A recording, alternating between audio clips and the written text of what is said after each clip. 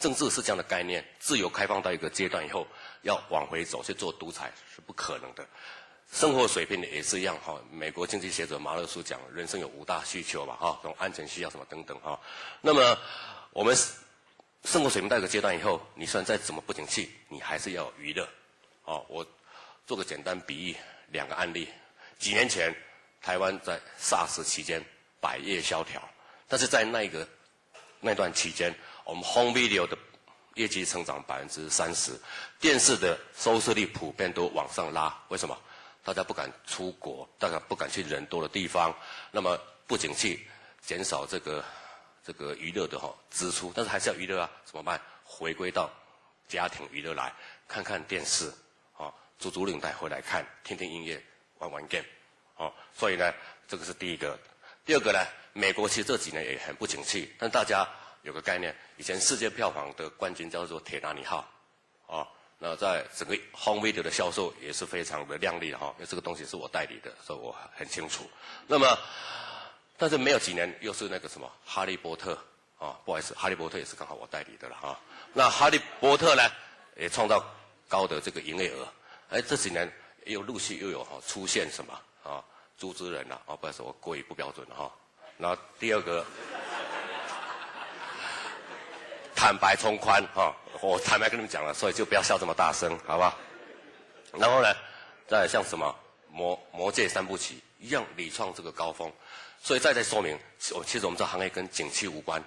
跟什么才有关？跟 product 跟产品，跟产品才有关系。所以呢，景气不好的时候呢，你只要有好的产品，你还要能够创造高的营业额，创造高的利润那么。这个是我想今天开宗明义跟大家讲，你们所要从事行业是什么样的一个行业那么第二个呢，讲更严肃一点，现在是一个文明的一个社会，我们流行的不是武力的战争，而是什么？是经济战经济的侵略。那么大家有没有仔细想，所有的经济战的前哨战是什么？文化战。美国文化、日本文化的侵入台湾，它的目的是什么？它不是要的洗你的脑，它要的是你后面的钱。那我们是拿最简单，最近大家常讨论到的韩剧，韩剧的入侵，你看到只是他每天在电视上播，但是你有没有想想看，10几年前我们会买韩国货吗？我想不会。但是现在你手中可能拿的这个是Samsung的手机，你可能开的是 Kia 的汽车，你家里可能用的是 LG 的电冰箱。所以文化的一个侵略，它后面的就是一个经济。那么讲到文化的侵略，其实文化战的一个堡垒是什么？就是影音。所以呢，今天各位呢，如果加入这个影音界呢，你肩负着一个很重要的一个责任。那所以提到这里了那么我说大家是不是应该了这个为了我们这一群准备为台湾打拼经济，打第一战，打第一个前哨战的我们，大家应该来互相鼓励鼓励，好不好？来鼓鼓掌。用完来拍呢才会比较大声，谢谢大家的鼓励像什么魔戒3部曲一样屡创这个高峰，所以再说明，其实我们这行业跟景气无关，跟什么才有关？跟 product 跟产品，跟产品才有关系。所以呢，景气不好的时候呢，你只要有好的产品，你还要能够创造高的营业额，创造高的利润那么这个是我想今天开宗明义跟大家讲，你们所要从事行业是什么样的一个行业那么第二个呢，讲更严肃一点，现在是一个文明的一个社会，我们流行的不是武力的战争，而是什么？是经济战经济的侵略。那么大家有没有仔细想，所有的经济战的前哨战是什么？文化战。美国文化、日本文化的侵入台湾，它的目的是什么？它不是要的洗你的脑，它要的是你后面的钱。那我们是拿最简单，最近大家常讨论到的韩剧，韩剧的入侵，你看到只是他每天在电视上播，但是你有没有想想看，10几年前我们会买韩国货吗？我想不会。但是现在你手中可能拿的这个是Samsung的手机，你可能开的是 Kia 的汽车，你家里可能用的是 LG 的电冰箱。所以文化的一个侵略，它后面的就是一个经济。那么讲到文化的侵略，其实文化战的一个堡垒是什么？就是影音。所以呢，今天各位呢，如果加入这个影音界呢，你肩负着一个很重要的一个责任。那所以提到这里了哈，那么我说大家是不是应该了哈？这个为了我们这一群准备为台湾打拼经济、打第一战、打第一个前哨战的我们，大家应该来互相鼓励鼓励，好不好？来鼓鼓掌。用完来拍呢才会比较大声，谢谢大家的鼓励哈。OK， 那么我想跟大家报告以后哈，这个关于我们现在这个是什么的一个行业之后呢，接下来我们面临比较实际的问题，就是我们怎么在这行业来生存，怎么来发展？那有一句古话就是“知己知彼，百战百胜”了啊。那我们到底是处在什么个位置？我们要很了解，所以我们才能够往前走。那我开宗明义就跟大家讲，就是其实台湾是站在亚洲影音产品的营运中心。大家会问为什么？那我想拿简单几个例子来跟大家做说明。以亚洲的影音产品，我们大概把它分成2大类，主流产品大概成2大类。第一个是华语片第二个大概是日韩片那么我现在就先讲说华语片以大陆片来做个比喻了。就大陆的影音产品呢，他想往海外行销，他一年大概拍大概是800部的影音产品也就以电视剧来看它。那么他想往海外的行销，他第一站最大的市场是哪里？就是我们台湾。这大陆以外的全球的华人大概有，我们不谈政治了我跟政治无关，就是整个华人 overseas Chinese， 就是整个这样看起来大概有5、6千万人，但人口最多最集中的在哪边？在台湾，2300到2400万人了那么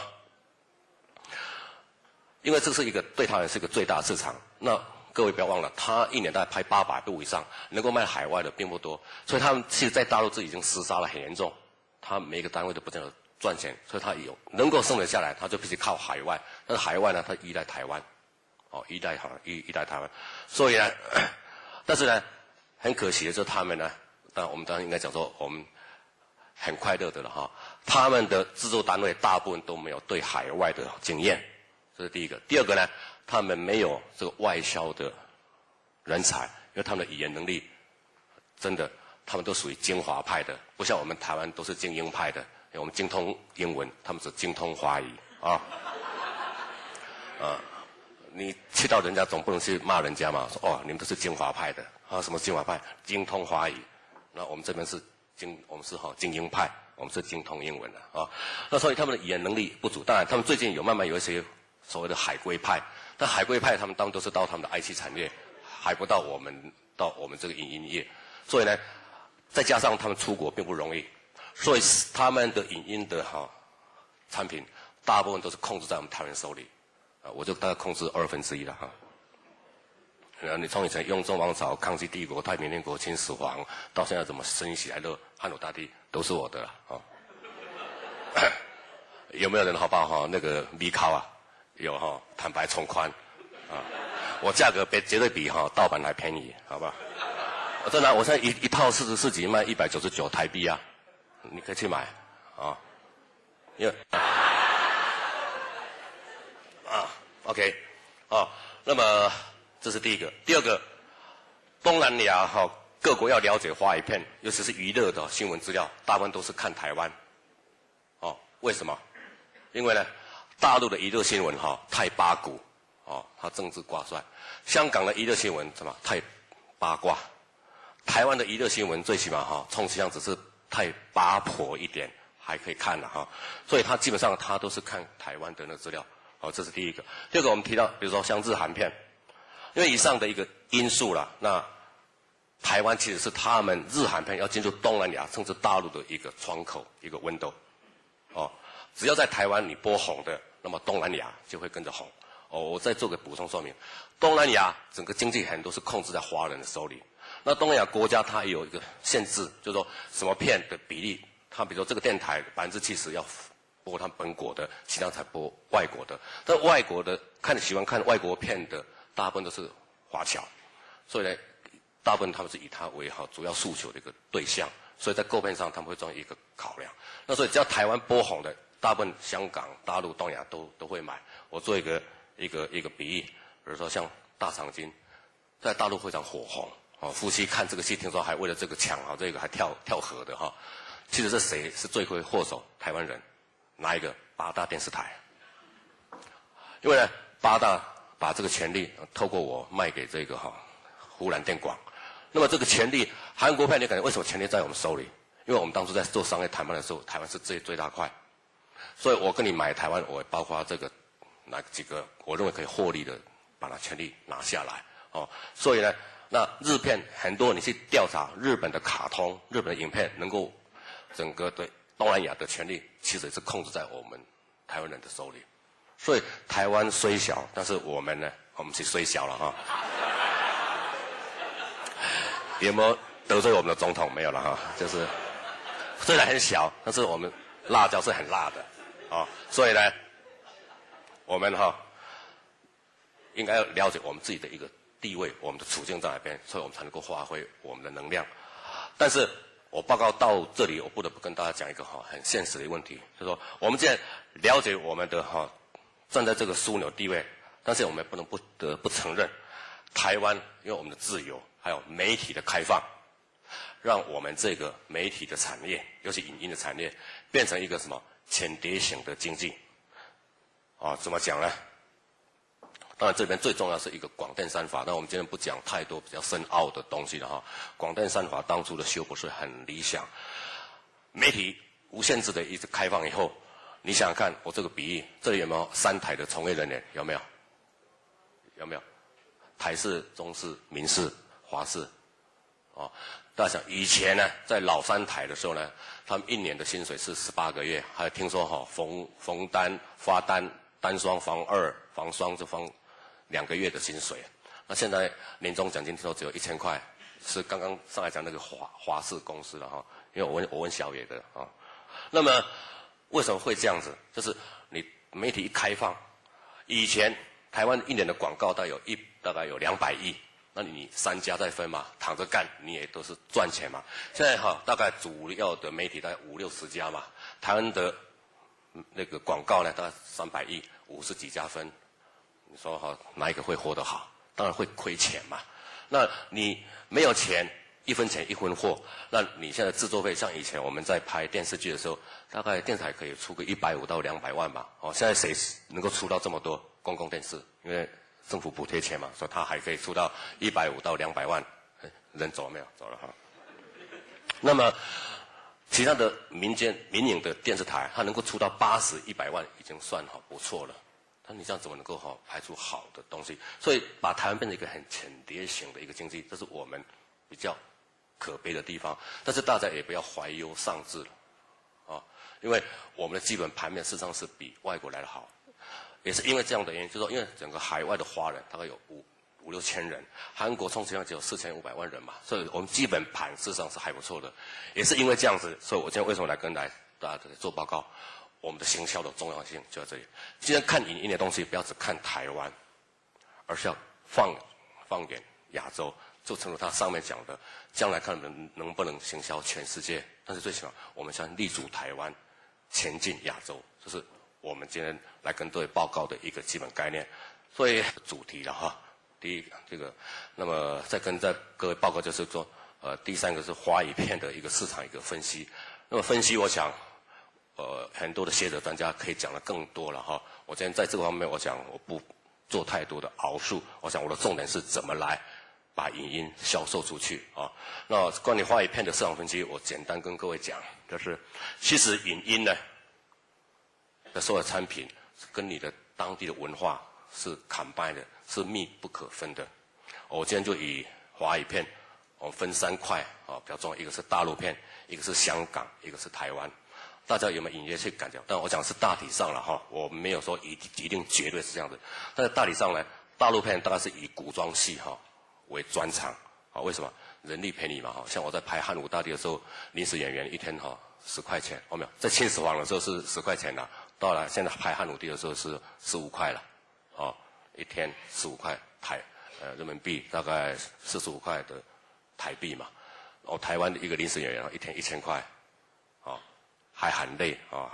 那这个一个人力。第二个呢，你那个井呢，我就实地去拉就好了。台湾还要去造一个井，看起来又假假的。所以古装戏最重要的还有一点剧本剧本是所有戏剧之本啦。我想跟政府讲，我们要培养的第一个首要就是写剧本的人才。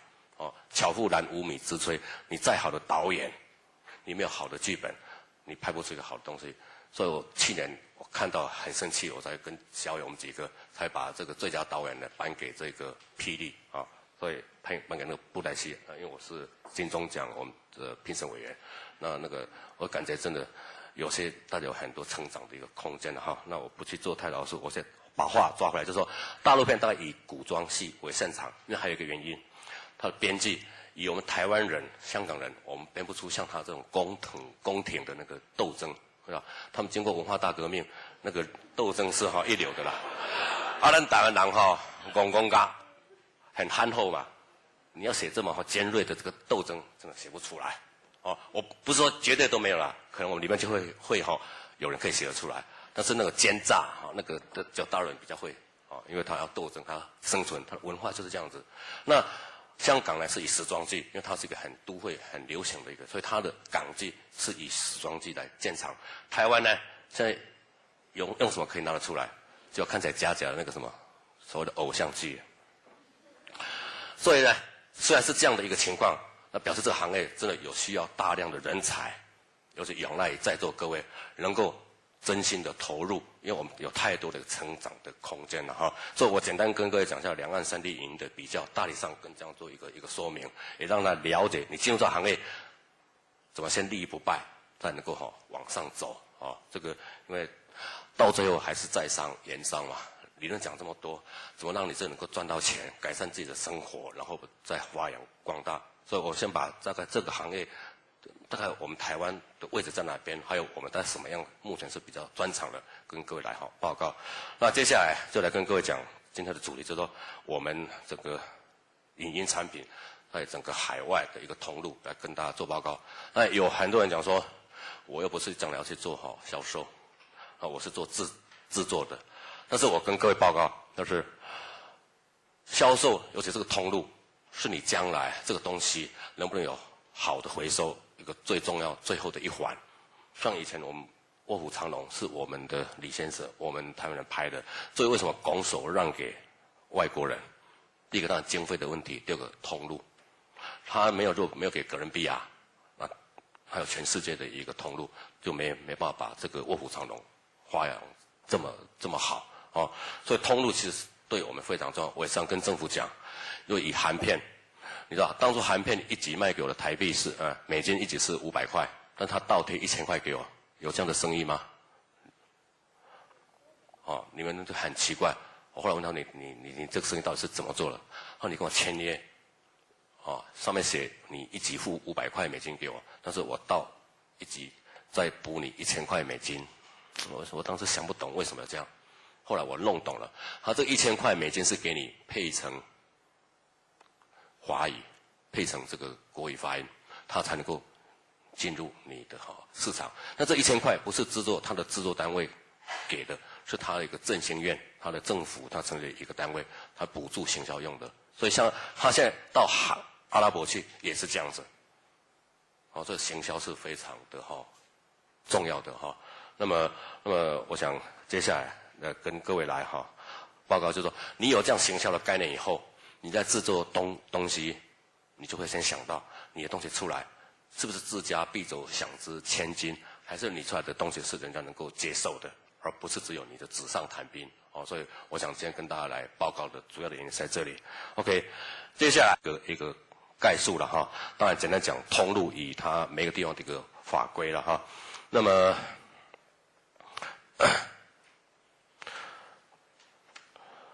我想第一个当然现在要讲到我们台湾了那么台湾我想各个电视台的一个情况应该大家都非常的清楚了如果不清楚的话，我想私底下我们可以来沟通，因为讲自己有很多的秘密不宜公开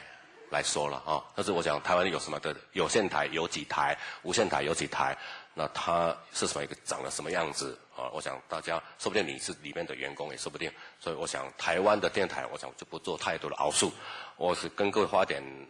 时间简单讲台湾另外一个是影音产品，就是 home video 的市场到底是在哪里我刚刚年为这个行业的理事长，我跟各位来简单报告一下，台湾的影音的市场一年的产值大概以前有80亿的那现在因为盗版的关系，那么大概剩下大概40亿到45亿但是不管怎么样，它总是一个产业的那么那它的东西它的通路在哪边？我想简单跟各位讲，它有分出租跟销售那么出租大家目标很明显像百视达、像雅艺，还有一些传统的出租店，以前大概有8000多家，现在剩下大概800家了为什么？因为受第四台的影响受第四台的影响，还有盗版了那么接下来跟各位讲就是销售的部分通路大概在哪边跟各位报告，第一个是书局第二个是唱片行第三个是量贩店所有的量贩店第四个就是在网络所以所谓的网络的邮购，比如说像 PC Home 啦博客来再来就是这个邮购里面有包括什么冯生了这个邮购方面那最后呢还有其他，比如说像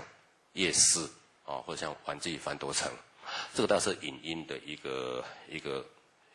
基本的一个通路是在这里了。那如果大家想要更详细的那你可以来跟我要了那这个我当初是跟哥伦比亚、跟迪士尼还有华纳做他们总代理的时候的一个报告比较厚，但是因为今天时间关系，我想我只是概略讲，因为你们也不是真的要开始做。如果要做，你要这样的资料，我可以免费提供给你那么这个是先把台湾先简单这样讲。我想接下来最主要是跟各位报告海外了那海外第一个我想先跟各位报告就是新加坡。那么你到新加坡，我想大家都很清楚新加坡现在大概是只有一个有线台，一个无线台了那么那它目前呢，它在购买外来机呢，基本上它的税金大概是10%外来机是10%，但它有一个很好的一个机制，它叫做 DTA 啦，叫做 Double Tax Agreement， 就是简单讲就是说，它是你可以合理的要求它的回扣，可以记载在上面的，它规定你要有多少回扣，你可以写在上面，它有一个机制在的地方，不是在桌底下拿的，可以在桌上拿的这个新加坡跟它不一样的一个地方。那么至于它购买片的基本上呢，它不管你是跟台湾、跟香港、跟大陆合拍剧，对它而言不是问题。但是在选购政策上呢，它呢主要还是在你的剧的本身、你的品质，还有卡司强不强大概基本上的考量是这样。所以税务其实很简单，它就是有10%。你考虑的时候，你要卖给他的时候，你就知道说，比如我卖你1000块，市场他可能就是要付1100这是他的一个考量。所以在谈的时候，你大概知道什么情况。那可能大家会问说，那目前的行情大概是多少？若以台湾的目前的偶像剧到那边大概是在无线台大概是谈得好的话，以前它有2家的时候价格比较高，大概可以3000多块美金所有的销售都是以美金为单位了那现在的可能降下来，大概就只有在1500到2000块之间。那么 cable 的部分呢，大概在1000块钱左右。那在新加坡，你可以先卖给 cable， 再卖给无线当然这个不一定就这样，但只是跟各位讲个概念，大概它可以卖的一个情况大概这样。这是第一个。第二个，香港那香港现在是比较复杂，大家都知道香港呢它对于税的方面，它采购外来戏它的税是大概5.25%了所以基本上它会自行吸收，在销售上它的税不是一个问题那台湾是去年开始有20%的外人税了我们哀叫的。那么在于对节目采购政策上呢，它政府并没有特别的规定说什么可以什么不可以，但是因为它会对于无线台它有个要求，就是说它针对儿童节目它有规范。那它有规范，就是说你台内你做多少的儿童节目，你才可以采购多少外来的儿童节目了。那香港政府还有一个规定，就是它拍摄很多的公益片，那么它规定每半年在这个 TVB 就香港无线播，规定你要播，那么半年以后又到香港的这个亚视 ATV 来那个播哦，那么它大概都放在每周一到周五的7点到7点半来固定来播出了哈。那就在香港，它市场现在比较乱的原因，就是说它最近有很多的这个 cable 哦，什么 iCable 啦哈，华雅美雅啦等等都会出来。那但是这些出来基本上都会跟香港跟广州的这个易波会有关联，所以你现在东西要卖到香港，你除了要考虑到香港本身市场之外，还要考虑广州有线的问题。哦，这是第一个。第二个，我提醒各位，就是香港还有一个很大市场，就是你要卖到大陆的时候，它还有一个叫境外卫星。那大部分主要是在香港，比如说华语啦，凤凰啦，那总共有3家，它可以买这个片子在大陆的境外卫星的一个权利。那这个权利如果好的话，大概是$3000到$4000，那在$2000上下。那 home video 部分，因为盗版的关系，它的行情大概是$300到$500美金。哦，我稍微补充，在新加坡的 home video 呢，大概是一集大概是$200到$300美金的一个价位。哦，但是新加坡的 home video 比较麻烦的就是它可以允许水货进入，所以你给它的母带可能要跟越南跟大陆同时给，否则那个市场你就没有了，因为你只要越南跟大陆一压，水货就已经进入新加坡，你那个钱就不见了哈，他就不会跟你买。那接下来就讲马来西亚哈，那马来西亚它大概一共有6家无线台了哈，2家有线台。那么它主要的语言节目分为3个，一个大概是马来文啦、英文那华语当然包括我们国语发音跟澳语了哈。另外有少数的印度的电影节目了哈。那马来西亚政府有所规范，就是说必须播放马来语节目占70%，其他语言占30%。那6家无线台，只有3家有播放华语节目，那其中1家一天只能播1小时，啊，那而且它单独只播这个 TVB 的港剧，因为它那地方比较流行哈，所以呢，台湾的剧跟大陆剧在那几乎没有机会在那个地方露脸。那另外那2家平均每天大概有2到3小时的播放华语节目了哈，所以呢，这是我们的一个机会点了。那么基本上它大概的播放时间都是给我们在3点到4点、5点到6点，或者是晚上10点到11点。那么在这种情况之下，所以你可以知道我们卖到马来西亚的价格大概行情大概是$1000到$1500美金 ，all right。所以 all right 就是有线跟无线的那个权利了哈。那当然，我现在讲的这个价格都是一般的。那最后我前面讲的就是这个行业跟产品有直接的关系，你要产品强，但你可以价格更高一点啊。那么大概跟各位简单讲，那在这个地方呢，它的税务大概是15%到20%了哈，这个之间，好，这是马来西亚。再是泰国哈，泰国目前电视台的市场规模有无线台总共有TV3、TV4、TV9 哦，1、2、3、4，其实泰国的那个目前它电视台的那个生态呢，跟10年前的台湾差不多。它的没有执照的非法的这个 cable 呢，大概有300多家，非常类似台湾当初的一个情况啊。那么但是呢，它政府有个规范，就是它所有的外来片都必须配上泰语发音，所以在泰国呢，连续剧没有盗版。哦，电影的盗版就非常多，为什么？因为你盗版你要能够卖得好，你必须要先配上泰语，人家才会买。但你既然你是盗版，你自己花钱去配完，第2个盗版的就正好帮你盗了，哦，那你的生意，你花那个钱就被第2个给盗你的版的人去赚到了。所以你到泰国很奇怪，连续剧没有盗版，哦，当然电影呢就有，因为比较容易，哦，所以它的情况是这样子。那基本上呢，它的税务呢，大概就是大概15%了哈。那我想简单跟各位讲，它的价格，如果台湾剧现在的行情大概是在1000块美金啊，以前大概有1500到2000块，现在为什么价格都普遍下降？因为是被韩剧压缩了，因为每一台的预算有限，大部分都被买韩剧把预算用掉，所以现在价格有稍微降了一些啊。那接下来跟各位讲，我们还能够卖的地方就是越南。那越南呢，它是一个共产党的国家哈，它的税的是大概10%了哈。那基本上它要的戏种呢，它是希望像大陆剧，因为大陆它自己也有它的管制，所以他认为它的剧就比较安全。那台湾剧可能是比较危险，因为我们几乎在无政府的状态，我们该怎么办就怎么办啊，所以有时候他们会比较紧张。那但是基本上呢，你只要是戏剧的话，我想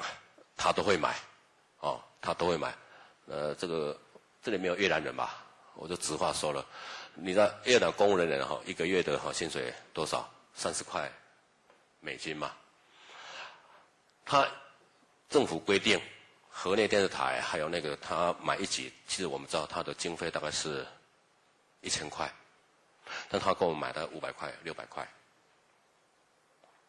一集啊。那一部戏我们有30集20集，那就中间的价差有多大？所以他干个2年他就当地的大富翁所以你任何阿猫阿狗的戏，如果你的戏你的朋友跟你说越南卖不掉，那你那个戏，那你真的可以抱着一起跳楼了。越南是没有什么戏卖不进去的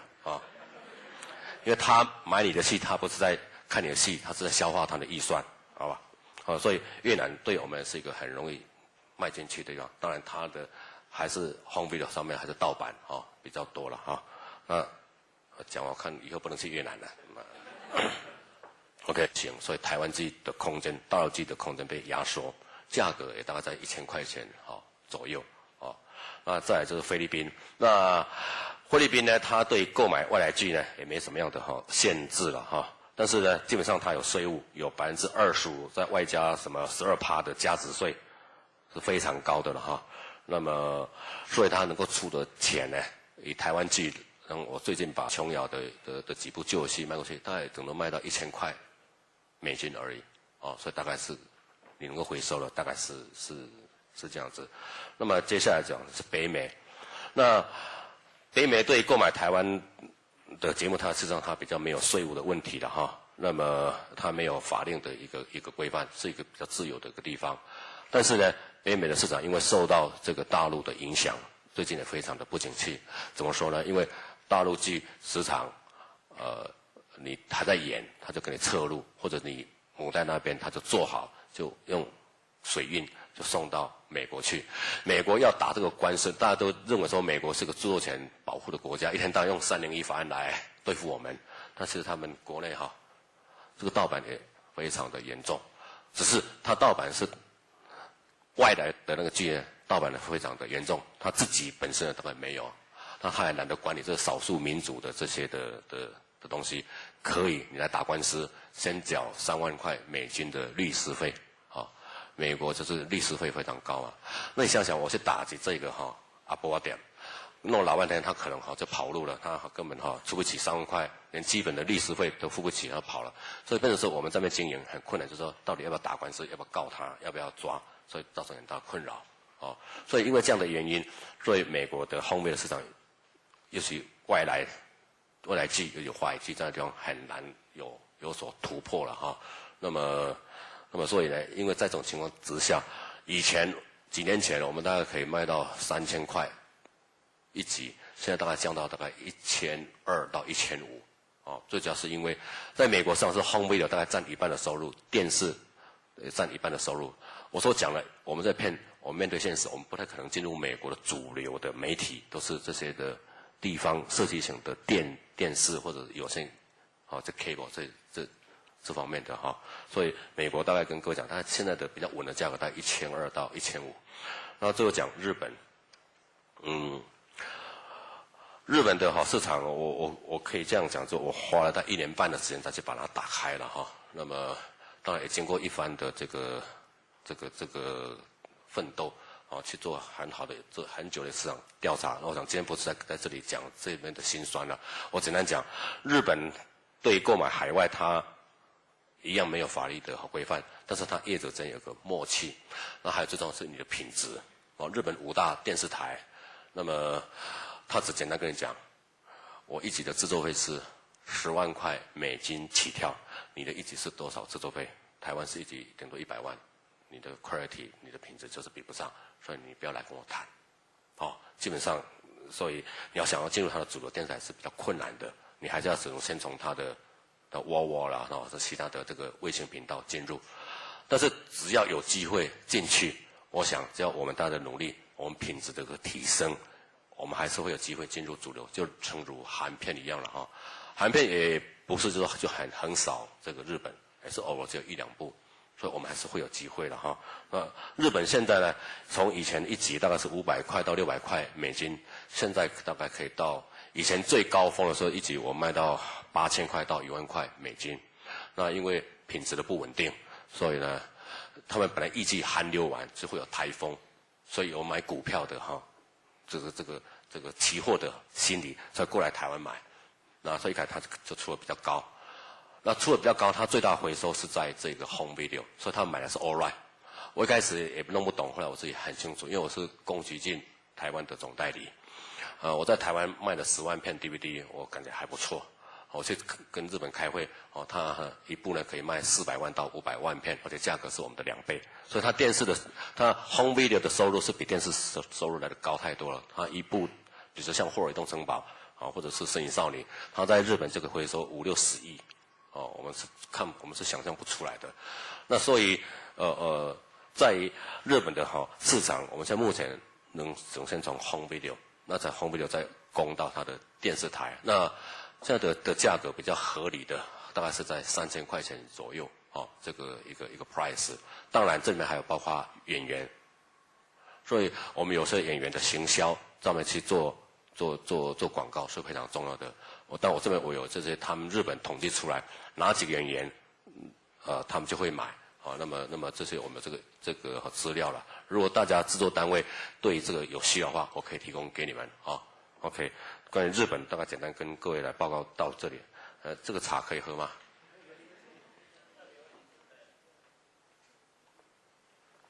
特别为我准备的OK， 谢谢。我一天到晚都是当这个小李子，喝完3分钟没中毒，报告各位大爷可以喝了。OK， 谢谢。那么接下来跟各位来报告就是关于这个韩国了韩国我为了韩国也花了很多的时间。他一直讲说我是韩国专家，其实不是了我只是每次跟他在做对抗的时候做比较激烈的手段而已。那么韩国政府因为当初加入 WTO 的时候，他们就有先预防，所以他们有个设限是合法的。台湾当初为了加入 WTO 是无限制的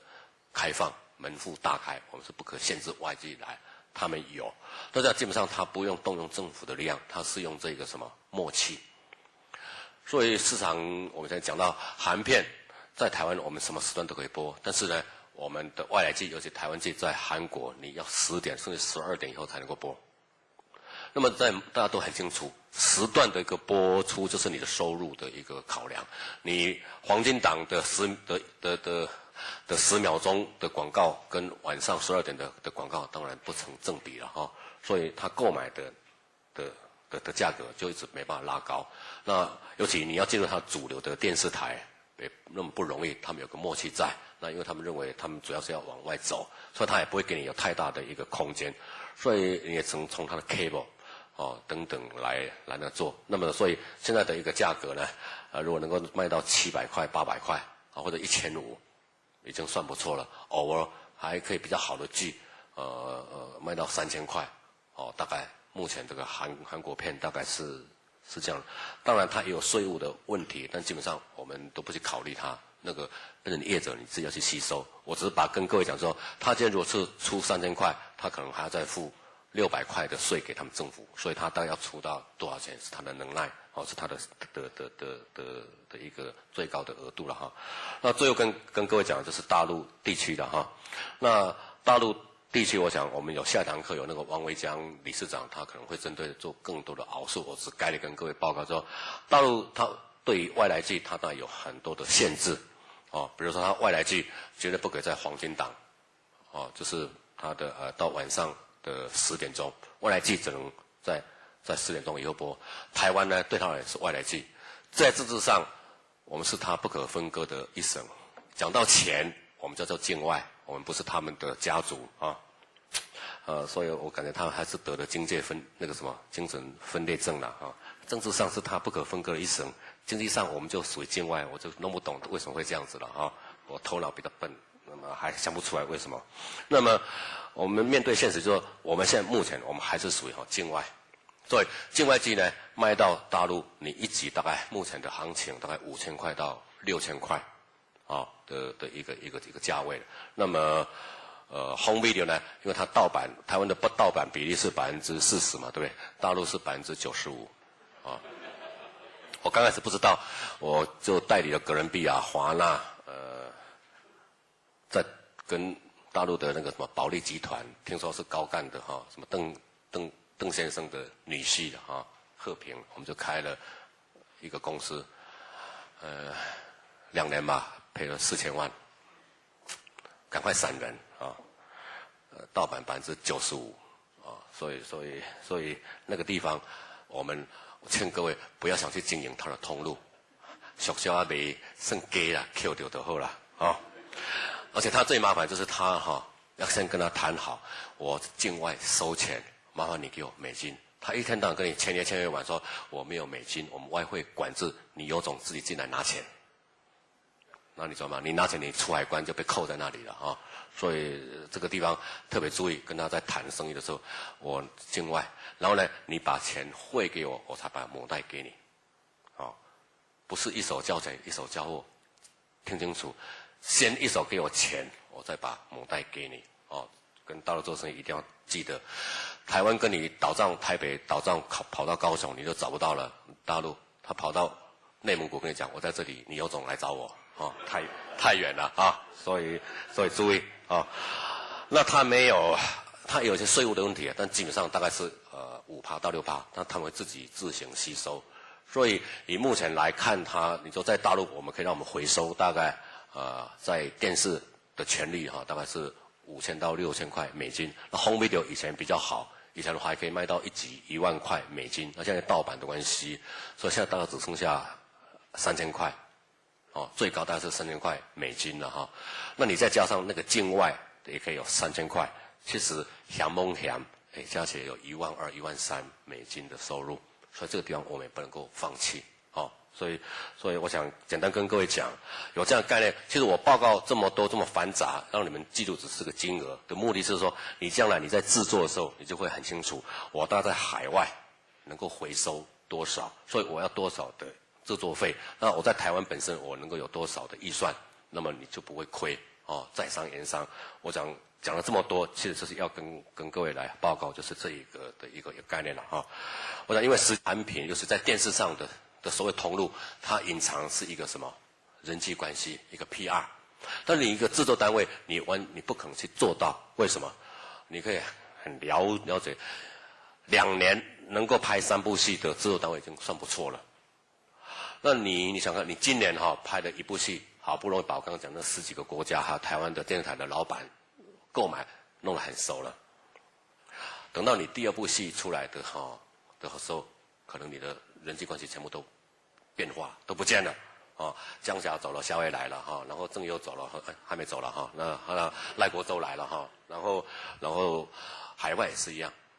那所以呢，你做通路是要全心去做通路，做制作还是要去做好制作，你别想全通包那像我们就专门在做销售，我1个月手中至少有20部戏在卖，所以哪家怎么样，我们事前都有 information。我上讲经营靠策略策略靠什么？靠情报 information 什么人可能什么时候要下台，什么要换，我们事先知道可能会换谁来，那我们都事先会了解，然后怎么去把这个关系补上来。那你制作单位，你光在做那个今年拍1部戏，好了，你想说我起一个销售单位，到年底你有第2部戏了，那你这中间这个销售人员不知道怎么办呢？你总不能一天到晚打电话去打屁聊天你又没有什么东西他会跟你讲我还要做别的事，所以慢慢你会梳理掉。等到你有第2部戏，回过头你要再来卖，通路又变化掉了。所以每一个行业有每一个专长在那地方那我跟各位报告说，行销手法其实我跟各位报告就是一个概念，就是我们选择这一行，跟北行完全不一样。北行会同行相忌，但是我们这一行是不会，因为怎么样？我们是智慧财产，影音东西是智慧财产，这才是exclusive的。比如说，哈利波特是你的，这是你的，不会有别人有；铁达尼号是你的，这是你的，所以不会有别人有，就你一家。那你并不会起冲突。比如说像电视台你在播映，你一部戏你不可能一年一直重播吧？这个月你播这个戏，你再怎么好还是会下档，你还有下一档戏还会上来，所以大家应该都有机会。但是很可惜的，中国人、华人自古文人相轻，不是相亲相爱，是互相轻重的轻的，都看不起别人，都认为自己比较好，那会来攻击。你如果在做销售，你就可以知道，我们在海外参加各种展，看到日本人的团结，看到韩国人的团结，看到台湾的一盘散沙，你就会很感慨，就去都是互相挖墙脚，我感觉非常的可惜。那所以我自己公司呢，我们就跟几个台湾同样的公司，我们有一个类似一个结盟，是所谓的两手策略。两手的策略就是说，今天我去卖这个东西，那么我做个比喻，我是跟华视文化我们配合一部叫《汉武大帝》。我到新加坡去卖的时候呢，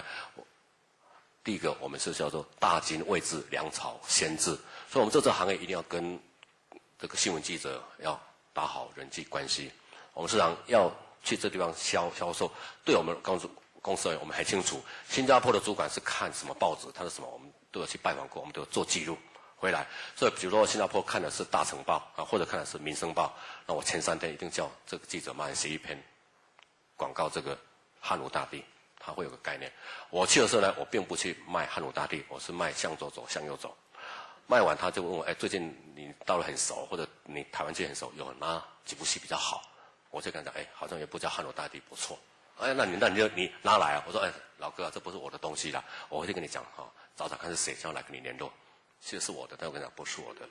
后来我说华生话干你上战场了那他就去了。那因为你经用第三者身份来介绍你的这个戏呢，他会更幸福。所以这是两手策略，但是你必须有2家公司去配合。所以业者之间应该大家来团结，来那个做最好。但是记者，我跟各位做报告说，我们的宣传是要算给各电视台的采购，我们制作单位没有责任把片给观众，大家都知道，那是电视台的责任。我们的责任是给采购了解所以这个基本概念有。但是最主要的，我希望说，做这行业大家真的要团结在一起。你在做销售上，你会有很大的一个意想不到的效果人家常讲，最好的宣传是什么？口语，嘴巴去讲，对他会相信你。我讲行销手法，我想就简单把它讲到这里了那么我想最后呢，我做一个结论有好的产品，那也了解了通路。但是你都不了解你自己，你也不了解对方的话，你还是没办法把东西做好。所以我结论就是说，比如说你在开拍之前，你就很了解你的东西，你的定位是在哪里，你的演员，你的其他在市场的接受度是如何，否则你时常会误导变成自家必走，想值千金。你拍出来的可能是赵飞燕，婀娜多姿，但是你碰到的采购呢，他是唐明皇，他就要肥肥圆圆的杨贵妃，所以你永远谈不到一块，你永远不会把东西卖出去。所以，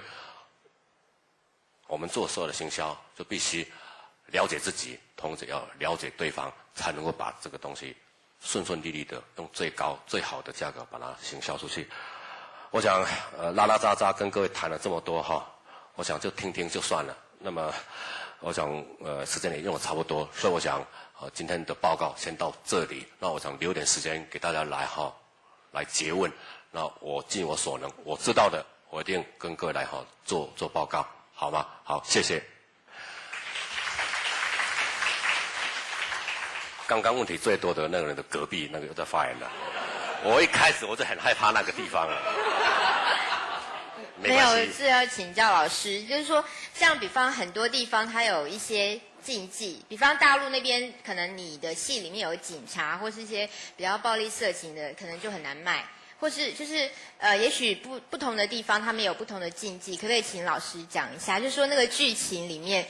有什么限制？比方说泰国，尤其现在又有很多合制，所以说比方说你去泰国拍摄，然后你可能找泰国和台湾的资金，然后合拍了一个在泰国那边的故事，那你可以卖比较多地方，就是有没有一些这方面的东西可以讲给我们听？好，这个都要整个世纪国家讲完，大概要用2天了所以这个题目大了。我简单讲你刚刚提了，大陆的规范是不可以有黑帮，不可以小孩子、年轻人谈恋爱。说像流星花园会被禁播，就是因为学生谈恋爱，那这个是大家都应该知道的了那他也不可以有色情，这是大陆。那你讲的泰国方面其实它的限制不会那么多了，不会那么多。那我只跟你讲一个原则，就是说我刚刚跟各位简单讲每个地方的一个市场的回馈，你要去思考，就是说我准备两极害取其轻。你不可能，你拍出来的东西全世界都认同你，那这样你是控制讲，你是相愿嘛？每个人都支持你，你就相愿了，还是有问题？就是有1半以上7、8，有6成7成，你要抓的是这一块，你不能全面的都能够通吃。比如说雍正王朝，好像在我们华人地区非常的疯狂嘛，对不对？也让我赚了一些钱，但是呢，我卖给泰国到现在还没播。他的理由就是，你们中国人很奇怪，皇帝的位置是传给大儿子啊，那什么兄弟还这么搞来搞去的，然后他弄不懂你的文化。再来，我们泰国人70%是农民，我们自己有什么王朝我们都搞不清楚，我还管你中国什么王朝？所以泰国他要的是什么神怪片、武侠片，每天铿锵锵，然后呢鬼怪的他很喜欢。当然，爱情是全世界通用的语言，所以爱情戏他也会要。这个大概跟你报这样，你要每一个区的，待会我可以拨时间，旁边再带一个女的，免得我们有被误会那我离开公司，我跟你报告，好不好 ？OK。还有没有？好，请说。对。是。但是日韩他们本身不会自己做代理吗 ？OK， 好，我就希望有人问这个问题这就是商业的机制，在商业的谈判，在整个东南亚，我刚刚提到的，大家能够进入这个圈里面，其实最大的市场，我刚刚讲台湾的位置，台湾是最大的市场，台湾出的价格也是最高。比如说我刚刚讲大长今，我1集8大就出了$18,000，大陆因为境外剧，它顶多只能出到5000，后来透过8大跟大陆熬。通常卖到$7000，这是商业机密了但我跟你讲，反正已经过去式，讲也无所谓了林柏川也不会告我。那因为这样的原因，所以我们实际上在跟韩国谈判的时候，最大块的我18000出给你，所以我大陆我也要，香港我也要，因为我知道我这个地方我大概可以卖得出去。那香港自己去跟韩国人讲，他就大概是3000块，然后我就跟他讲我要2500。大陆大概5000块，我只是4500，我出18000给你，你让我每个地方赚个500块，不可以吗？我们他要考量这个商业的利益，你把我搞毛了，是相对的嘛。我没有你大长今，我还有小长今吧，还有钱还可以选，所以在谈的时候就是要互相了解对方的那个，所以这个行业是你做越久，你获利越大，你就知道你的专业知识多了，所以你就可以跟他谈判。像我在跟大陆阿拉伯谈判就很简单。台湾是你最大的，我帮你攻下来但不是让他军队过来了，我帮你拿台湾剥了其他地方容易卖的你自己去吃那我不是傻瓜。来讲好，康熙帝国台湾帮你卖了，海外其他的无条件授权给我，卖了我再跟你拆账，我就是这样谈要不然你来，你一年有800部嘛，我没有你这一部不会死嘛，我就卖别人，因为。你天龙斗不了地头蛇，当我到大陆也是一样，我也没办法打，因为哪一个是你的铁哥们，哪一个是什么，我弄不懂了。但台湾每换一个总经理，我5天之内一定可以跟他坐下来喝咖啡。为什么？我已经透过3届公安国监部、隐形部给表哥拉上关系嘛，就可以聊。那跟电视台，我来的是帮助你怎么把收视率拉高嘛，我无可厚非嘛。你大陆知道整个半年以后你才知道，原来现在江霞走了，变成小伟了，搞不清当然，因为他特别注意，他马上就知道了哈。那其他，所以通路上我刚刚讲是一个人际的关系，所以我们有在地的优势。但不要忘了，台湾是购买外片价格最高的地方，这是我们有钱嘛。所以，但是我们要利用这个优势来跟他谈判。OK， 好，还有没有？好，请说。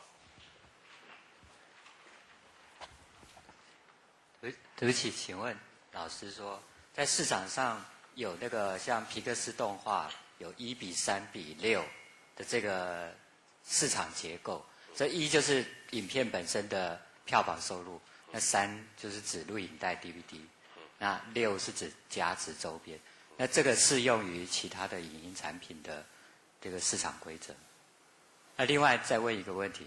有所谓的金砖4国BRIC 这金砖4国的市场，是不是我们就是理事长这边有没有接触过，有没有研究过他们的市场适不适合影音产业进入？好 ，OK， 我先从比较简单的回答哈，这个金砖4国哈，巴西、苏俄跟印度嘛哈，那还有中国嘛，是不是？应该对了哈，我印象中是巴西我没有接触，苏俄有。但是它不是我们的市场。那印度呢？不要忘了，它是全世界电影产量最大的国家，它已经是非常发达。但是对于华文，基本上目前还没办法攻。我现在是这6月份开始要攻东欧，东欧它是希望的是武侠片，所以台湾以前旧的他都会喜欢，所以包括李小龙的雕像，他都把它竖起来。当然，隔天晚上就被打烂了哈。那它还有一个市场机会。那你讲了这边我只是对大陆比较清楚，其他的真的我不清楚，我不敢随便跟你胡诌。但是我认为，人类因为有梦想而伟大，我们当然希望能够行销全世界。但是我认为能够先站稳脚步，台湾还有亚洲，这是我们急需要做的。那这个可能讲的第2步、第3步了这是第一个问题。第二个，你讲的那个比例，基本上我同意。这样的一个做法，而且你讲得非常好。就是今天我来的时候，有跟几个朋友刚刚在报告，大家看到影音产品，你看到只是一个表面的一个收入，票房、home video 卖了多少，但是最大的收入在哪边？各位知道吗？就是 merchandise， 就是商品化的产品。大家记得，像我现在代理的 Hello Kitty，Hello Kitty 也是我代理的了哈。那你们想到当初的 Hello Kitty？他是靠电视播映，还有 home video 把他的那个 logo 弄出来。他当然忘了，他只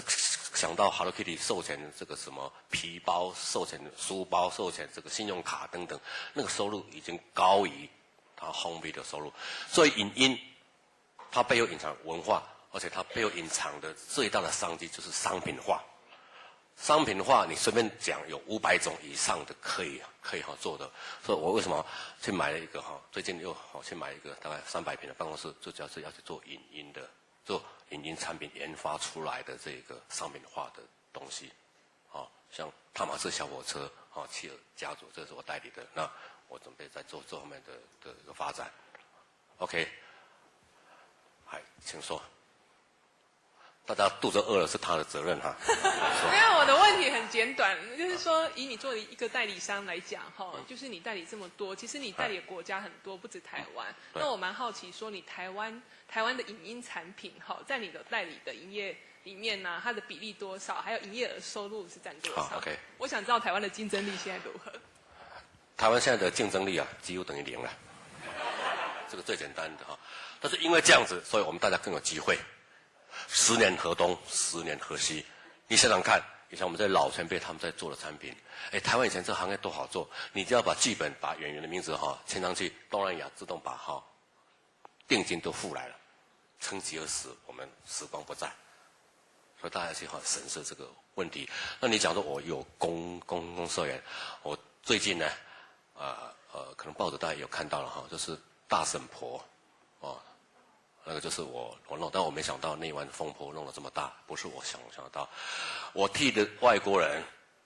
做那么多的东西，想想还是别人的小孩，养大了别人抱回去，所以应该回过头来做自己本国自己本身的东西，怎么把它推广出去。所以以目前这个行业当然是美商是占最大的强势，那电影片当然是它，卡通片是日本。那么我们生存从那边，从戏剧，那么卡通也可以慢慢来。像韩国，它对卡通的那个发展就很好。我想这个我们还是会有机会的。那只要我存在，我们就会有希望。那么我跟各位报告就是，我们的基本盘面并没有那么差，并没有那么差。做影音，你全世界就是说你怎么发挥你本地本国的文化的特质，把它显现出来，这是非常重要的。李安因为发挥这样的东西，你的文化的东西，你能够把它发挥出来，就是一个惊奇，人家就会好奇，就会喜欢。所以我这样讲可能有点像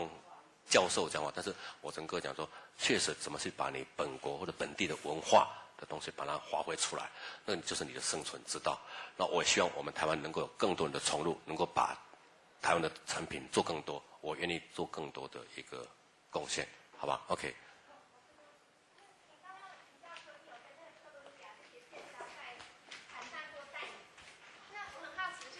这些片商为什么美商他们的通路那么强？他们强在哪里？他们的通路方面是为什么那么强呢？好，这个当然是长年累月了哈。这个行业任何都一样，就是强者越强了哈，它是良性循环嘛。那我们做不好的就是恶性循环嘛。那它有好的产品，那通路做几十年下来，你说像我们当初卧虎藏龙，它可以拿5000万美金当广告费用嘛，我们拿不出来嘛。所以它可以强势的，所以它可以赚更多的嘛。那么这是第一个概念了。第二个，它不管再怎么强，它还是需要跟当地的 local 的永远记住一句话：强狼压不了地头蛇。你到一个地方，它还是需要当地的人的努力。那只是你当地人有没有自己什么去团结，这比较重要。我们台湾这几年被美商打得这么惨，就是自己不团结，大家互相咬。明明这个东西，比如说铁达尼号，大概是8000万就可以，就是有人要出到1亿2，钱都被他赚。所以我跟美商8大的老板在开会的时候，他说台湾市场他们的市场大概有20亿，我说只有15亿，他说不可能，我们加起来收到20亿，我说他们赔了5亿，你知不知道？那5亿这都是库存，可以盖房子了，所以我不知道有没有针对你的问题做个发言，好，你说。影音产业当销售或行销的人，他必须要速度很快，能够跟上那个当地地头蛇的轮换、朝代的轮换嘛。那，我这样讲对吗？不对，好，我跟你讲但美国有美国人的一个优点啊。当初我做的时候，美商还没进来，我认为当初我印象中他叫我估这个美女野兽，我认为台湾能够卖5万片就不得了了，他推翻我的理论，我的销售的期限是这样的一个期限，他跟我讲销售期限是这样的期限，就是说时间2个月要把总量卖70%。我说那销售期限是这样子下来的。后来事实证明他是对的，因为我估1年大概卖5万，他2个月卖了18万。等到我在卖狮子王的时候呢，我卖了42万。我们学到他的一个精髓，所以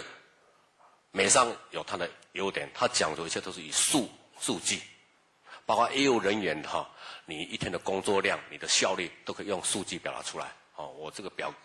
改天我可以跟各位来做报告没关系，反正有的是机会。他是有他的进步地方，说我们应该去学习他的管理，还有他的行销的手法。他有他的优点。OK。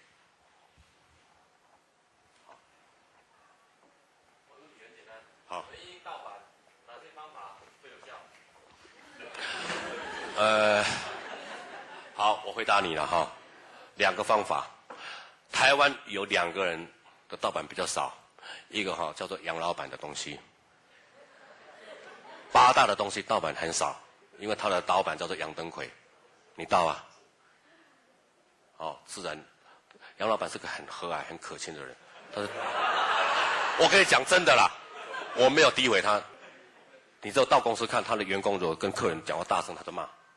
你怎么可以这样子？你要当流氓，你就去了，就不要来上班。他是这样的一个人，但是人家念以他的以前的那个所以盗亦有盗，不敢盗他。第2个是谁？我呢是很难产的，为什么？因为他知道我是工会的理事长，我可以调动这个广电法，我可以跟新闻局关联，跟保质，跟其他人员，随时都可以去那抓。盗版可以盗的7、8千种，我的只是3、500种。他想盗这个理事长的东西哦，很啰嗦，一天到晚就找警察什么这来找麻烦啊！理事长东西也尽量不要盗。怎么来防治盗版？是政府要花很大的力量。什么对这个行业最大的伤害？政治。这个行业是反经济行业，但是呢，它最怕的是什么？政治的不稳定。那还有你政府的力量有没有公权力有没有介入？你想想看嘛，当初蓝绿对决的时候，每天回去你就看他怎么打，他比连续剧还好看呢。你助理就会到那地方。那因为这样子，所以这边是对于这方面的管束力量就不足，所以盗版就会发生。这是一个治标的一个概念。治本当然他到最后还是讲那一句话，教育。教育。那么一个以前录影带在台湾录影带时代盗版率5%，因为它大量盗版不太容易，要工厂，那工厂就很好抓。所以我当初发第一部叫做《清秀佳人》，一出去1个礼拜，听说有盗版，我高兴了3天睡不着，真的高兴3天，因为表示 hit 才有人要盗版。所以我现在住的那个房子就是卖《清秀佳人》赚了1500万买来的，一部片就可以赚到。但现在呢，没办法，为什么？现在是学生一人有，全班都有。你宪法保障，你又司法人员没办法进去，所以教育概念还是非常的重要。那为什么我们卖卡通片比较好？因为呢，父母大概不会去买盗版给小孩子看了，又不好嘛。所以为什么我们现在卡通片还卖的还可以，是这个原因。你说怎么防治盗版？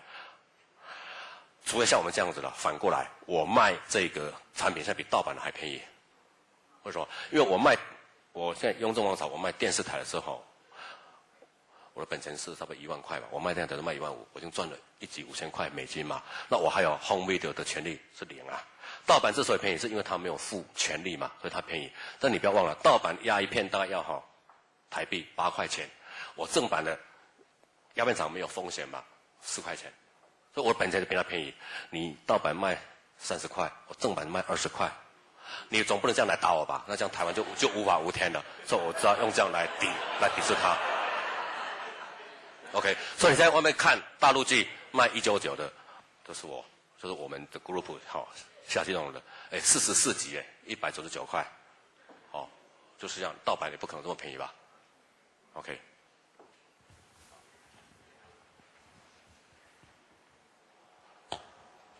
您好，我想请教一下理事长，就是现在骗子这么多，您如何从这么多的骗子当中挑选您觉得他可能会日后很火红的？比如说大陆剧1年有800部，那除了经验之外，有没有一套比较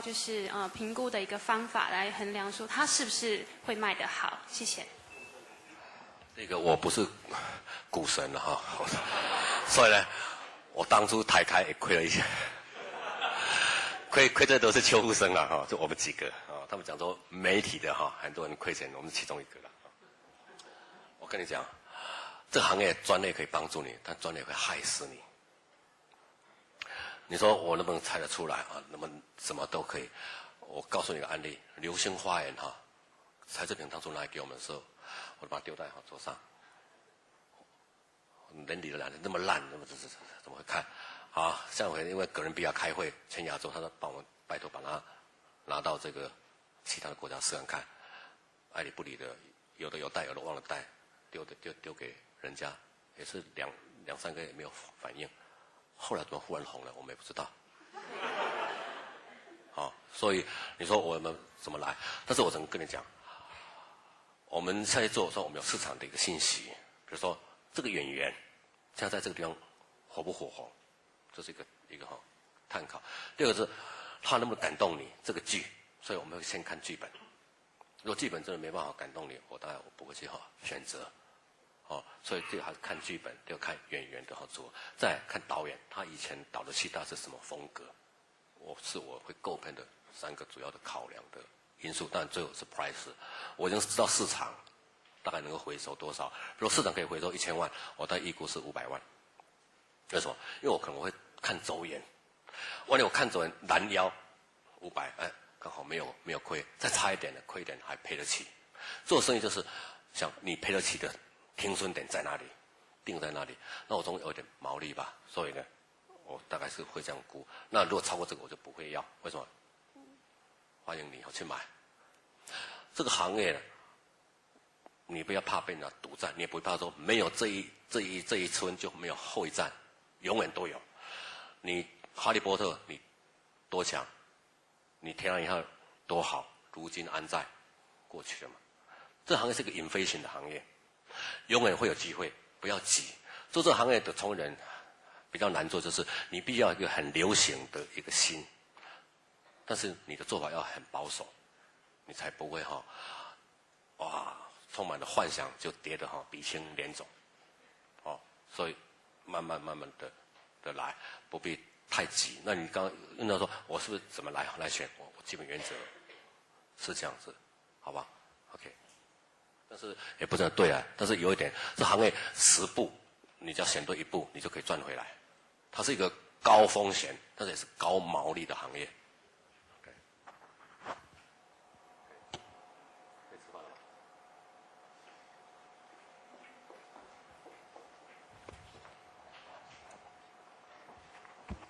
这个行家一出手就是有没有啊？虽然刚刚林理事长来的时候非常谦虚啊，声称他是头戴钢盔啊，绑 S 腰带扎绑腿，在这边接受各位炮轰指教。事实上呢，从刚刚这个精辟演讲内容里面，我们就可以知道他的功力到底有几趴了哈。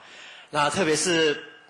跟我们说明了这个影视作产业里面的一些美感啊，我想对同学应该获益良多啊。所以我们再以最热烈的掌声来谢谢林锡辉林理事长。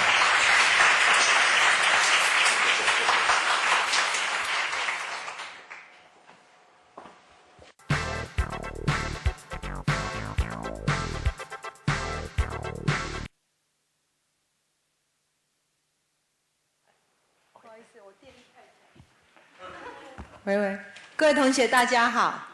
他刚不小心把我的年龄透露了哈。今天我来跟各位分享哈，因为听说时间很紧迫哈。其实这个题目，我今天走上来，我觉得各位很幸运哈。这是行政院开的第3届，好，那这一届看起来场面最特别，而且最正式哈。因为我每一届我都去当了讲师。那今天主要跟各位谈这个。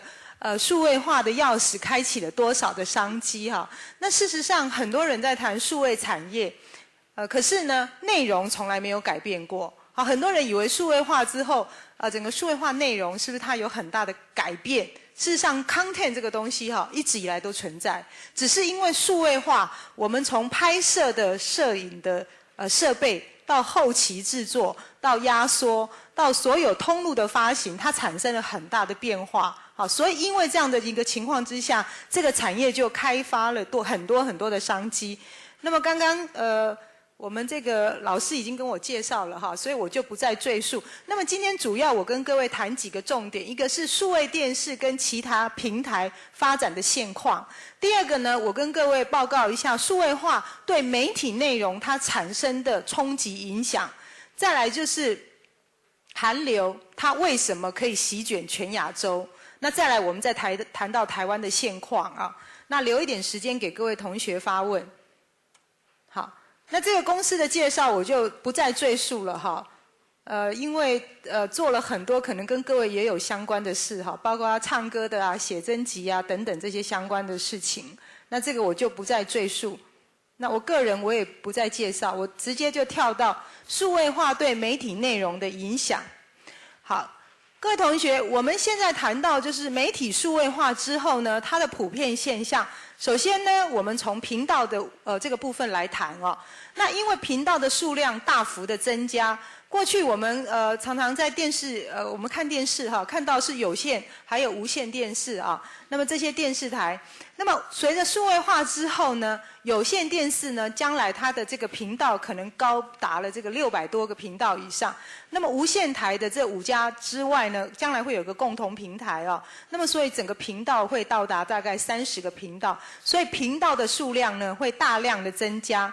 那第二个就是说，消费者的收视习惯跟他的行为的改变啊。我们现在在家里看电视呢，都是 broadcasting 的方式，也就是说，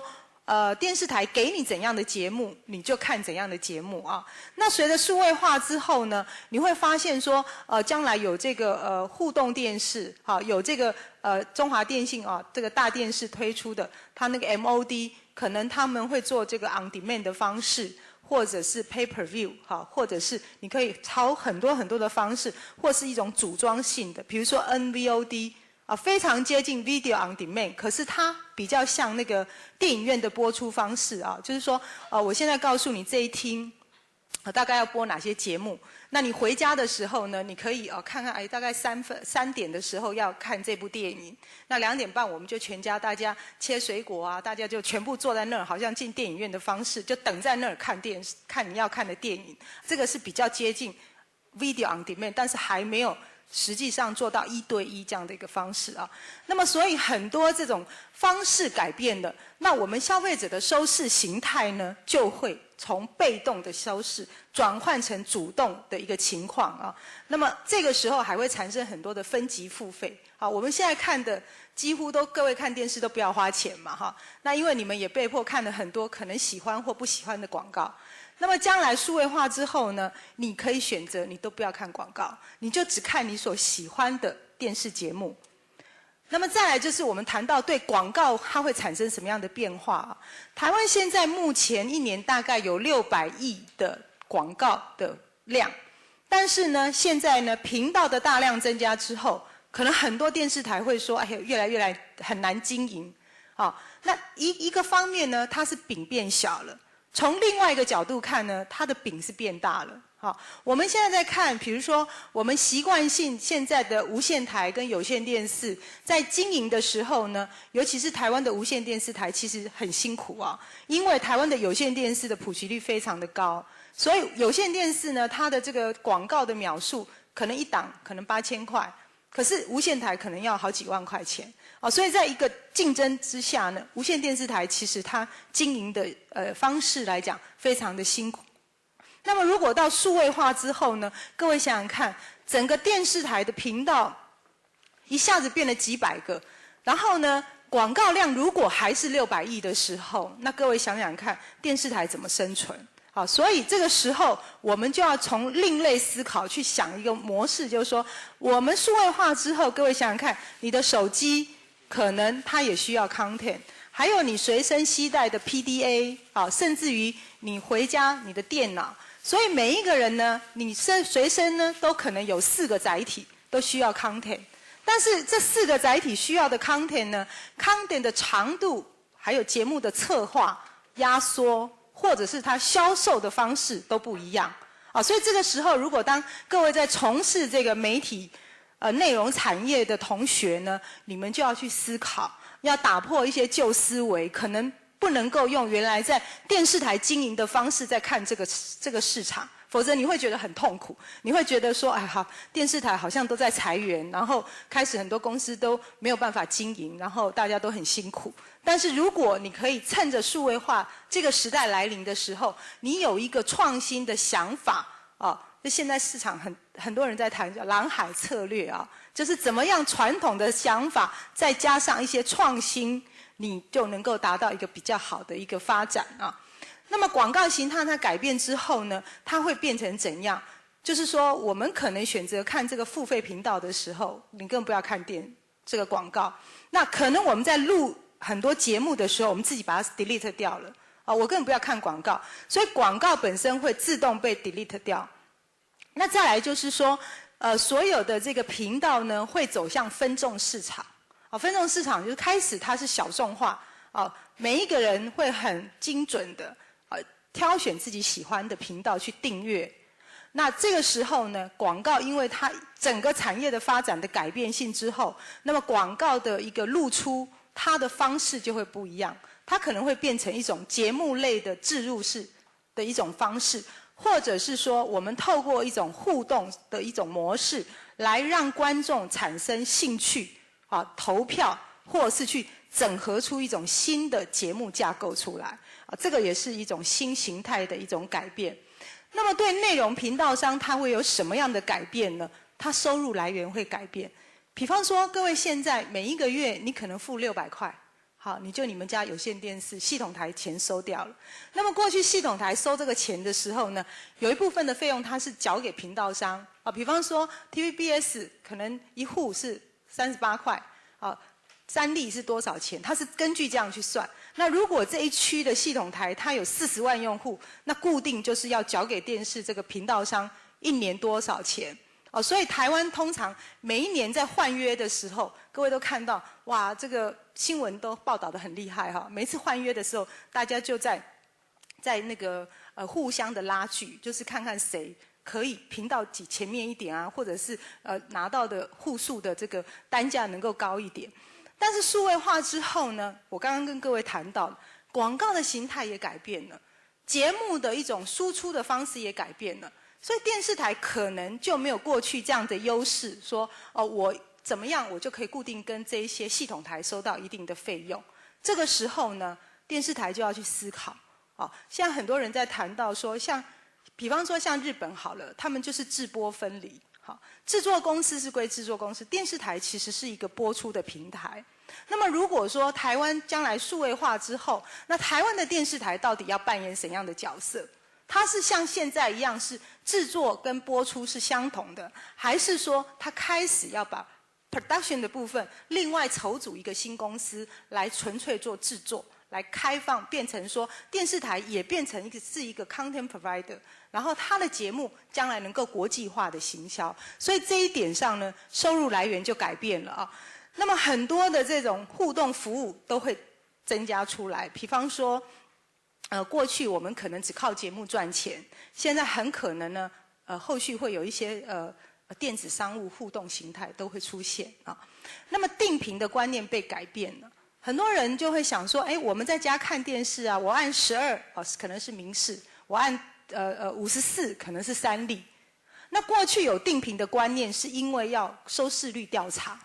收视率调查的目的呢，是为了广告费的定价策略。好，这都是有一定的一种策略性的使用。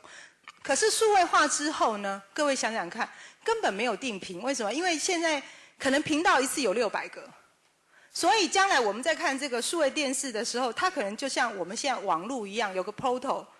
那你进去的时候，你 search 你要的这个 channel， 可能你按 HBO， 你就找的是 HBO， 你要看的是 Discovery。所以这个时候品牌变得非常的重要，而不再是靠过去有定频这样的一个形态。那么这个也就是很多电视台很担心的，因为观众现在有很多人他不一定有品牌认同的问题，他习惯就是我拿了遥控器就按前面几台看一看，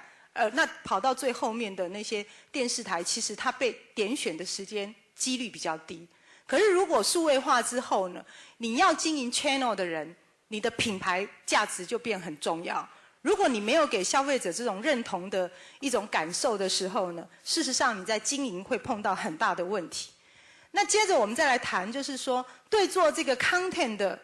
这个厂商，它会产生什么样的变化？我刚刚跟各位同学讲过节目制作的时候呢，开始走到 interactive 互动的形态，然后它的平台从过去呢，我们在做电视节目。我们可能只要考虑到说，我现在做节目给电视台1个小时或是30分钟的节目，好，有很多电视台的朋友、工作者应该很了解，就是我只要考虑广告的时候破口，我把那个时间差算好，我们就大概会算说30分钟的节目大概有24分钟的长度就够了。但是各位想想看，如果今天你在规划一个节目，你可能考虑手机播出，你可能考虑到出成 DVD， 那么你在制作节目的时候，你的思考的 logic 是不一样的，所以很多的改变，你在制作节目的时候，你就必须要考量清楚那么还有一个就是 promote 的方式也不一样，就是我刚刚跟各位讲，因为忠诚度的问题，所以很多这种宣传的形态就改变。那再来，我跟各位再谈到就是平台业者造成的改变平台业者呢，我现在讲到就对平台商来讲，平台业者原本只是一个频道的接收跟传送，那么可是呢，数位化之后呢，平台商就有很多的生意可以做了比方说过去的有线电视业者系统台，它以前只是播嘛，对不对？我如果是大台北有线电视，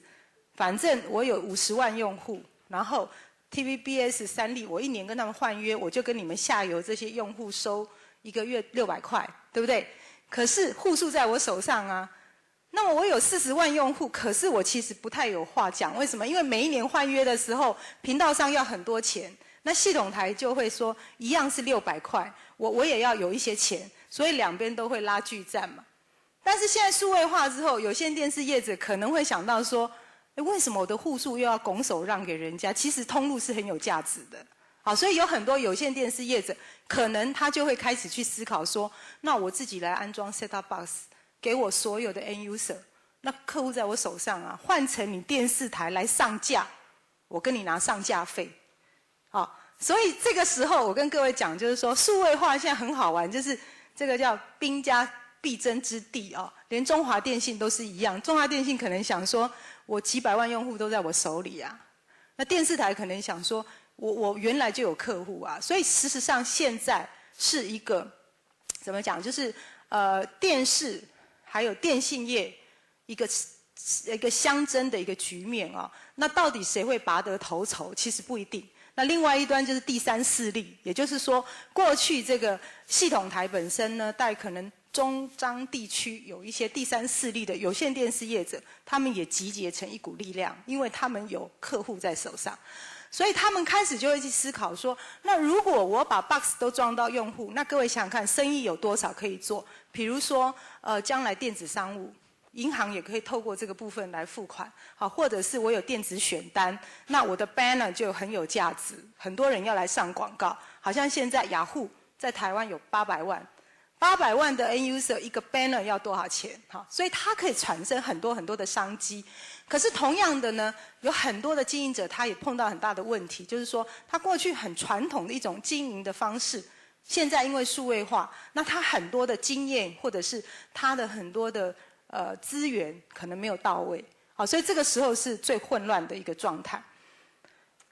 那么我在跟各位谈到，就是说数位时代来临的时候呢，资产管理其实它产生一个非常重要的一个部分哈。我好像6月份吧，还会跟各位同学讲数位版权管理啊，怎么做管理这个课程啊。这边我简单讲一下，就是节目会重复播出啊。以前我们重复播出就是好，流星花园现在重播，其实还是一样的方式。可是将来很可能变成它是一个 package， 好，就一整套让你看到完，你在家直接点选哈，中华电信 MOD 点下去20集1000块。好，你也不用去租片了，不要跑到亚艺去租片了。我给你一个 password， 我一直帮中华电信做广告哈，那边可能有中华电信的朋友啊。然后你看了之后，你也不要去还片了，因为我平常很忙哦，我每次去租片，我很害怕去租片。我们家小朋友一去租片，常常都是忘记还，所以到头来那个押金都变租金。所以我觉得数位化很好，就是我们根本不要考虑还片的问题啊，我们自己就可以做好这个处理。然后再来就是我跟各位讲，它会有 package 的方式，比如说有的节目可能是一套，再加一个什么东西，我给你一个组装的节目，所以节目会重复播出，只是它播出跟它的包装的方式不一样啊。那么再来就是说，它剪辑的方式也会调整到，因为它所有的 platform 的应用方式不同，那有的可能压缩的技术不同，好，它可能因为要跨平台嘛，有的可能 MPEG-2 的规格 MPEG-4， 好，或者是手机搞不好有的是用 Java 或是 JPG 档或者什么等等不同，或者现在像那个 H.264， 所以你不同的规格，你可能需要的那个方式都不一样。好，那么再来就是多元化的一个播出，比方说我们现在把这个数位节目规范好了之后，我们会做出口。做出口的时候呢，可能我们卖到大陆需要简体字，那么我们可能卖到日本或者是英语系的国家。好，所以我们可以把原来的节目规范好了之后，我们的这个 subtitle 好做不同的 language 的一个可以 search。那么这个东西当你做好的时候呢，我们现在是可以做出口授权，但是你这个 content 保留了之后呢，不同的收费机制啊，所以这个就是多文化的一种播出。那么我现在跟各位在谈到，就是数位内容，我们在开发节目之前，我们要思考什么事情？好，这个思考面可能各位要花比较大的力气去思考。过去我们在制作节目的时候，我们可能只要去想说，哎，我这个节目的特色是什么？我找谁来主持？找谁来演出？他在哪一台哪一个时段播出？收视率大概是怎么样？我们只要考虑这些事情就好。但是现在随着数位化之后呢，我们的平台增加了，我们载体都不同。压缩技术不同，收视习惯不同，还有我们拍摄的方式也不同，所以变成你要考量的事情就相对的增加很多。那如果你没有开始就把这些事情思考完整的时候呢，你会产生呢事倍功半。好，为什么？因为你可能节目规划好，忽然有个人要给你买版权，你才忽然想到说，啊，我忘了做哪个格式，结果你到 post production 那边去过带，又花了很多钱。好，可能你现在中华电信说，哎，节目来上架，结果你光是过带又花很多钱。好，台湾现在很多制作公司，我现在跟你讲哈，中华电信说，哎，奇怪 ，content 怎么很难找？我说不是 content 难找，是很多人摆在家里根本不要上架，因为台湾过去很多的这种传播公司或制作公司啊。他拍片，他只考虑电视台播出，所以你现在变成呢，你现在跟他说，哇，有这么多商机啊，手机啊，什么什么一大堆，他就想到，哎，那些过带剪接费用，他一算起来，可能要5万，可能要10万，那中华电信又没有付我 advance royalty， 那我为什么要过这个带？所以他就想，我先看你充多少户，我再来上架。那中华电信说，你们先上架，我才能够户数增加。所以这个就是一个鸡跟蛋的问题啊，很多问题都卡在这一点。那我现在跟各位同学讲，就是说，当你现在在重新规范要做一个新节目的时候，如果你有一个全方位的思维，那么这些事情你以后都不会再发生。好，那可以帮你制造更多的利益，减少更多的成本。那我接着跟各位谈一下这个韩流啊。韩剧现在是这个韩国所有电视节目最大的输出品啊。从这个2001年，好，各位看看出口集数9515集，到2002年呢12363集。那么从过去每一集840块美金，现在1326。我跟各位同学报告一下哈，韩国呢，韩剧它是用倾销方式。所谓倾销方式，就是我先给你看编辑，好，所以韩剧刚开始进日本市场的时候，全部免费，电视台只要愿意播就好。现在日本人也尝到苦果，因为这个裴勇俊封校哈，所以这个韩国人现在开始急起直追哈，最近这半年来积极到台湾市场。好，包含日本很多大的公司都跑来干嘛呢？跑来要反攻哦，就是说过去日本人只在意的是日本市场，从来不把别人当一回事啊。现在发现说，他们日本观众只看韩片，而且那个买的成本，我跟各位报告，1个小时7万块美金啊，很高哦，7万块美金几乎台币快300万，只是日本市场电视台播出，而且还有限年限啊。那日本人现在就想说，好啊，那既然我要买这些片，不如我来台湾找一些公司合作。好，所以现在日本非常积极，好，全部都来谈合拍、谈合作，就是说我出钱投资你拍片，我只要日本的 rights。好，那怎么共同去拱国际市场？好，那么韩片过去在台湾也是一样，就是给电视台播，我记得好像200块美金还是300块，还是150块美金。好，到前几年的时候，宋慧乔的一个片子，我记得这个 All In， 各家电视台争相抢购哦，最后听说是25000块美金左右成交。那各位想想看，一个韩剧卖给你播出了不起3年5次，可能搞不好合约签5年了啊，25000美金大概台币8-10万嘛，8-10万现在台湾电视台可能1个小时。不知道有没有这个 cost 哈，制作费可能都没有，可是你只能够在台湾播出，所以这个伤害非常非常的大。那我跟各位再讲一下，韩国现在主要的3家无线电视台啊 ，KBS、MBC 跟 SBS 啊，那么这个就是一个是比较像我们台湾的公共电视台哈，那么还有一个是商业电视台。那么韩国的这个电视产业呢，他们这个竞争的方式哈，韩国跟台湾不太一样，是韩国的有线电视普及率大概有70%，那其实跟台湾85%结构是很相同的。可是他们跟我们不一样，是无线台是70%，有线电视30%，台湾可能刚好是颠倒哈，或者是比较接近一点。那么韩国这个电视广播呢，有很多的法规，就是它政府去限制，它本身来保护措施。我现在跟各位大概说明，为什么韩国人可以成功，而台湾的政府这几年来政策一直在高喊，甚至200亿多少钱要来 support 这个产业，结果这个产业大家做得很辛苦，公司可能都倒掉了，或是没有办法经营，有很多很多的问题啊，因为我们的配套措施一直做得不好。各位看看韩国政府，它在这个自制节目的播出比例里面呢，它有一个限制啊，就是你要有自制节目的播出保障，也就是说，电影是25%，动画是45%，流行音乐是60%啊。这个意思就是它不让电视台买太多的外片，我强制的来要求电视台一定要有自制节目，因为它一要求了自制节目呢，所有从事这个产业相关的人才才能够被培养，才能够有生存的工作权这样子。那么第二个，针对广电业者呢，也是有这样子一个规范哈，包含这边我有谈到就是电影也是总时数30%，动画40%，流行音乐60%。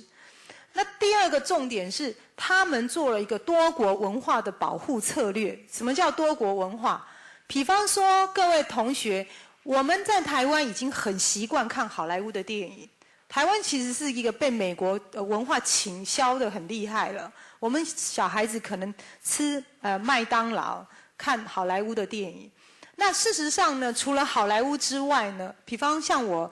到国外的影展，我们会发现说，法国啦、德国啦，其实很多国家的电影也蛮好看，可是台湾几乎不带进口。那这个原因就是因为我们已经被养成习惯，所以变成台湾的片商都花很大的成本去买外片。那事实上根本不要花那么多的钱。其实如果按照这个国民生产额或者是我们的整个人口比数来看的话，台湾其实对国外买片的成本相对都增加很多。那这个原因是因为很多人觉得反正台湾人有钱，第二个是台湾人很喜欢自己打自己，就自家人自相残杀。反正到我们去参加影展的时候，常碰到一个问题，那个老外说，台湾人根本不用，只要现在有一个人来买片，问这个片子$3000美金，对不对？你就跟他说，台湾有另外别人在跟我谈，他就自动加价$6000美金，他就会以华制华，所以这就是一种现象哦。那弄到最后都是自己让自己活不下去，不是外面的人让我们活不下去啊。那这个多国文化的状态，就是说，韩国政府它在保护什么？保护他们的人民不要被单一一个国家的文化侵略。所以它有一个60%的一个比重，就是说，如果呢，你这个所有的节目，你绝对不能超过多少的限制。好，它有这个部分。那这样的话，好处就是说，它让他们韩国的民众呢，能够吸收多国文化能够更有国际观。第二个就是说，这个无线广电业者在制作节目的时候呢，他们呢也是一样有一个比例上的限制。那其中有一个很重要的部分，就是所有8点档或是黄金时段不可以播外片。那这个事情就是我记得从去年跟今年台湾常媒体都在吵这件事情，因为中国大陆或是韩国，他们黄金时段是不可以播外片。那台湾不一样，台湾就是全部开放，很自由民主，所以搞到半天呢，8点档可能都播那个大陆剧，播那个韩片，那结果呢，台湾的制作公司就越没有生存空间，因为8点档可以拿到的预算比较高嘛，然后变成我们花很多的钱去买人家的片子，然后来捧红所有的艺人，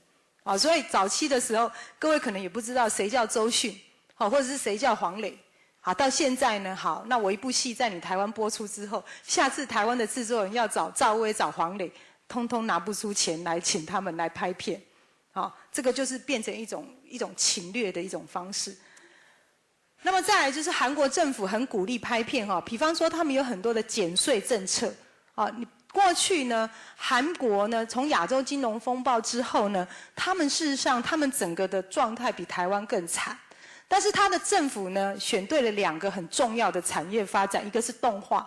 就是那个有那个 online game 有没有？现在很多都是韩国自制的。第2个就是 content。那各位可以想想看，韩片过去我们在跑国外影展的人，根本不会有人要买韩片，因为很多人对韩片的观念就是泪的小花，有没有？那个掉眼泪一看就哭很久，然后就觉得很慢 ，tempo 很慢。可是呢，他们就怎样？政府做庄，比方说 ，OK， 我做庄，那去跟这些大企业谈，比方你要交给我的税呢，我通通免税。哦，那企业就会去想啊，我如果以台湾来讲，我1年赚个1000万，要交给你250万，250万去投资拍片，就抵税了嘛。那企业就会去想，反正左口袋右口袋，我的钱一样给政府，我拿去投资，结果没想到投资就赚了很多的钱，哦，所以它就产生一种良性循环。那台湾现在还是没有，就是说，虽然很多事情都在谈，可是我们财政部其实对这个事是蛮 care 的。哦，有很多人就讲，那像台积电、联电、鸿海赚钱赚那么多，他是不是可以缴税的钱拨一些来投资一下这个传播媒体的这些工作者？啊，可是一直都没有办法做成这样。再来就是这个韩国政府也成立了文化产业基金哈，就是有一个fund啊，那么所有从导演呐、制片人呐，或者是传播公司，只要你有好的案子，政府相对投资你。那这件事其实台湾政府也想做。好像行政院之前在喊200亿，有没有？问题那200亿到现在没有人能够去拿那200亿哈，很难。为什么？都是要很大的机构、很大的 project。那一般就我的接触，台湾很多的导演或者是一些从业人员呢，写企划案很会写，写投资案都不会写。好，所以常常呢，写的东西哈，有时候我当委员看人家写的东西，你真的不能怪人家不给你钱。真的写都在写那些怎么拍，可是投资者他根本不管你怎么拍，他管的是回收的报酬率。好，所以这个看事情的角度不太一样。那么另外一个就是韩国政府呢，也透过了一个保护措施哈，就是比方说所有韩片呢，只要出口，你要翻译的费用全部由政府100% support， 这一点很厉害。比方我们现在可能有很多自由创作者或电视台。片子本身如果要出口，卖到菲律宾或卖到其他的国家，可能翻译费用都很高。那有的小小的那种制作公司会想说，我翻译的钱都比卖给你的钱还高，我做这件事干什么？好，那韩国政府就是全部都 support 不要钱。那还有就是成立这个专业的媒体园区，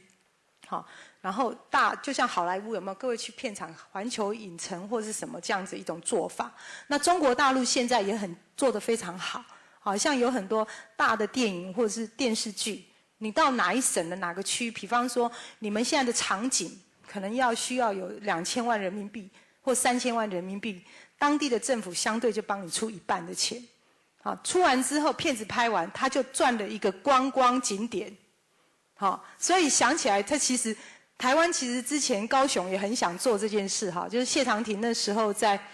就是还没有来当院长之前，好，高雄本来想要成立一个多媒体园区，就是在这个港口，然后所有的免税啊，包含融资，但后来那个案子还没有完成哈，他就北上当院长，那现在大概不知道，反正就变成摆在那里啊。那再来就是这个韩剧哈。韩剧在规划海外市场的时候，通常是先把海外的回收机制先确认好，他们才会做这样的投资，而不是像台湾很多影片说拍了之后我再来找买主啊。那再来就是韩剧的文化相近性很高，好，其实各位看一下那些剧本，很像我们年轻时候琼瑶式的爱情小说哈，爱情电视剧，只是可能从这个林青霞变成宋慧乔，哦，那其实那个结构。都是走感情跟亲情的路线，好，它其实没有很大的改变，只是它的整个包装的形态非常的完整。那么它的整个成本呢非常的高，通常最少都300万台币。好，像日本的话，他们拍一集的电视剧大概都在500万到800万。那如果有从事这个产业的朋友，可能知道台湾偶像剧现在可能70到120万中间跑。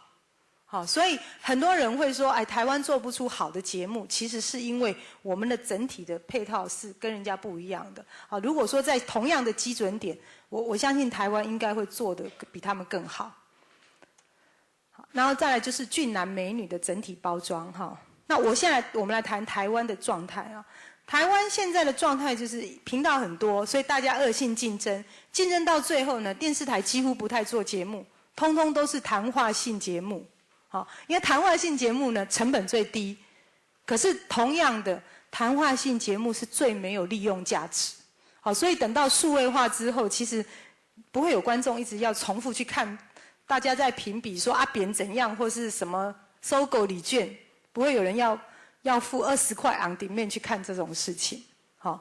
所以这个就是说电视台到底它是短线操作还是想要长线经营？这个是一个需要去省思的部分。再来就是比较重播映轻制作，好，就是比方说我只要播映，我知道我这个时段可以收多少钱，好，收视率，整天考虑的是收视率，所以并不在乎节目做得好不好，好，那他只考虑到它的回收性，也就是这样，所以都是买片这样子。所以我们看2004年台湾戏剧的排行。第一名哈，民视意难忘哈。我们从这边看的，从意难忘到台湾龙卷风到亲家卖 gay 稿，很多的节目，可能都一做了100集、200集、300集。好，可是这些节目呢，事实上呢，要出口很难。好，因为一般国外在买片子最喜欢的集数，大概是从20到40。你真的超过这个数字的时候呢？不会有人要买200集的 VCD 放在家里定位啦哈，然后也不会有人说我观众一直在那边看重播这些事情，所以事实上就变成说外销很辛苦。那这个形态就变成说电视台也要去思考，到底他要考虑的是现在还是1年2年之后一个很重大的改变。好像时间有问题，对不对？所以本来要跟你们谈一个整合性的事哈，但现在我就跳过哈，谈几个重点，因为要留点时间给各位哈。现在跟各位讲的就是说，刚刚我跟各位讲到，你们要考虑到数位化之后，平台载体改变得很大，那么所以呢，要去了解的就是说，当你在做一个节目的时候呢，你要考虑到通路本身。各位看一下，最右边就是通路啊，有线、无线，还有这个 satellite 手机、唱片，这么多的通路。这些通路呢，它到底要什么？然后呢，各位要去思考到它的规格跟传播的方式。好，所以呢，当我们在拍一部戏的时候，它可能不是只是一部偶像剧，好，因为它可能可以创造出周边的很多商品，比方说这个可能有书啦，好，有这个像心动列车，它有爱情小说啊，有一些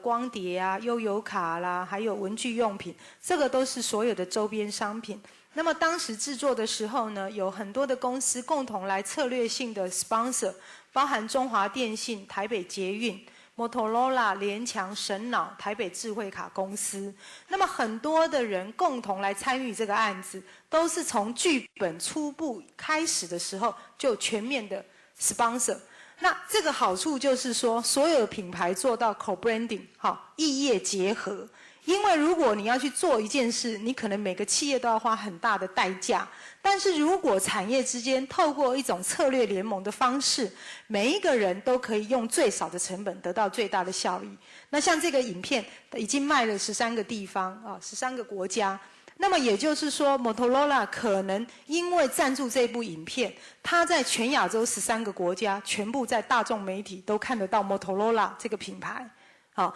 那么包含像中华电信，当时是因为要推广它的 ringtone、ringband tone， 好，所以整个做这样的结合啊。那这种结合之下呢，包含媒体的曝光能量非常的大。好，那之后有很多人想要照这样的方式做，但是事实上这个是一个高难度的操作策略哈。用讲的很简单，啊，找谁来 sponsor， 但是 sponsor 本身它的重点不是只是露出。也不是只是我给你钱，而必须要整合到每个企业品牌形象，还有企业本身的 promotion 的 event 的那个 schedule， 大家能不能都在一定的点去创造最大的价值？所以这是一个非常难度的一个做法哈。那么所以呢，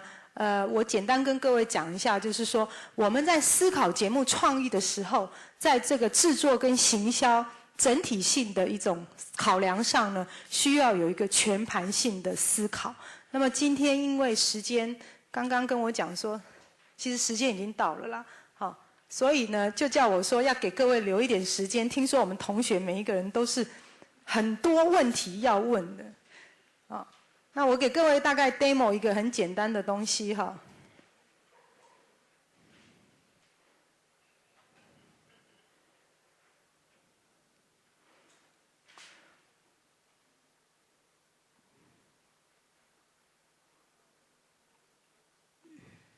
比方说，我跟各位大概简单 demo 一下东西哈，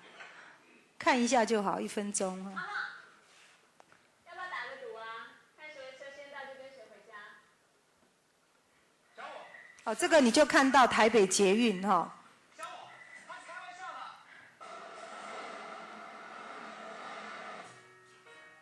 好，各位刚刚听到的歌就环球唱片就出版了，好，全亚洲出版的歌。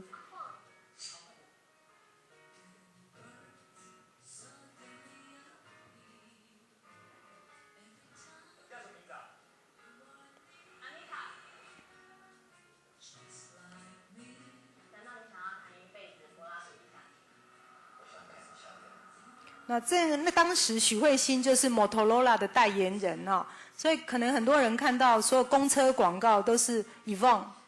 这个都是一开始就整合在一起做的。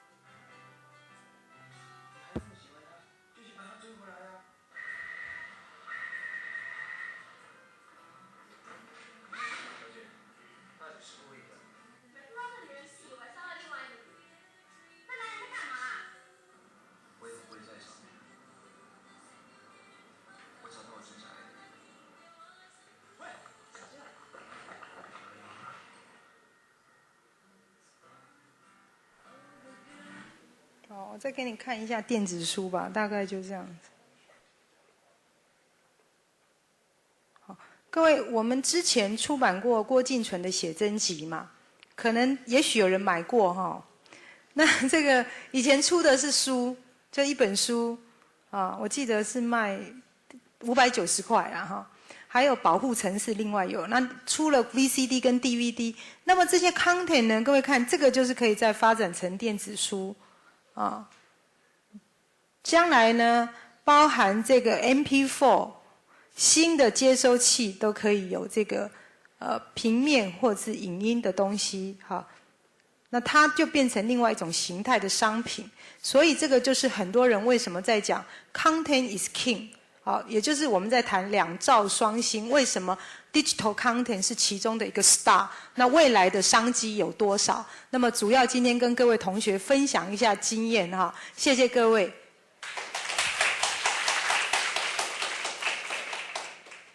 那有没有哪些同学有问题要发问的？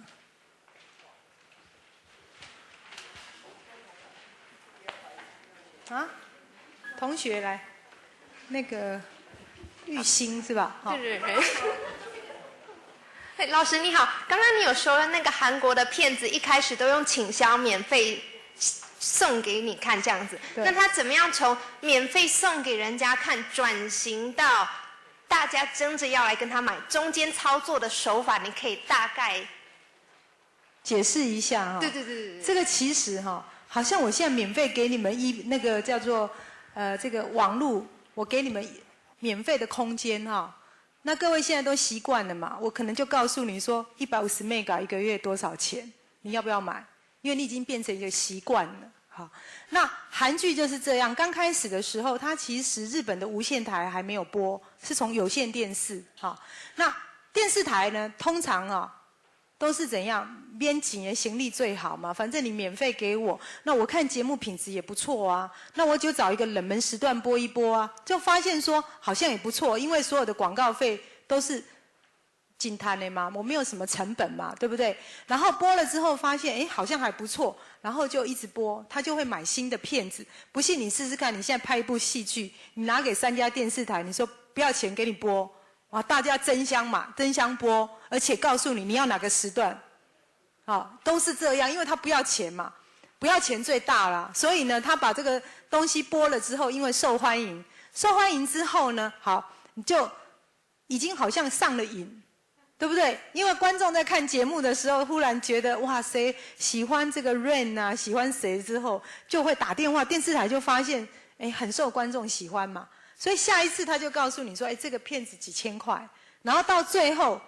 宋慧乔或者是这个裴勇俊很红的时候，那就你看，日本有多少电视台，就跟台湾一样嘛，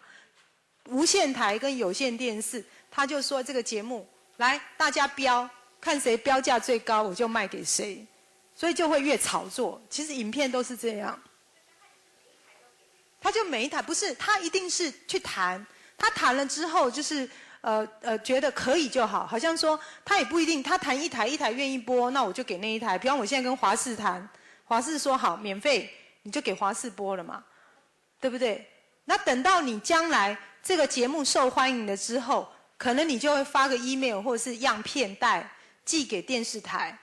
然后电视台你看反应嘛，很多人都想要的时候，他就把那个价钱节节升高，就是这样子。市场是一种供需问题啦。好，如果现在 marketing 的需求很高的时候，就是所谓的卖方市场。那如果市场还不是很好的时候，一定是买方市场。好，大概是这样。还有哪个同学有没有什么问题？嗨，同学你。日本它是制播分离。对，那它的品质怎么样控制？就是因为日剧我们都知道它品质其实还蛮好，尤其它编剧。其实像你刚刚说的，其实韩剧它卖的东西其实有一点，我说就制作成本也许很高，可是它的内容都是爱情亲情，你并不会从里面学到东西。可是我觉得日剧的品质很好，那它如果制播分离，它要怎么控制品质？然后另外还有就是，韩国他们的制播方式是怎么样的？我大概跟各位讲解一下哈。通常呢，制播分离的方式就是说，电视台其实它有一个时段费用。好，比方说，我哪一个时段我买片的成本，假设是5000块美金好了，那可能电视台会谈说5000块之后收视率达到多少的时候，我再给你分红机制。好，它是一个比较是这样的一个形态。那么制作公司呢就会去算。这就常做生意嘛，比方电视台告诉你这个形态，那你就会反推回来。那通常日本也是日本的产业体系比较上下游之间规范的比较清楚，台湾比较没有啊。它形态就是说，有的是 production 的公司，有的是做 publisher 制作跟发行。那发行公司本身呢，它就很清楚知道说，日本总共无线台全部它可以收到多少钱，有线怎么，还有就是那个出租片有没有？那个光碟它可以收到多少是一样的，所以它从这样的一个发行商的这个部分就去算。好，假设说我这样的一个本子，那么我的男女主角是谁？好，那扣除发行费之后，我的 cost 是多少？假设全部发行商说好，我跟你签一个合约 ，guarantee 1000万，那制作公司就会知道说，哎，那我大概可能要用600万拍或500万拍，它是从市场倒推回来的一种方式。那台湾的形态比较是电视台说，哎，这个好，我给你80万，你来拍，或是哪一个节目我给你30万，然后你就用那个制作成本自己去兜。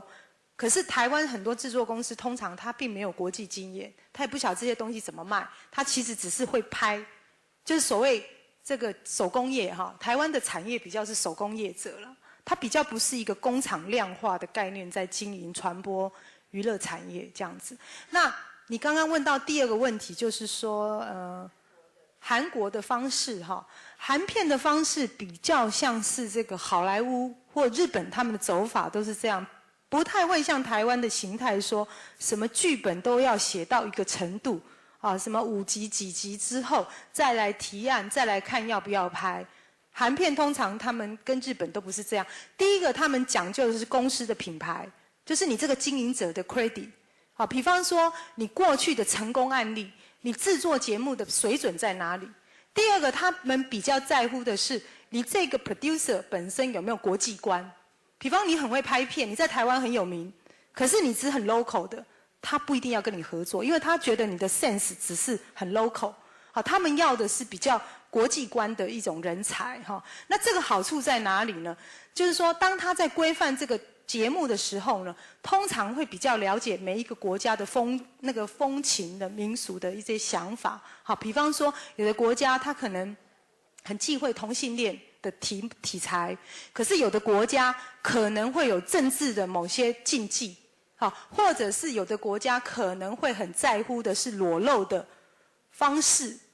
那么这些东西不是用讲的可以一天一夜可以讲完的，那个是要有很强大市场经验的人，他会知道说怎么样做这件事。所以通常他是有一个架构，他规范好了之后，假设你们这些人都是我海外的代理商，那我就把这个企划的一个故事架构传给你们，好，你们大概看一下有没有要修整，你再回传给我。那之后我们就去抓，比如说我的女主角跟男主角，如果是谁加谁，大概多少钱，这个是可以算得出来的。好，比方说我们可能因为我们要找苏有朋，可是我们会增加多少的成本？可是因为苏有朋，我可以多卖哪几个外附更高的价钱。好，本来这一集可能只卖$2000，可能因为这个卡司变卖$5000，所以这里面是要很严格的去计算出来。海外在做这个产业通常是这样做，那台湾一般来讲是没有这样在做，比较土法炼钢，就是说很多的这个工作组的人以为说我们的策划弄好，剧本弄好，就觉得很厉害，自己很厉害，觉得这样就是叫做生意，就以为说这个就是我本身就是很 top， 其实不是这样。在国际行销的里面呢，这个产业跟台湾的做法是差异很大的。好，所以也就是因为这样的一个情况呢，很多有国际经验的这些 producer， 为什么常常很多人会说，哎，奇怪，我在台湾没有看过这片子，怎么搞？他们都不 care 台湾这个市场，因为事实上他们在投资在制作的时候，他所有就已经回收了，那个就一种 pre-sale 的概念，大概是这样。还有没有什么其他的问题？这些因为日本它如果是制播分离的话，那它等于是外包给制作公司嘛。那当然有赵老师刚刚讲的那些你收视 rating 达到多少，你可以怎么样，就是可以再多给多少分红。但那这个版权是属于谁的？然后还有就是它制作公司它，因为我知道台湾其实也有，因为之前我知道江乔有跟某个制作人谈，就是说我给你制作费可能是60万，然后一集，然后可能你的那个。如果你的 rating 达到多少，每增加0.1，我可以给你多少钱，这样子也是有这样子的方式。其实台湾电视台很多都像跟制作公司谈，可是台湾的制作公司凭良心讲都不太有能力这样做事，因为台湾的制作公司都规模比较小，就是说可能搞不好导演今天做一个戏，还要付钱给工作的 team， 有时候付不出来，搞不好工作人员都有很多意见的哈。那日本或韩国的走法它比较不一样，就是说它的制作公司影响力很大。像那个在日本电视台其实是很怕制作公司。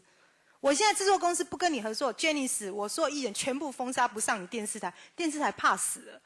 不跟台湾，台湾是我电视台封杀你艺人，好，可是日本的形态有一点不太一样，因为他们制作公司本身是一个很强大的一个 group， 甚至于日本的制作公司之间，他们的这种文化哈，大家互相 support 得很厉害。台湾比较各自为政，就是我比较自私啦，哦，我这个公司跟你公司不一样，每一个人只考虑到自己的利益问题。那日本不是这样，他们有一个工会，一个联盟。假设这个艺人有问题，比方终身名菜有问题，啊，这个老板说了就算了。我老板说好，我现在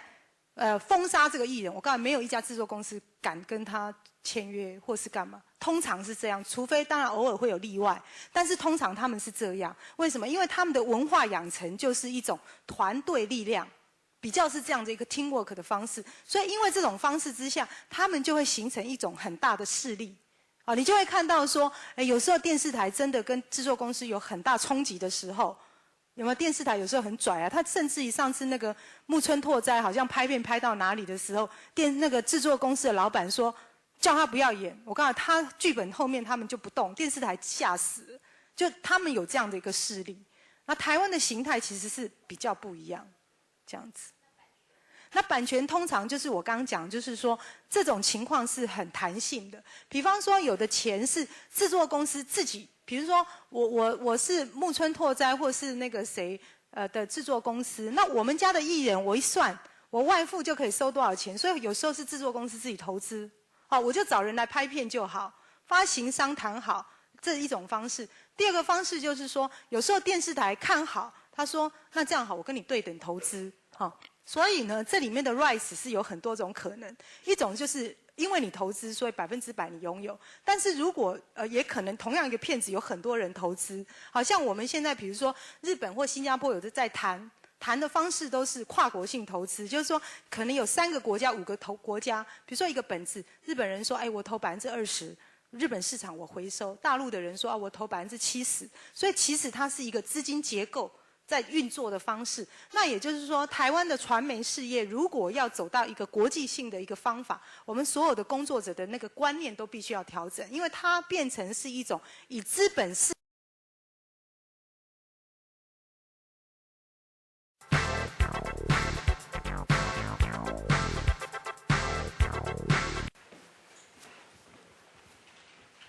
谢谢庄老师，各位不能叫同学哈，各位朋友大家早安。我想我应该站出来比较好一点，这里舞台这么大，我本来以为只有，而且是一下子要向左一个向右，向中间看，好像不太适合操作电脑，而且我今天这个电脑里面只有几个字而已啊，所以可能不一定适合需要操作。这个各位可能对我那个头衔会有一点不一样的看法。我刚刚还给那个庄老师我新的名片，那我本来是给2张名片，那我今天现在给3张名片，因为1张是综合的，那另外2张是这个分开的，也就是说我的本职是公共电视的这个副总经理，但是公视的副总经理是不能也在外面任何兼职，所以呢，这个当公广集团的成立之后，公视的副总经理要到华视去做任何事情的时候，对，只能够用华视的顾问的方式来聘我，但是我没有在华视领任何的这个薪水，我只能领公视的薪水，所以我现在等于是公视的副总经理兼华视的顾问。为什么这样兼？是因为我在公视是负责新闻的部分，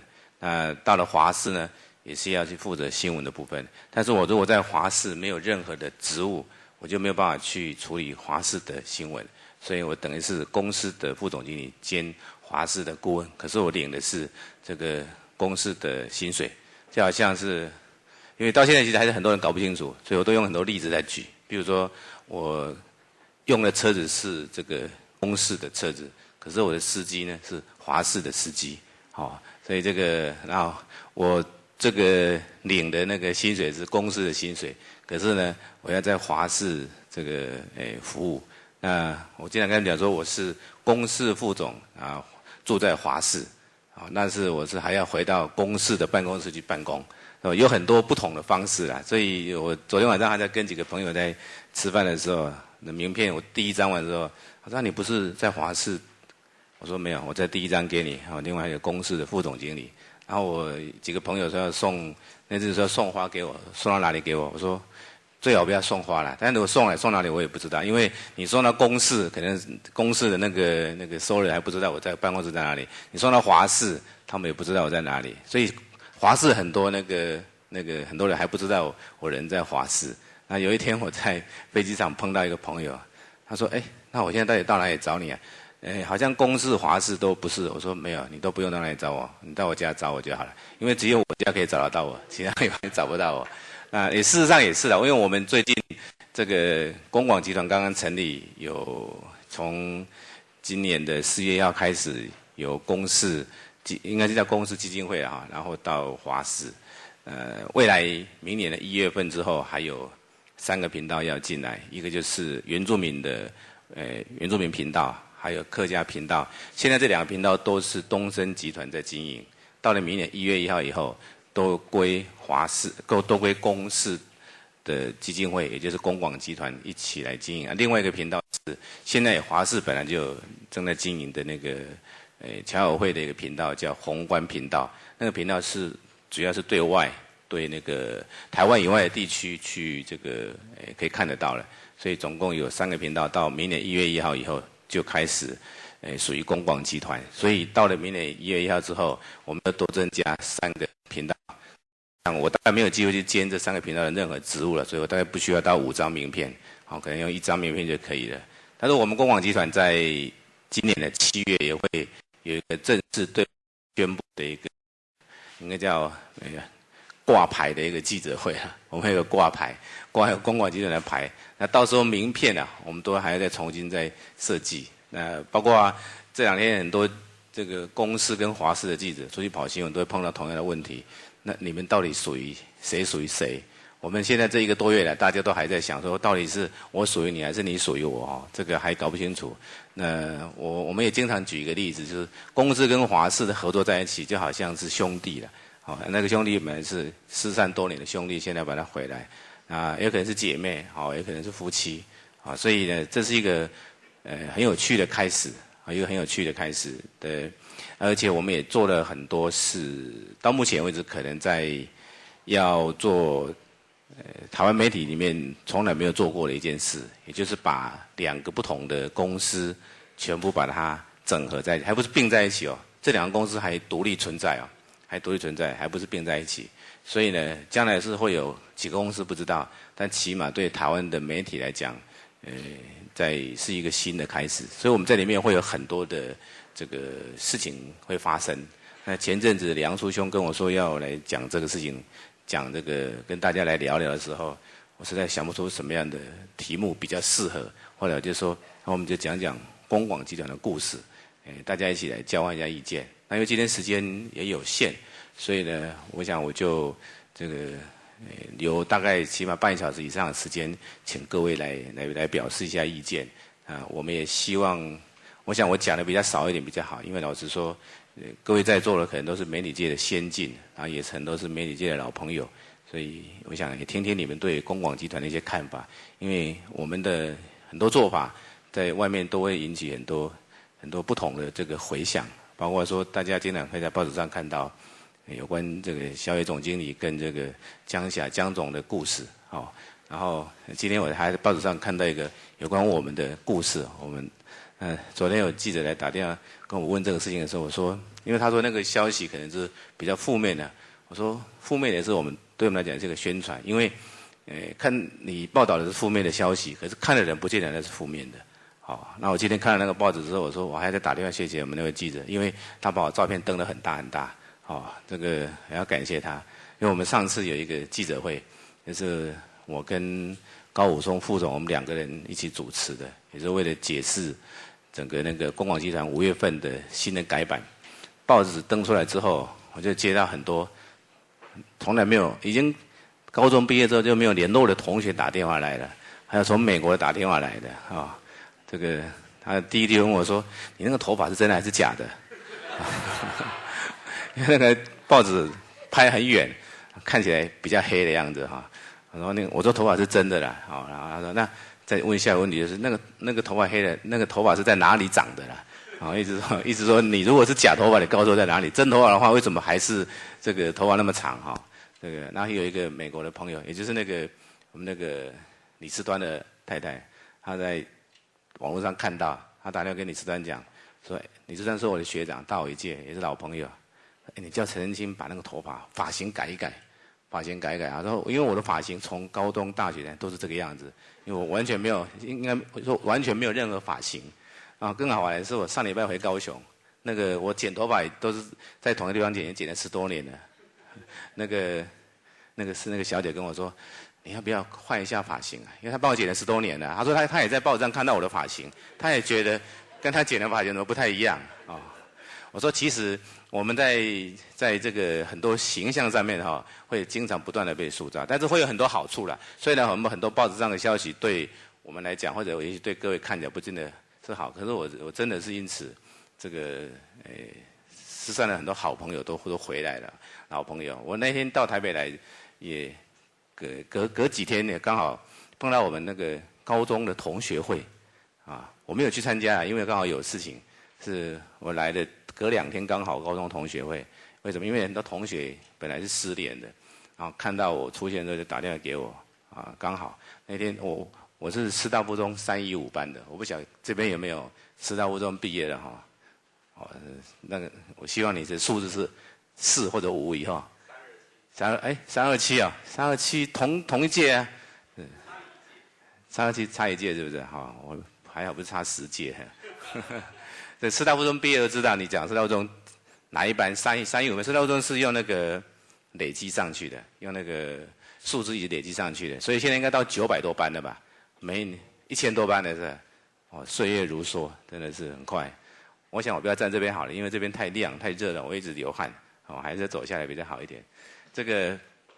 我说我315班的同学会是从来没有开过那么多人的，还有10多人的，然后刚好是因为有这个机会参加，我没有参加，是刚好他们在开，然后就用 call in 的方式 call out 给我了，call out 给我跟我聊天，然后是一个朋友10多年来，所以我说我在这个公广集团里面第一个故事应该是说我找到很多失散的这个老朋友。老同学都回来了，这个是。那另外就是我真的会发现很多故事在里面产生，是我们有很多这个名片的故事啦。然后我里面有一个是这个小野总经理的故事，是魔鬼训练营。他说他被甄选为这个华视的总经理之后，就到公司那边去受训，在公司受训。那公司因为那时候华视，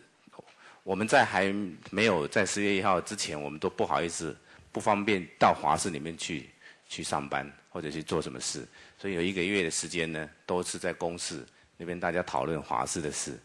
然后这个因为我们有很多消息也不好直接去新闻资讯或者很多资料也不好意思直接去华视去问，因为那时候很敏感，正在交接那个月很敏感，所以很多资讯都是用各种不同的方式去取得的，然后呢，所有的消息都好像是在一个秘密基地一样。大家在那边交换意见，所以他说他是在魔鬼训练班，因为从来没有一个电视台的总经理要取得资料、要了解东西，还需要应用各种不同的管道，所以我们2个都是经过华视，都不能进华视，在我华视外面谈事情，所以他说那个月他是一个魔鬼训练班。那我想我们也台湾没有一个媒体的总经理在要上任之前，还必须要经过这样子的方式来了解经营的状况。但是我想，各位到现在可能还是不知道，说我到底在哪里上班，对不对？到底在公司还是在华视？因为公司跟华视整合之后，第一步就是要做新闻的整合。新闻的整合，为什么？它是有2个主要的目的。第一个目的当然是希望说，让整个成本能够下降。最简单的一个例子就是说，公司跟华视都有人派在立法院采访。那如果成为一个集团之后，我还需要2个人都去吗？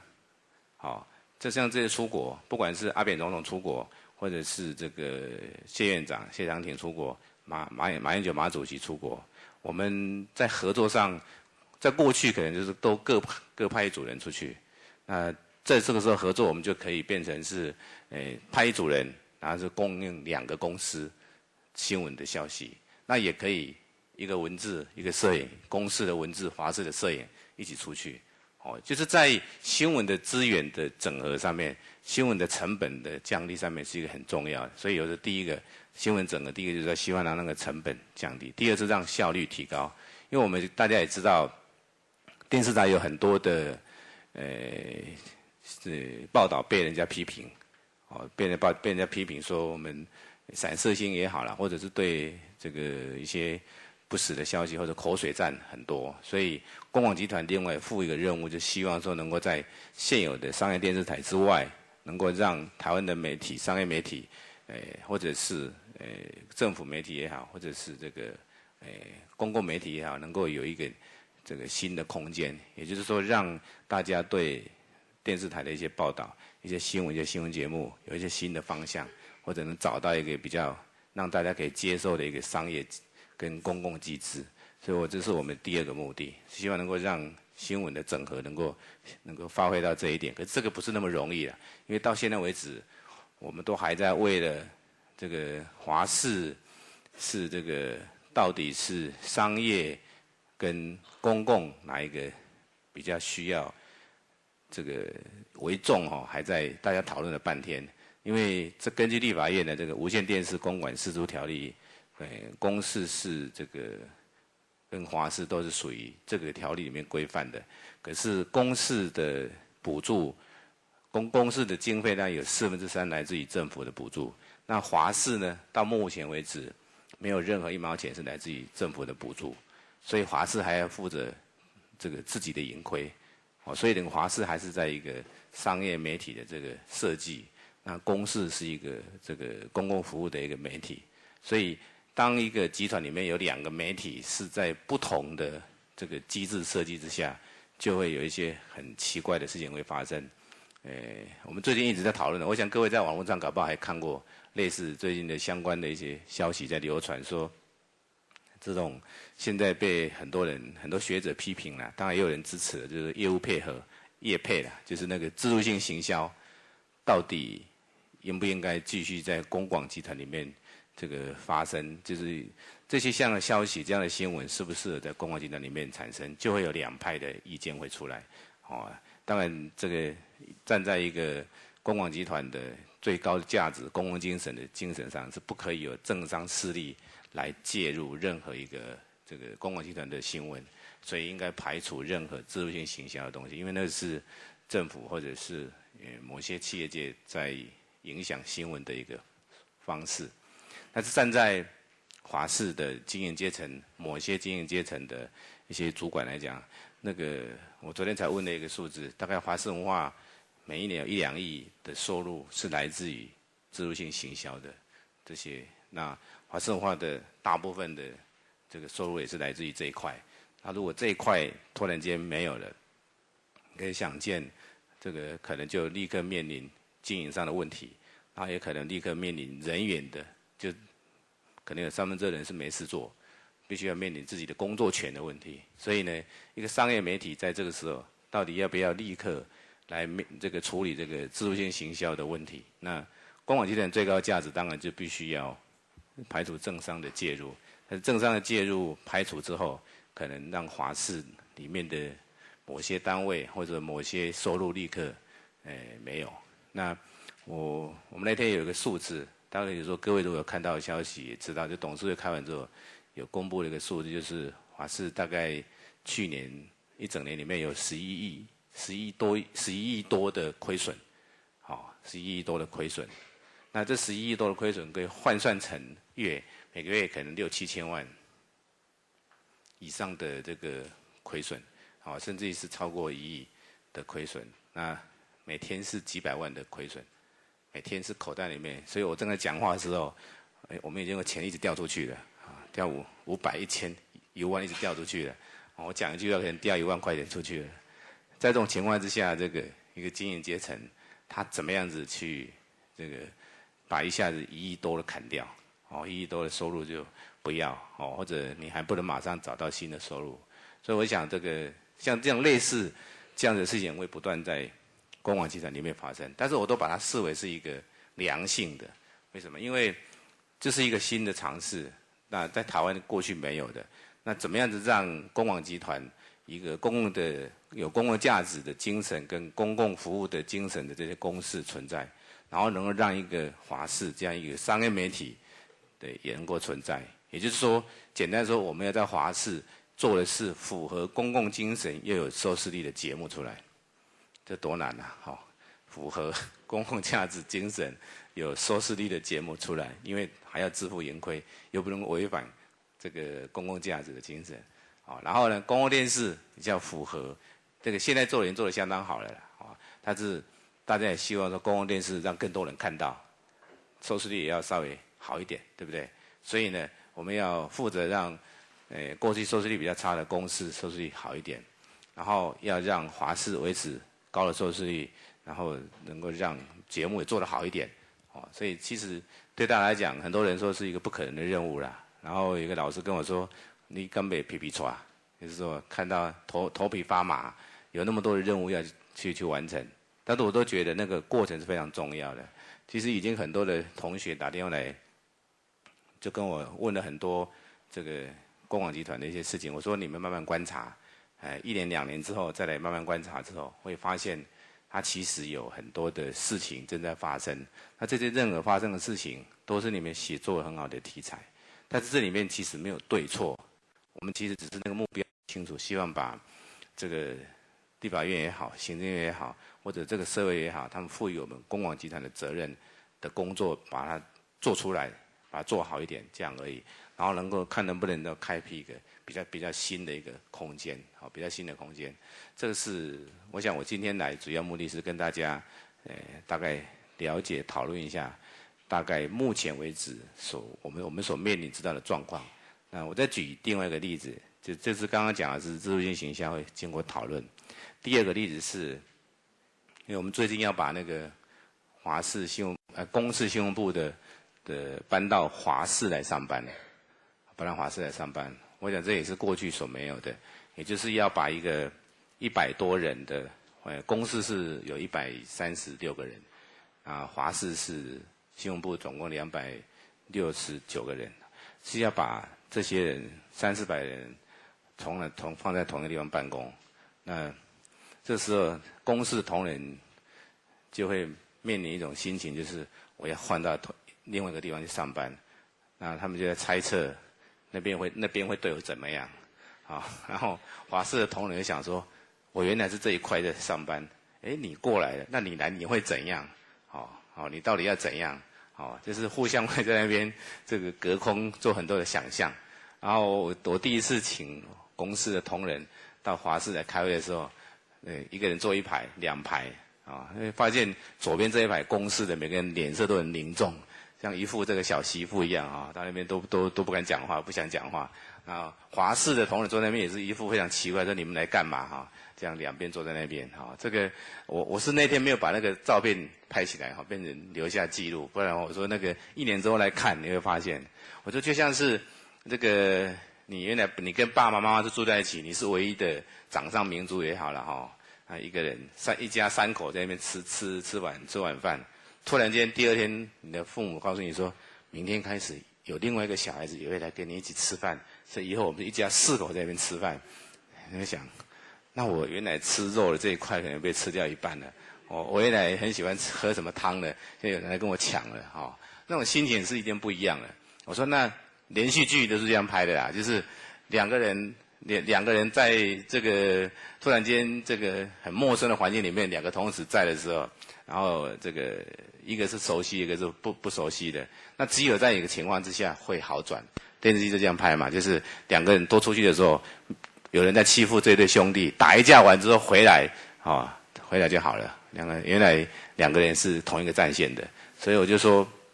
我们大概公广集团新闻部要整合，只有开始上班之后，跟外面打仗，战完回来之后，心情才会变得很好。所以我们是预备在7月1号以后才跟外面打架，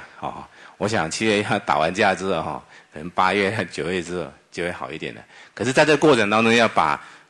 华视新闻部搬过来，我举个例子，光是一个很小的事情，就大家吵了半天。就是原来华视新闻部的同仁每张桌子都是180公分那么宽的， 160、180公分那么宽的。那公视的新闻部同仁是有90公分的桌子，有100公分的桌子那么宽。那过来呢，到底是要维持每个人一张180公分的桌子呢，还是要维持这个100公分的桌子？就吵了半天，为什么？华视的同仁认为说，我们原来做180，所以他们过来，他们当然也是大家都来做180的啊。可是如果都做180的，空间就不够啊。但是这个公司认为说，我原来也是做100没关系啊。可是我如果去那边，他们也做180，我做100就很奇怪啊，对不对？变小了。后来我就说，那这样好了，我们因为如果要维持180的，都做180的，空间不够，老实说。但是你要把它全部改为100的，要多花钱。为什么？花那笔钱不小，你必须把180都拿掉，买很多新的100的进来，买很多新的100，那现在花的钱更多。那跟我们原来要 cost down 的那个原则就完全违背了，而且也是浪费。后来我们妥协的一个方法就是说，因为华视有2层，新闻部有两层楼，1楼用180，2楼用100。为什么？因为2楼本来就很多100的桌子。华视的新闻部2楼本来就有很多100或者120的桌子，1楼还是180，然后也让180的继续坐在180的地方，然后让让公司同仁过来的，坐1楼就坐180，2楼就坐100。那1楼都是以 daily news 为主，就是采访中心采访的啦，编辑为主。那2楼就是以做节目为主，做节目的它的时间性比较没有那么强。类似这样的事情不断的在中间发生，但是我觉得是好事。就是让大家彼此知道说，在这个过程当中彼此知道说，我可能要做某些妥协，可能做某些很多好的，会有新的结果出来。比如说，原来在公司上班的人，他可能家就住在华视附近而已，他每天可能搭捷运然后开车要花半小时40分钟。现在很公平，回到华视附近上班之后，回到华视上班，他每天走路就可以上班了。那原来住在公视附近，住在内湖就非常麻烦了。但是你过去几年来你是很方便的，现在你就不方便。那过去隔壁那个是很不方便，就变方便了，那是公平的，是公平的啊。但是另外一个，起码你在华视上班，跟公司最大的不同就是采访新闻比较方便。老实说，因为我们现在所有的新闻的发生的地点几乎都集中在市区比较多，那内湖公视距离市区比较远，有时候你如果从这个台北火车站开过去，那个只要是上班时间的时候，几乎要开40分钟以上。来回就要开1个半小时，所以其实在时间上面也是有得到很大的方便。所以这个过程当中可以让我们自己彼此都学习到很多这个沟通的技巧也好啦，互相这个妥协的方式，或者找出一个新的解决办法。但这个事情一定不断的将来会发生。那对于2个集团来讲，其实我们一个非常重要，就是我们必须要做一些社会上有点期待的东西，否则我们不能够对社会有所这个回应跟交代。所以我们在未来的公广集团里面，我把2个事情讲完之后，就请各位发言好了哈。就是我们未来公广集团里面大概有2件事情是想要去做的，试试看的。刚刚那个庄老师在外面跟我聊到说，我们最近看我们有很多的体育的新闻，也的确是因为体育这种东西在台湾过去这阵子来比较没有被这个综合台或者新闻台所重视。那我们在4月1号整合之后，就在华视的频道开了一个体育看华视。那华视本来在10多年，这几年前没有10多年前就很重视体育。后来这几年来，因为整个商业机制的关系，因为转播体育是一个非常这个费钱跟费时的事情，而且时段也需要好好安排。大部分人都比较不会去做。所以呢，我们开始会比较注重体育的消息，所以开辟一个体育看华视，也刚好公视。今年刚好，去年已经开始，今年已经也第2年转播王建民的棒球赛。刚到底几比几啊？大家知道吗？2比0赢了嘛，对不对？好。今天早上刚好王建民这个跟那个谁，就是他们，我早上我看的时候还是0比0了，到第6局还是0比0，就是刚好这公视有转播王建民的这个大联盟的棒球赛，所以呢，华视就很自然就把公视的 source 拿来，然后每天在华视的频道里面，每天下午5点到5点半开辟一个半个小时的体育看华视，增加体育的消息。那最近这1-2年，未来这1-2年，我们大概也会想要增加很多体育的消息转播，因为这个是过去商业电视台所不要的。所以像我们正在谈的世界运动会，2009世界运动会今年在高雄，它2009在高雄啦，世界运动会，那每一年都会有一些国际性的比赛开始在暖身。今年9月有一个世界龙舟赛，还有一个世界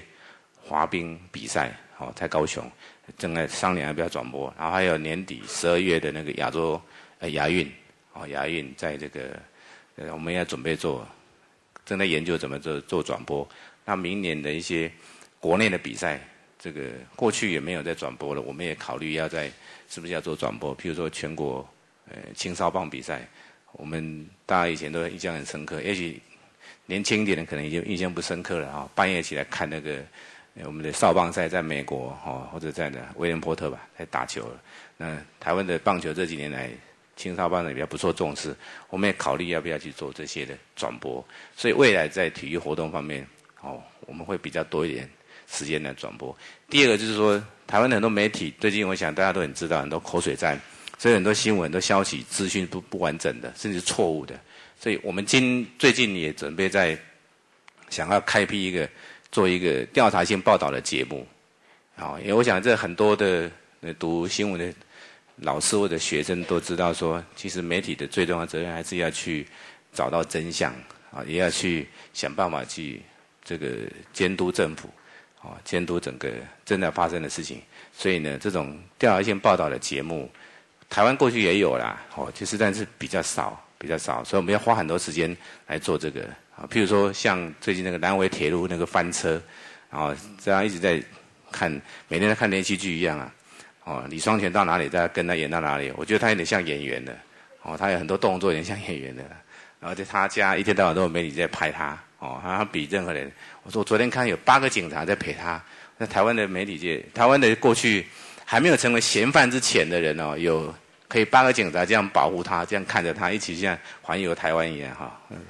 这个是很少的现象。我说，但是南回铁路的真相到底在哪里？那个翻车真相在什么地方？那作为一个媒体，其实我们应该去做这个调查，我们也在做啦，但是还不容易接近核心。类似这样的这么大关心的这种题目，是应该要有一个节目，是应该要媒体是要花很多时间去做的。所以我想，在未来公广集团里面，我们大概对这2块体育的部分跟调查报道的部分会比较花时间去做。那这也是其实一个责任我讲了这么多，其实只是归到一个结论，就是说，其实公广集团的成立，不管公视、华视，将来的3个频道，供这个客家、原住民或者是宏观，对不起。喂，对不起，我再稍微等一下再说，好不好？好，谢谢，谢谢。就是不管将来5个频道或者8个频道或者10个频道，其实都是一样，我们都希望是说能够为这个社会尽一点责任。但是这个责任不是用嘴巴讲，这个责任也不是今天讲就明天做得到，后天讲了下礼拜可以做得到，或下个月可以做得到，那是不可能的事情。媒体的责任是要一段一段的不断的去累积起来的。所以我希望说我今天讲的任何话，各位可以到明年这个时候再来检验一下说，我们做到多少，也可以在后年这个时候再来检验，如果我还在这个职务上面，那我是不是已经做了多少。我想我们是需要花很长的时间一步一脚印去做出来的。我想我今天就先把这个开场或者我的想法讲出来，那也请各位提出你们的意见，有你们的想法，我想我们可以交换一下。然后也许你们对公广集团，我讲了这么久，其实还不知道公广集团到底在干嘛，也有可能也不知道华视公司在干嘛，都可以提或者对未来我们这个公广集团或者是公视、华视或者未来的3个频道有什么新的想法，都可以提出来，好吧？我现在就把时间开放给大家，请大家尽量提你们的想法好了。好，请坐。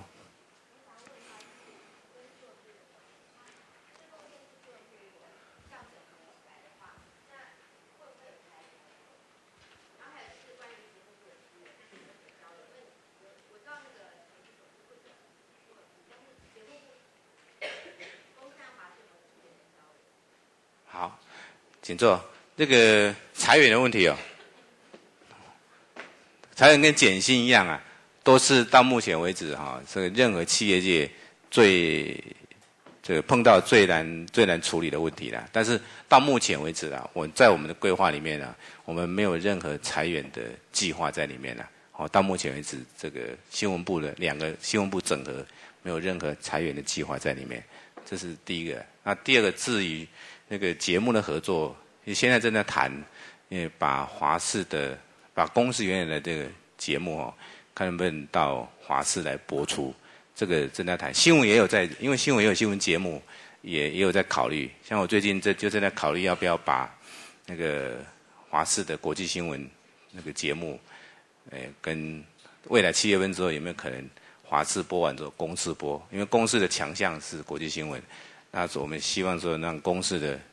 比较强的部分能够让华视来播，这个是互相的整合。像任立宇先生的气象，现在在华视，那将来也许用什么方式可以在公视的频道里面出现？但是这两个公司的任何的节目也好，或者任何新闻的也好，任何人员的互动，都必须有一个机制啦。现在我们还在做这个机制，就是要算钱算得很清楚啊，因为公司用的钱有3/4来自于政府啊，所以呢，必须要每一笔钱都交代得很清楚。公司的钱都全部上网都可以看得到，对外都公开了，所以公司的同仁到华视来上班，每个位置都要算租金的，要算得很清楚啊。那何况说节目也是一样，公司的节目到华视来播，它也一样要有那种这个价钱的问题。因为它不是同一个公司嘛，它是2个公司嘛，所以这合作是必然是会有啊。大概7、8月份会比较具体一点。好。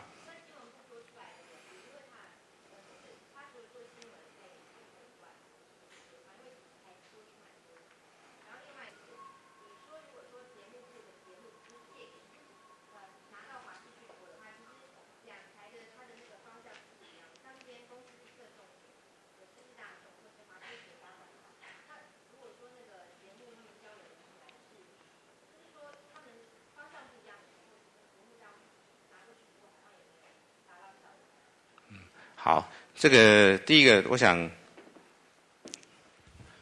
我先回答第2个问题好了。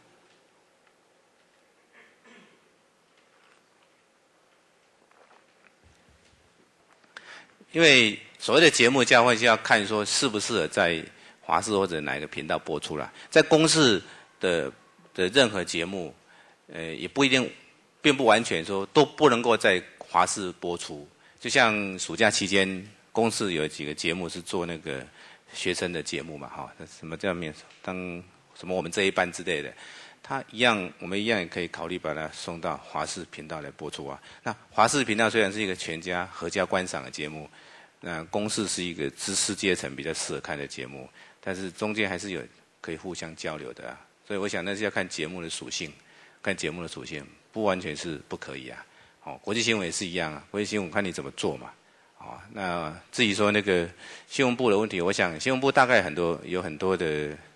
人员的交流或者是人员的互动，都会有很多新的那种元素会产生啊，还有新的事情会产生。所以，我大概用可能要具体一点才知道啦，比较接近的时候比较会知道。很多事情我们都大概到7月1号以后或者前后会比较清楚，所以也不一定在这个时候能够讲得那么清楚那么具体。所以如果你有比较具体的例子，你就可以举出来，你知道了，那我想用那个例子来跟你回答会比较好一点。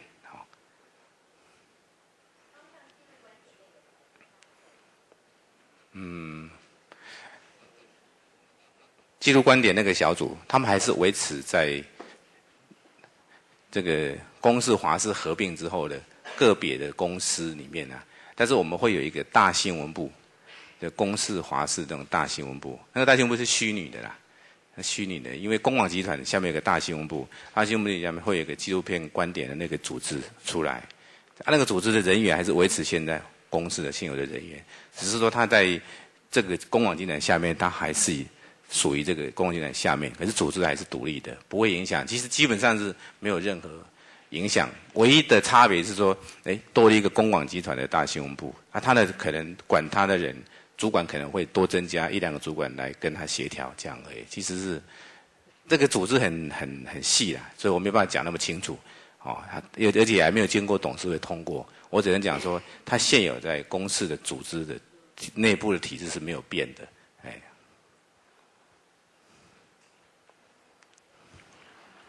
副总，你好，我想我这边有几个一个看法提供给副总能够参考。第一个其实国内的公共服务这个广播也好，电视也好已经太慢了所以我们现在成立公共服务集团我希望就是说我们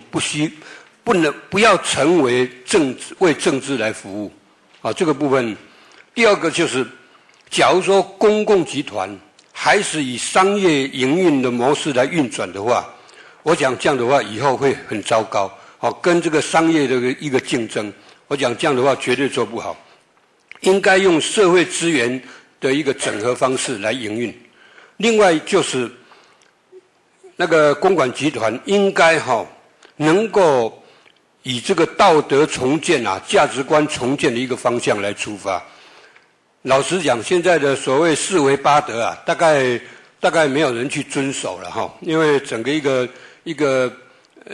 几年下来大家也毫无诚信可言。所以公广集团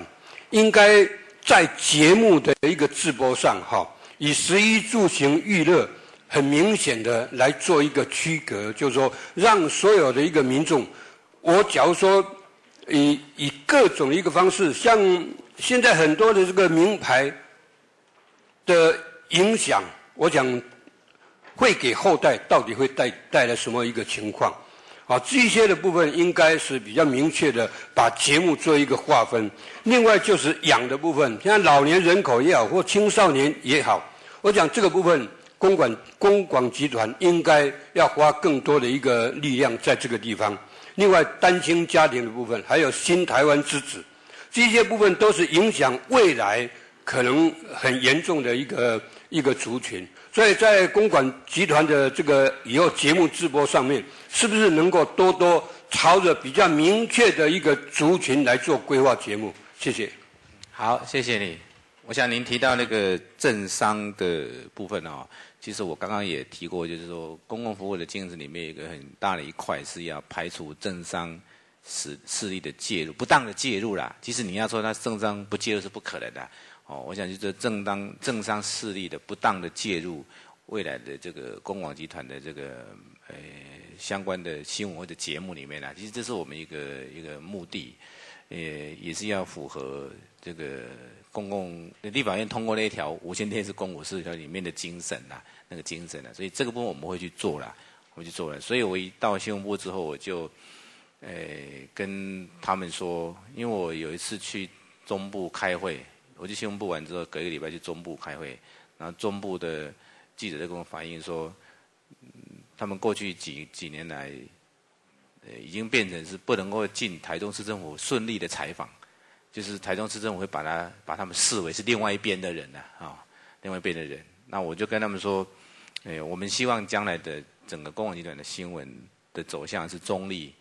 公正跟属于要追求真相，就是这3个比较大的原则而已。当然，这样就必须要排除很多不当的一些势力的介入了。这是一个基本的精神那第二个节目的取向其实我们的多元族群，这些公共电视其实里面有很多节目，其实是属于多元族群里面符合的啦。像刚刚在还没有成为公广集团之前，本来就有原住民杂志也有客家的也有儿童方面的节目，其实这方面都有。那未来华视也会在这部分再多做，但是可能会稍微有点分工啦。那您刚刚提的那个节目，那个不管是老人的节目或者是儿童方面的其实我们未来在节目规划里面都把它列进去了，只是说在做的时候能做多久、做多好这样子而已这个是一个您刚刚提的，其实都是符合我们现在正在做的要去做的方向。但是我现在讲其实没有用，你1年之后你再来检验我做了没有这些东西，2年之后再来检验一下我做的东西没有。但是事实上都有在规划。谢谢你。好，学长学弟的。那个，我想那个目前其实台湾媒体面对的，除了是内部的竞争之外，哈，我想在数位化以后，整个那个全球化的那个竞争是更激烈。那我觉得刚才陈富荣讲的大部分都在安内嘛，哈，当然蓝外必先安内，但是事实上我们也知道说，其实包括华视也是亏损的很厉害，哈。那公视其实靠政府给的钱，其实我们以跟 NHK 来比的话，它简直是哈，就是芝麻而已，对，哈。那所以我觉得其实将来公广集团面对的竞争，其实我觉得不只是在国内而已，好，那甚至是对岸，其实他们在媒体的发展也很快，好，但是以目前来看，好像公广集团还是只是在节目上的交流。事实上，有的上课老师也提到说，其实台湾的电视几乎整合成一个公司也差不多而已啊，整个媒体，好，就是等于把每个电视公司他自己可能做一个特色的节目，好，这样来做。那我想目前以公广集团来看是最有好可能做这样的事情，但是从刚才的规划看还看不出，好，所以我是觉得说，是不是你们在这方面有什么规划，还是有什么这样的好企图的？好，谢谢。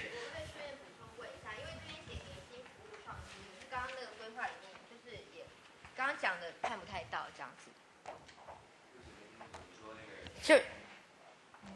就是年轻服务创新，可是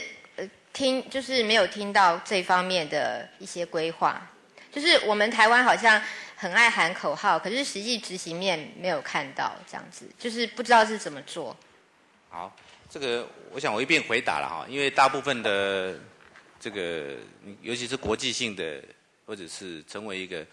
这个是我们一个说口号也是口号啦，那说目标也是目标啦，因为基本上我们必须要先有一个比较清楚的目标出来，才能够去做下面的一些事情。那个要把那个目标变成一个简单的口号，是比较方便大家在讨论的时候能够马上进入主题，也可以对于一个不熟悉的环境、不熟悉的人的时候，比较容易进入这个彼此共同的一个领域里面。那这个国际性的部分或者是全球性的部分，台湾现在面临的一个是过去的不足啊。我前两天还在讨论说，那个2009世界运动会在台湾举行的时候，它有20几场到30场的活动，23场的体育竞赛同时在。那台湾无线电视台所有的 SNG 车、OB 车、摄影机全部加在一起，都还不足以转播，都没有那个能力。无线电视台哦，所有的大小车、机器从那拿出来，还不能够转播这一场，何况说不可能嘛？因为你还有其他新闻要采访，所以这个是我们面临器材也好、人员也好。哦，像一场的大型的体育转播，或者是棒球赛，甚至于任何一个溜冰比赛，所用的人力，台湾现在也可能还没有那样的人。就像上次那个韩国办那个奥运的时候，那个亚运的时候，就听说他们是从那个中国大陆调那个 OB 车，从广州一路开到那个汉城那边去的，好，开到韩国去的这样。这个是整个车辆运用的部分呢，台湾其实也还没有，不管说韩国，何况也是一样。所以我们在国际化的将来要成为一个全球这个标杆媒体、华人媒体里面，其实解决人员跟器材这个很重要的。所以最近这个立法院正在可能准备要讨论那个92亿的部分，其实那个预算的补助是一个非常重要的。所以预算的部分跟人力的部分是我们或者是设备部分，其实台湾媒体现在比较欠缺的。那我们还是要这样做啦，因为不能因为它欠缺我们就不做了。所以我们在未来几年里面，大概在这一部分。这个会稍微在预算的争取上，在人员的培训上会做。那比较快可以看得到的，就是说我们会在每天一到日每天都有国际新闻的部分的话，我们会运用到现有的资源，在国际上，在美国派特派员，然后在各地都会有类似这些那个特约的一些记者的方式来多一点资讯。那第二个部分就是说我们会机动的派一些人到国外采访的方式，对，因为现在台湾的媒体里面大概没有每天都会有一条线，每天都一个小时、2个小时是在做国际新闻。那我们没有不做这一块，就没办法立刻跟国外来做接轨。第三就是利用网络，我们也正在规划，看能不能可能利用网络的方式，再跟国外多做一点连结的工作啦。这一部分可能是用讲的比较快啦。要做比较没那么容易，因为它牵涉到预算、人力跟器材的部分。但是我就觉得从运动的转播，可能是一个比较好的开始。不管今年亚运、明年的任何国际性的比赛，或在台湾的比赛都是一样。哦，好，想各位还有没有什么？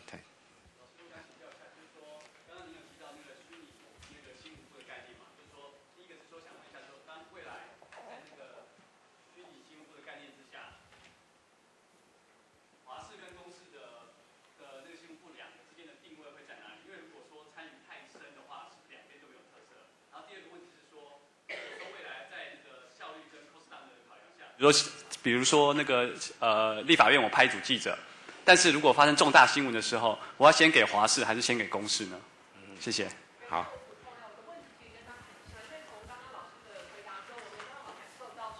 华视跟公视之间的那个他们的频道特色是定位是在哪里？也许在现在越来越讲求多元跟差异的凸显的部分。那如果说今天新闻就像老师讲的是主要着重在资源的整合的话，那一个公视的文字搭配一个华视的摄影，那这样子怎么能够跑出2条不同立场的、不同频道的新闻出来？其实这是一个很奇怪的做法。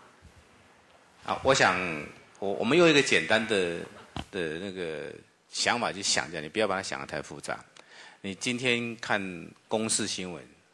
那你也看华视新闻，对不对？你看华视新闻跟看公视新闻。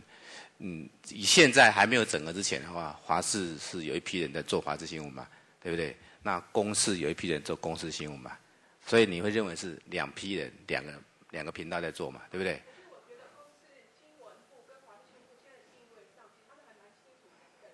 对对，我知道啊，所以我就说，他2个频道嘛，2个公司，2个。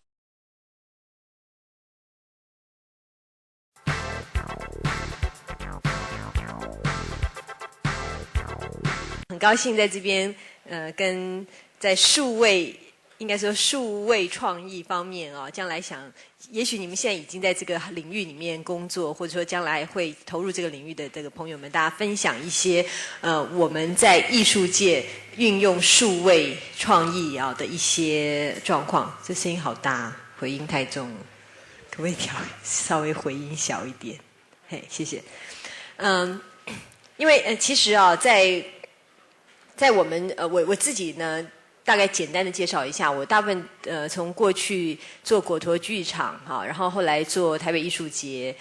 国际城市艺术节、台湾世界音乐节，还有国际舞蹈营等等哈，一直是扮演跟舞台艺术比较有关的策展或者是制作的工作。那但是这几年呢，因为我们自己成立了一个团体啊，叫做影舞集表演印象团。好，是把这个多媒体动画跟舞台剧场啊做一个结合，所以对数位的这个部分的艺术就开始有比较多的涉略。那这个团是在大约2000年时候成立的，所以到现在已经是快5年多的一个历史，也做了很多制作，也到很多地方去做表演。那同时呢，在这几年因为接触数位艺术这个部分的领域，那也开始做一些研究，像在2年前，哇，可能不止2年了，2年多前啊，我们帮这个经建会做了一个影音高科技结合展演艺术产业的一个应用模式的研究。那当时呢，是因为经建会他们有一个蛮有趣也蛮好的想法，就觉得说，既然这个影音有那么多的这种复制的产品，它可以造成比较大的一个所谓的这个，因为有 copy 的这个状况就是它有这种复制的机会，所以它的应该说产能跟产值都可以比较大的复制。因为过去呢，在表演艺术的领域里面，大家都认为表演艺术是一个非常非常小众，而且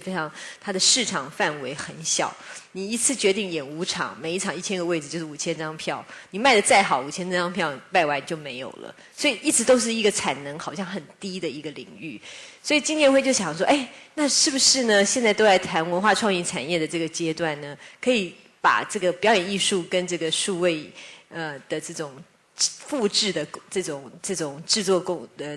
可能性结合，让比如说像云门舞集这样子的这个很棒的舞蹈演出可以变成数位性的产品，然后变成 DVD 变成可以全球贩卖，他认为这会是一个增加产能的方法，所以就提出了这样的一个想法，非常很 rough 的一个想法。然后后来我们就做了整个的研究，告诉他我们的想法。所以今天呢，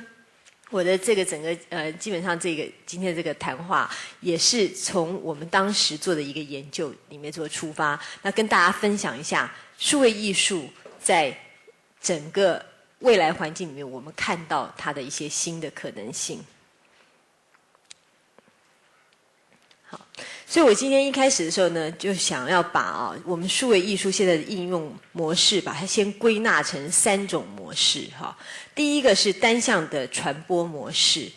所谓单向传播模式，我想是大家最熟悉的一种。也就是说，今天呢，我们不管是看到这些数位影音的这些科技用在电视或者是广播，或者是一些影音出版品上面大概用到的一些方法，都可以有观赏的状况，或者是娱乐，或者教学，或者是宣传那这个部分几乎是现在任何一个只要用到 digital 的这些器材，不管是制作的器材或者是播放的器材，大家都非常熟悉的部分。那当这样子的这个应该是说数位的这个运用跟我们的表演艺术做结合的时候，大家比较容易思考的，也就是说，比如说啦像这个电视的歌仔戏或者是一些。或者是说歌仔戏变成电视节目的这样的一个制作方式，就开始在很多年前把歌仔戏拍摄，然后在电视里面播放，就变成是它是一种好像扩大了你的观众群的一个方法。那也有很多人都听过太阳马戏团，可是太阳马戏团到至今没有来过台湾，对不对？可是大家都在公共电视看过。我记得不知道是前2年的这个过年期间，他播放了很多太阳马戏团的这些演出，所以现在太阳马戏团几乎在台湾的知名度是非常非常高的。我相信只要他来台湾，一定大卖，因为大家除了看到他 DVD 的那个非常精彩的演出之外，都在想说亲临现场来看他表演会是什么样的感觉。所以呢，其实你如果到太阳马戏团的这个演出现场的话，你会发现他们除了一个帐篷里面做演出，它外头会有一个帐篷是卖他的纪念品，而他纪念品卖的最好的、收益最高的就是他的 DVD。他几乎每一个制作，只要开始有做全球巡回了，他就会做成 DVD。那所以呢。在像云门舞集《流浪者之歌》这个演出，我为什么特别提到《流浪者之歌》？因为这是云门舞集第一次在国外就是跟欧洲的一个制作公司合作，人家投资了几千万台币去拍了一个这个《流浪者之歌》的 DVD， 所以他们现在开始云门舞集就是长期的，就是隔几年就会拿一个制作把它进到这个。完全是专业性的拍摄的一个技术上，把它做成一个很完整的 DVD。那其实呢，这个所谓的 DVD 的产品，跟它舞台上的产品，我们过去台湾一直都有一个迷思，就是以为一个好的演出，经过你比如说3G 或5G 的拍摄，就会变成是一个很好的影音产品。但实际上呢，我们从这些刚刚讲到的一些案例，你会比较这些国外国际上面制作影音的表演艺术的这些产品，跟这个我们国内在做的这个 quality 上面差别非常非常的大。就是因为其实一个舞台性的演出，你只是定点式的有3G、5G 甚至6G，不管几 G 把它拍下来所做出来的这个产品，其实都不足以成为一个非常非常效能很高、欣赏的那个感受很好的一个产品。今天如果真的要把一个表演节目变成一个影音产品的话，它其实需要的是一个完全不同角度的制作思考。甚至有的时候，你如果想要让这个演出在荧幕上比在现场要好看，你要给他一些不同的东西，因为现场的临场感，任何影音产品是没有办法达成的，所以你反而是要制作一个新的观念，给这样的一个产品，不同于在现场观受的其他面向的一些展现，比如说，好，表演者，你如果站在舞台下面的观众席看他，你只能看到这样的正面。你也许给他一些侧面的角度，也许给他一些从底下照上来的角度，或者从头顶照下去的角度，这样的一些不同的角度，或者是一些 close up 的方式，或者是一些非常非常大的一个 long shot 的这种方式，会给你的观众完全不一样的新鲜感。好，甚至他很多场景今天不可以搬离舞台，好，跑到他实际的原本想象的街景，或者是living room 里面、客厅里面等等的去拍，所以呢，它就会变成是一种等于是把实景跟舞蹈或者是音乐等等做结合的一个产品。那这样的话，这个产品就会比你原本的在剧场里面有另外一个不同的面貌。那这就是呢，我这边第4点所提到的，费城它有一个 video dance 的一个机构哈，它特别的跨领域的结合一些这种我刚刚讲到的一些新的方式来拍这个舞蹈的作品。其实费城的video dance 只是一个机构，我们这几年啊接触了非常多不同的这些拍摄是数位的表演。好的，这些制作人，包括在澳洲哈有一个大学的教授，专门是他自己本身是一个舞者，但是他现在是专门研究 video performance 的这个公司啊，他自己成立一家公司，然后训练很多的舞蹈家或者是摄影家，好，从不同的观点来制作一些表演艺术。而且他们所在制作的表演艺术，就根本不是以舞台的呈现为目标。再从一开始，他就好像在做 MTV 一样，好，但是以从艺术的角度去把这些现代舞、歌剧、古典音乐、哈戏剧，再用 video 的呈现来当做一个产品。所以呢，我这边所提到的这种表演艺术跟这个影音制作物的一个结合，用单向传播模式，就算说这是一个很古老的观念啊，但是在目前为止还有非常非常大的领域空间，可以让想要从事这些数位的这种创意的人可以去思考，可以去发展的。那第二个表演艺术的数位传播模式呢，我们就会提到的，也是大家可能都很熟悉的互动媒体。那这些互动媒体里面，包括像图像的资料库、电玩、随选视讯或 e-learning 哈这些方案哦，这些不同的这些方式，其实它提供了我们展演艺术的这种数位学习的一个方法。所以其实呢，我们过去一直觉得表演艺术在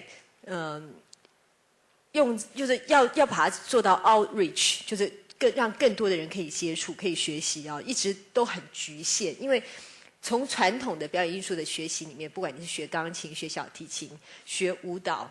学歌唱，或者是学戏剧，从小时候我们在学的时候，也都是必须这种1对1的一个方式。那其实现在呢，经过了有这些互动媒体好的这些传导方式，有很多的这种学习可以变成就是经由刚刚讲的这些图像资料、电玩、随选视讯、e-learning 等等这些方法来变成是它的一个学习的途径。那我们甚至也可以从另外一个方向来思考，就是说这种互动媒体呢，它也表演艺术也可以是互动媒体有趣的一个值得拿来当做它的 content 好的一个内容的方法。也就是说，我们可以利用互动媒体来学习艺术，也可以把艺术变成是互动媒体里面很有趣的一种内容物。好，所以我想现在大家也都看到很多电玩里面都有这些什么功夫啊，什么这些甚至什么舞蹈机呀等等的这些有趣的一个结合。那这些结合其实到目前为止都是还很非常非常初阶的。在大概1年半以前MIT 的几个教授他们来台湾做一个 presentation MIT 有一个很重要的一个机构叫Media Lab。好，那这个 Media Lab 里面你很难想象的是，他们几乎有1半以上的教授，他们所在研究的这个所谓的media 的内容，几乎都是从数位艺术出发的。也就是说，他们都是把一些艺术的一些运用方式，或把它变成是他们主要 Media Lab 的一个重点。好，比如说有一个教授，他做了一个很有趣的一个 presentation， 是他做了一个作曲机，一个机器，那个机器就这么小，就像是一个电玩的一个手拿电玩一样。那它上面有一个小小的一个萤幕，一个画线的萤幕。它这个机器的设计呢，是任何人都可以当做作曲家的一个概念。你只要在那个小小的萤幕上面用那个笔去画一些线条，或者是粗的或细的，或者是斜线什么的，它就会把你的这个线条变成一个 pattern。好，那把这样的一个 pattern 呢，会变成一个音乐，然后你可以去修改。也就是说，你画的是一些视觉上面的线条，但它会变成声音的线条。好，然后你画的比较复杂，就会变成比较多种乐器的合奏，所以非常非常好玩。然后他把这个机器拿去一些医院里面，给那些老先生、老太太生病的病人，或者是小朋友，大家都觉得非常有趣。就是他突然可以享受到说，我随便一个普通人都可以有创意的发展，你可以变成作曲家，你是一个创意人的机会。而且你会发现你的线条好像跟那个声音真的有关系。比如说你画一个短短的那个小线条，它就变成一小段的音乐，然后那个整个连节奏感什么都会因为你的线条的节奏感而改变。好，那个非常非常有趣。那还有一个 MIT 的一个日本研究者他发明了一个东西，是一个很多个玻璃瓶，然后玻璃瓶上面都有一个盖子。然后那个玻璃瓶呢，就是像一个 magic bottle， 一个神秘的这个瓶子那它这个东西根本上就像是一个陈列的一个艺术品，很漂亮的透明的玻璃，像这个琉璃一样的东西，那摆在桌上。那你把那个瓶子的盖子打开，第一个瓶子就跑出来那个鼓声，咚咚咚咚。咚咚，这样子很固定的有一个长度的节奏，然后你打开另外一个瓶子的盖子，就跑出来了小提琴的声音。好，然后再打开一个瓶子的盖子，就会跑出一个钢琴的声音。所以当你3个都打开的时候，变成一个3重奏：小提琴、钢琴跟鼓声。好，所以它本来是一个装置性的艺术，结果它摆在那个桌上，它居然可以有一个互动性的 sensor 那个感应器等等的这些设置呢，就变成是一个有声音的 magic bottle。那他当时的设计是送给他母亲的一个，我忘记是生日礼物还是母亲节礼物。然后后来现在这个呢，已经有很多人跟他 order 要把它变成商品。好，就是说你会觉得很不可思议，就是说这样子的一些产品，跟我们当时在想象的这个所谓的就是我们的经建会所提议的，可以把表演艺术跟数位的这个影音做结合。当时他想到只是复制成 CD 或 DVD， 但其实有这么多的可能性。那这些东西都可能是经由互动媒体这样子的媒材去运用艺术的这种内容所做出来的东西。OK， 那但是呢，还有一个更厉害的部分就是我把它称之为第3种模式，是多媒体的环境模式。好，那这个呢是把刚才所讲的第1种是非常那种影音产品式的，到后来变成这个互动式的，到后来呢变成是环境式的。好，从这种线性到互动到这个环境。那环境的意思就是说，其实多媒体到了现在这个时代它已经不是单一的一个媒材而已，它根本可以创造一个新形态的环境。所以呢，当它变成是一个多媒体环境的时候，那个音乐、舞蹈、戏剧、美术的那个意义就更有意义了。为什么呢？因为其实我们讲的这些艺术，大部分都是在创造环境，不管是视觉的环境，或者是听觉的环境，甚至会有触觉的环境。好，所以在这样子的一个，把这些音乐、舞蹈、戏剧、美术，经由一些技术工程，好，这种多媒体的一些技术工程呢，可以做出各种作品的这个发表，和技术开发的一些状况。那这些发表的方式呢，我这边就切成2块，一种是数位艺术中心或者是多媒体剧场。所谓数位艺术中心，指的就是比较传统性的，大家想到数位艺术的时候会想到的东西是什么呢？就是走进 gallery， 你看到的那些硬体，比如说我刚才提到的这些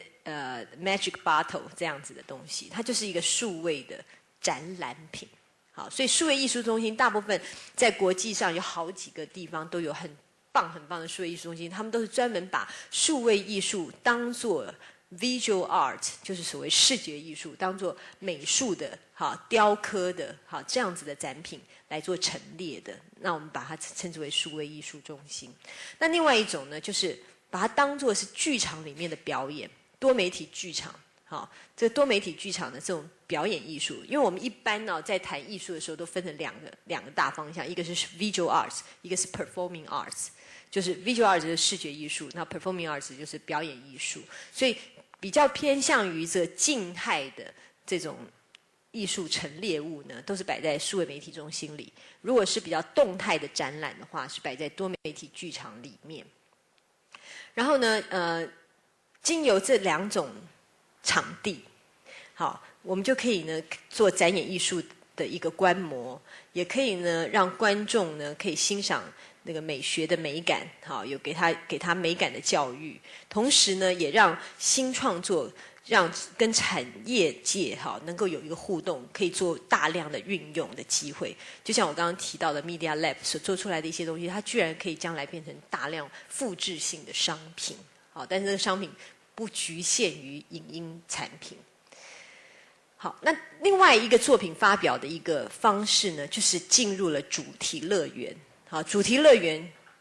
指的就是那种大型的那种展览。那这些主题乐园，尤其像比如说那个Disneyland 或者是环球影城这些地方，他们其实如果你没有去那边玩过，你都会发觉现在不可或缺的这样子的这些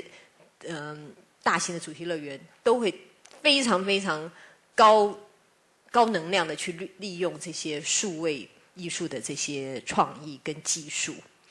那经由这个主题乐园呢，就更可以带动观光产业，所以它其实是一个非常连串的东西。但是主题乐园里面的东西，其实跟多媒体剧场或数位艺术中心是很相关的。好，这些表演的场地，就是艺术中心或者多媒体剧场，常常是比较小型的开发，可到了主题乐园以后，就是大型的开发，更商业性的去运用。所以这个所谓多媒体的环境模式，其实指的就是说，可以让一个观众走进一个环境里面，去充分的感受好这个数位艺术它的整个的这个魔力。OK， 所以呢，我今天呢就也想要让大家就是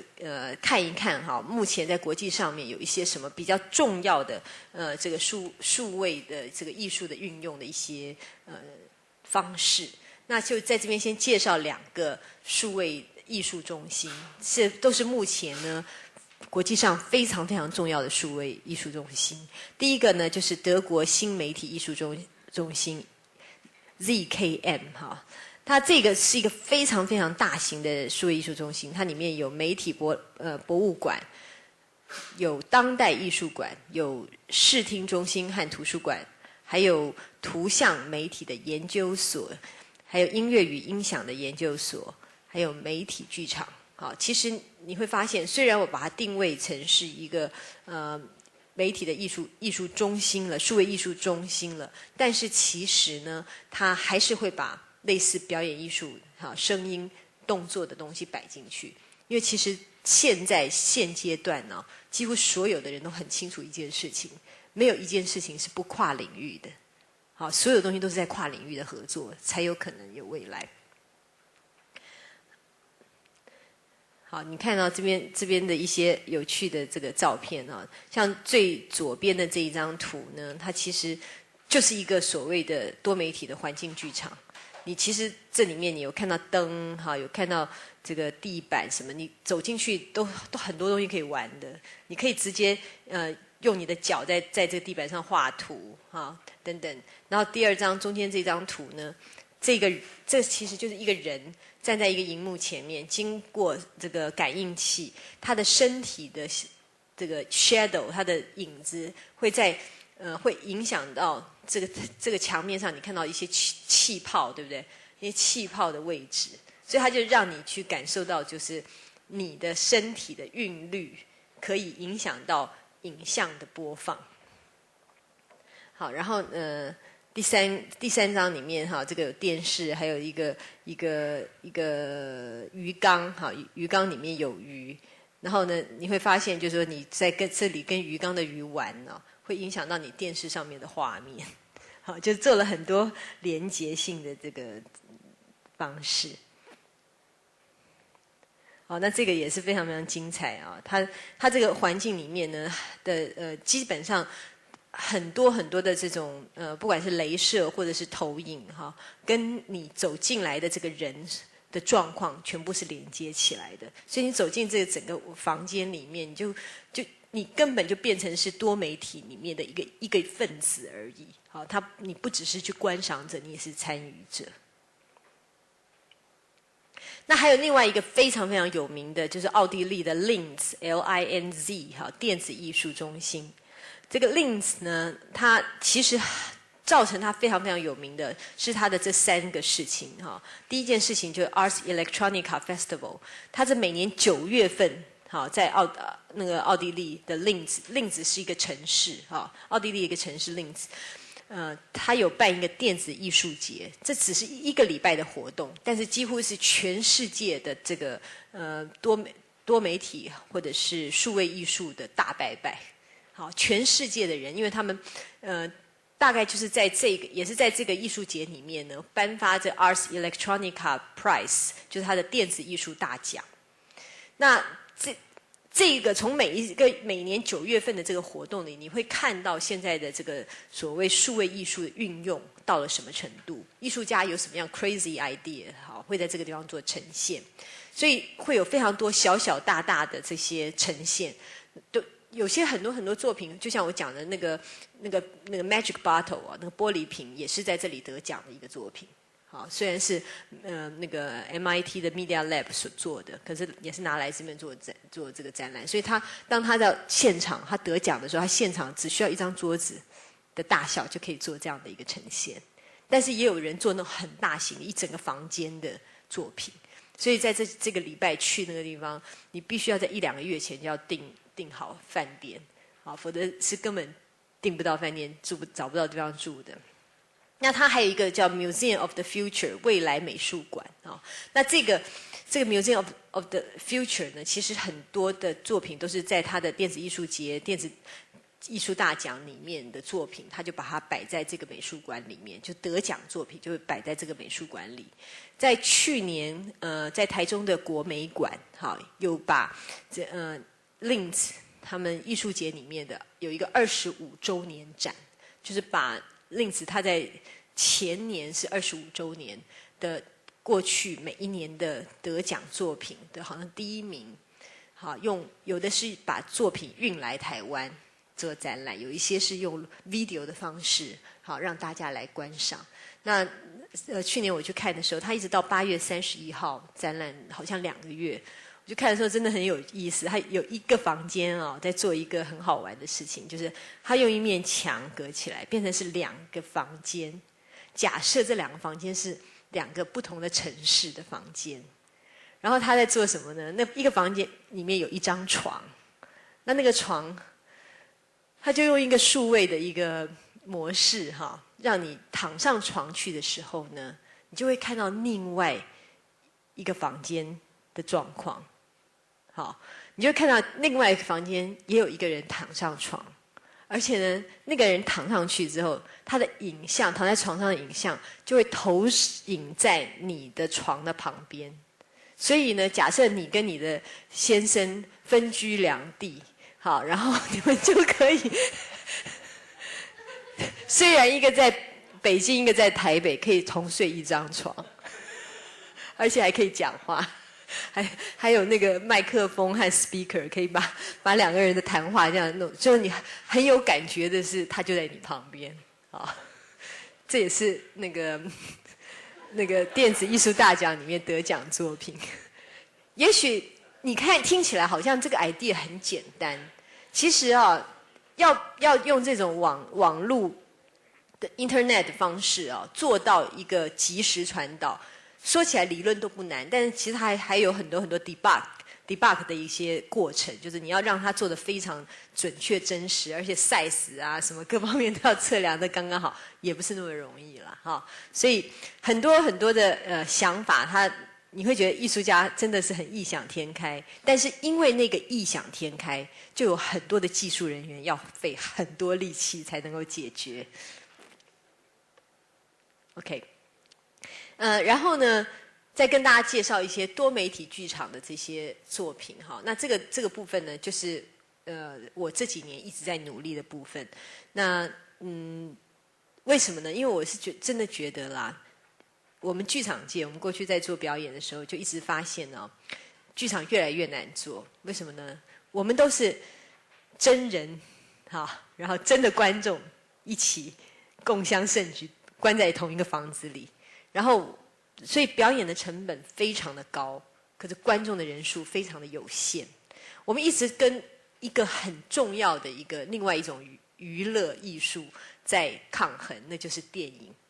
好，电影呢，其实在某一个程度来讲，它并没有剧场的临场感，但是电影的整个技术已经发展到它可以给观众非常非常强烈的这种听觉与视觉的刺激。好，所以呢，怎么样在这种竞争之下哈，能够让愿意花钱进剧场的观众，他可以享受到不比电影少，只比电影多的一个享受呢？这变成是我觉得是多媒体剧场可能是一个答案。好，也就是说，是不是能够让这个，尤其是电影特效，现在已经发展到这么高阶的这个程度，而且这个整个好莱坞啊，他们几乎每年都在 upgrade 整个动画或数位这些技术，每年哦。以前他们还会有一些观念，就是说，比如说在那个叫什么 Jurassic Park， 那个侏罗纪公园在拍的时候，他们第一次拍这个片子的时候呢，那个动画公司啊，还把这个他们怎么做恐龙的这些程式等等，当作是最高机密。结果后来呢，那家公司倒闭了。后来他们就发现，当最高机密这件事情，在这个世界已经不合潮流。这个我也觉得，在我们的数位的或者是动画的这个工作人员也，或者是老板们也要理解这件事情。就大家都觉得说，哇塞，我花了那么多功夫去 develop 这样子的一个 program 哈，所以这一定是我独家。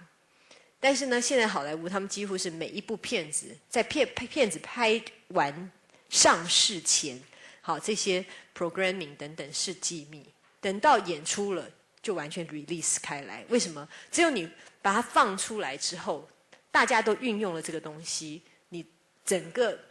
环境才会继续往前再迈向一步哈。所以你现在看 Discovery 这些电视啊 ，National Geographic 这些电视，很多很多恐龙片，哈，因为侏罗纪公园那时候做恐龙的这些 models， 它的那个动作的那些程式全部都放出来，所以都很便宜了。就不是那么昂贵的事情，否则你那个时候拍多少亿、几百亿台币才拍出来一部片子。好，那他们后来就发觉这个东西被用所谓著作财产权这些创意的这个保护啊，就是让这个事情没有人去用它，那结果反而是更糟。所以他们现在把整个产业当作是一家人。我发明的东西，你将来可以用，所以你发明的东西将来我也可以用，所以大家一起往前走，而不是大家停滞在同一个 level， 永远不向前进。这个 effect 这些特效做结合，好，那我们看到了一些不同形态的表演，也看到各种不同形态的创意。我在这边跟大家介绍几个。第一个呢，是在2001年。好，我从澳洲带进来的一个演出是澳洲的一个叫做 Arena Theatre Company 他们做的一个小型的实验剧场的一个作品。我们放一下录影带，这是第一段。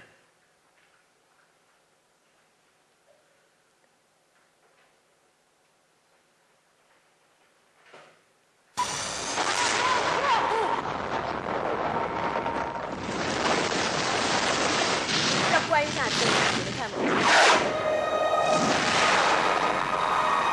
There's something in our head. It's like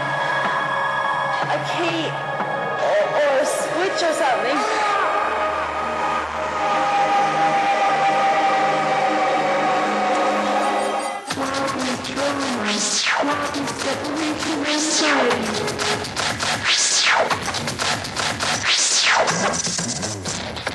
这灯还关不掉吗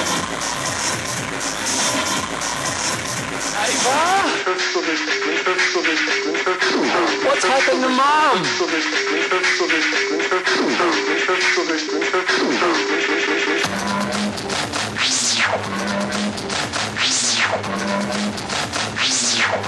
这个片子啊，它这个其实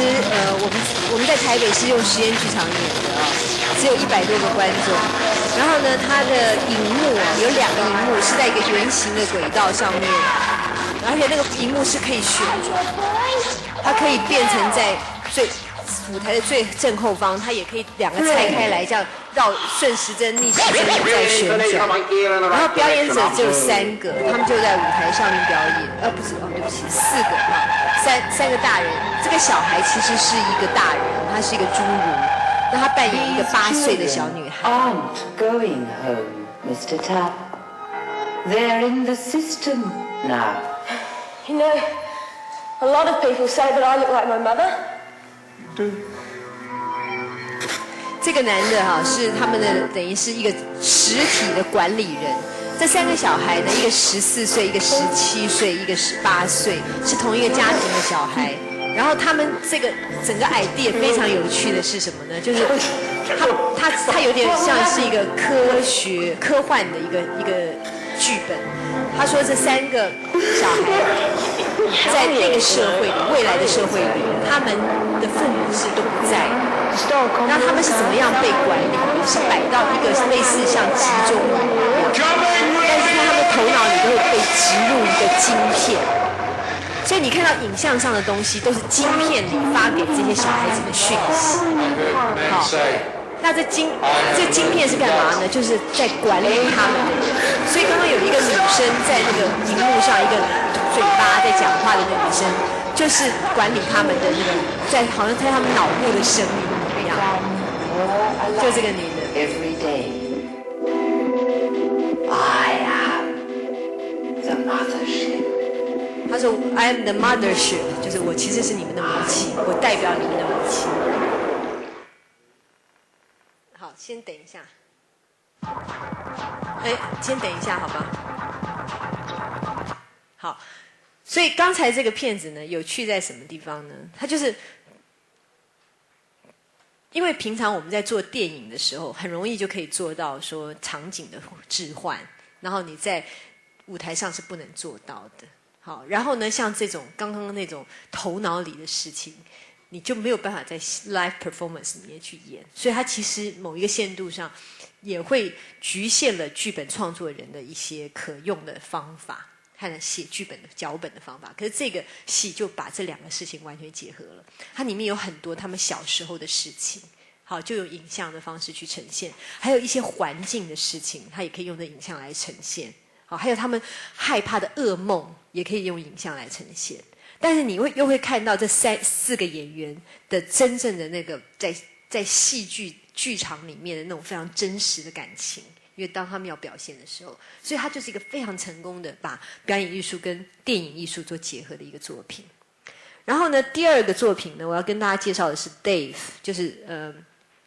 DAVE 哈。DAVE 这个是一个奥地利跟德国的2个艺术家的一个合作。等一下，这边有几张照片给大家看。你看，像这个人呢、他在现场，就是刚才那个吞噬青春哈，他在现场的思考，然后他觉得非常紧张的那个整个动作表演。那其实因为他头脑里面有这些他在森林里面好被追赶啊等等的这些噩梦。好 ，OK， 下一个呢，奥地利的这个影像舞蹈剧场 DAVE 哈，他们是用一种叫做他们自己发明的一个 idea， 那个贴身投影，然后呢局部显现，把影像跟舞蹈整个结合在一起。好，这个制作也是我在2001年的艺术节里面做，不对，2002年的艺术节里面做的哈。那我们先看一下，你就会觉得非常非常有趣。它其实是把投影打在表演者的身上。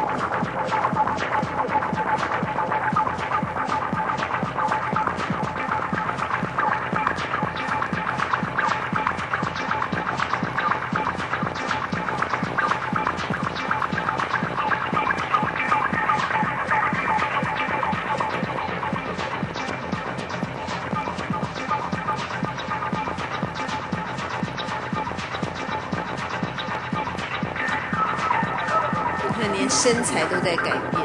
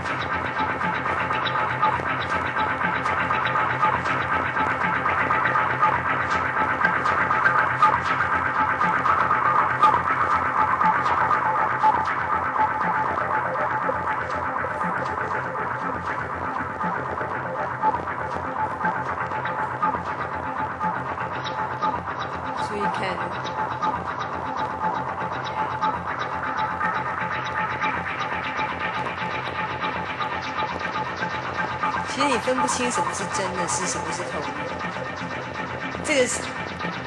这个舞者其实是很棒的舞者。哟，对哦。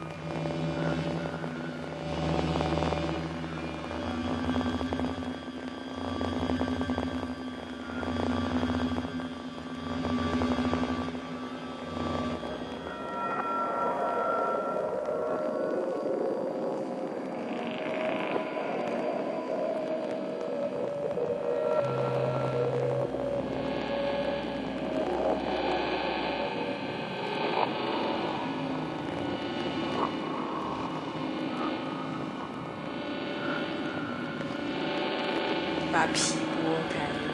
其实里面是血红的，这个影像没有办法跟那个现场看的那么的真，现场非常可怕。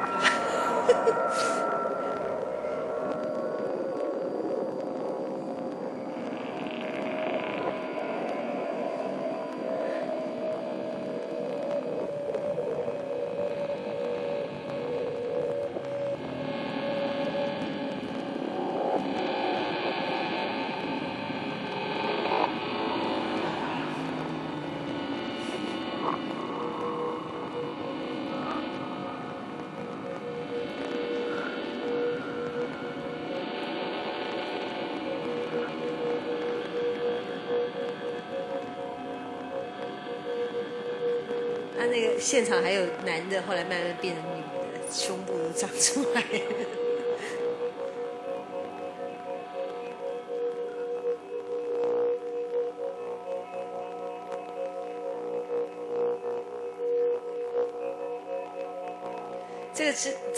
这两个人呢、就是舞者跟那个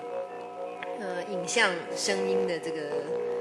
创作者，他们一起啊、后来还做了一个4个人的另外一个作品，在2004年那个 Linz 的那个电子艺术节里面也大放异彩，非常非常受欢迎。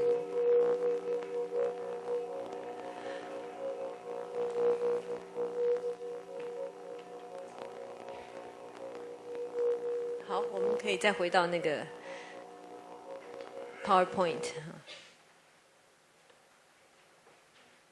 有照片出来了吗？有哈，对，这就是现场的状况。你可以想象哈，一个影像投影就是以人为荧幕，好，这个 idea 真的是一个蛮好的 idea， 但是很不容易做。那个整个表演者，而且他不是静态的，表演者也在动，还要完全都对得很准哈。你看，这就是长出胸部啦，后来又跑出大肚腩哈。OK， 然后另外还有一个技术更高的一个作品是在加拿大蒙特楼的一个剧团，他做的一个暴风雨。这个暴风雨好像去年在百老汇有演出，我们可以放一下。这又是另外一个不一样的技术，非常非常厉害。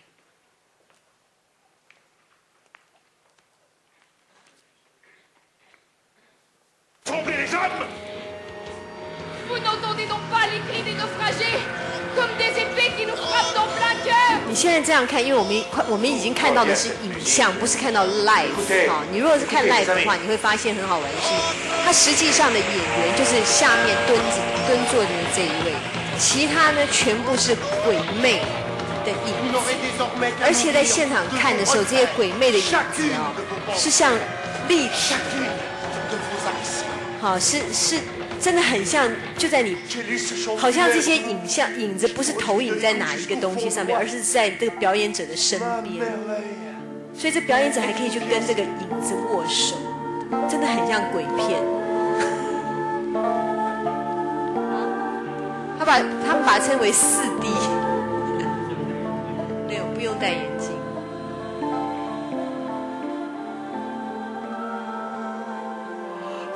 4D 的意思就是还包括 reality 这一部，3D 是三个 dimension 的影像嘛，它还有一个真正的一个 live performer。Quelle méduse a bien pu s'emparer de toi, mon noble héritier de Naples et de Milan? 他的音乐就是比较奇怪。Prospero, et je porte depuis des vêtements qui me vont à merveille. 他这不是。Mon maître, par sa science, a prévu le danger qui te menace, toi son ami. 他还是有一个荧幕，但是不是我们一般的那种荧幕。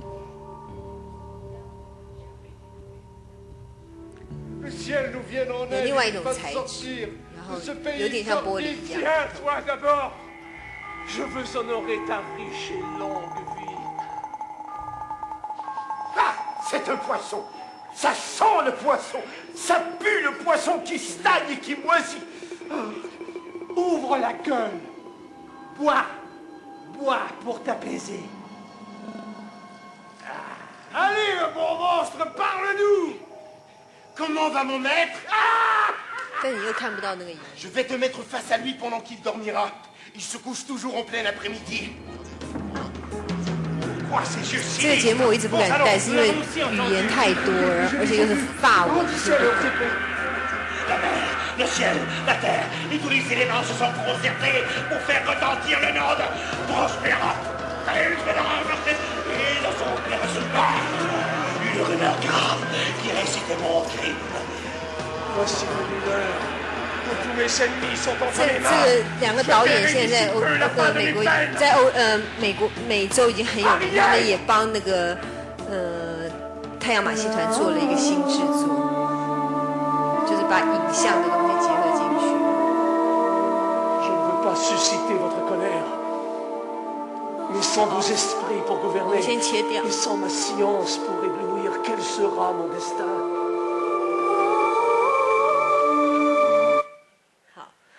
那再跟大家介绍我们的影武集哈，影武集，团长是陈瑶哈，那是我妹妹，她在好莱坞做电影的特效做很多年，然后后来我们就成立这个剧团，那这个团就是想要把多媒体的东西跟整个多媒体的这个科技、动画好和我们表演艺术的东西做一个结合，所以它不见得是一个舞团，它其实是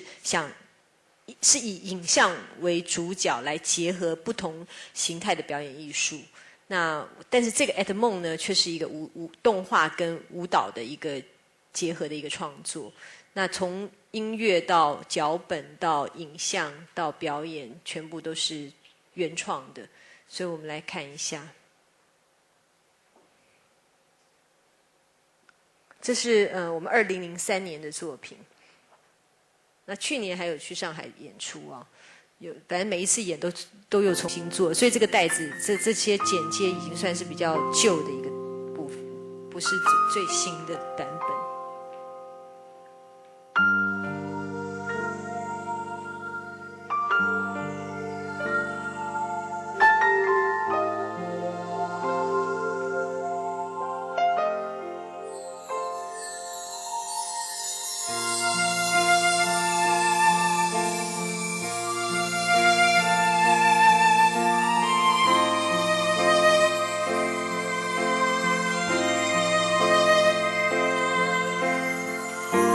一开始的时候，就是在舞台的那个整个后面的天幕啊，有个非常大的投影。那这是一个云母在织云啊，它所有的云全部是动画做的。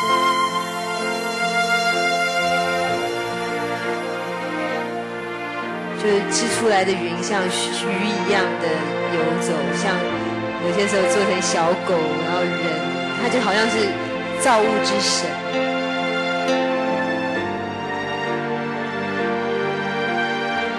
然后云就这样的飞，然后整个像3D 的感觉，不需要戴眼镜，就这样完全飘向观众，大家就好像在云里面跟着一起飞舞。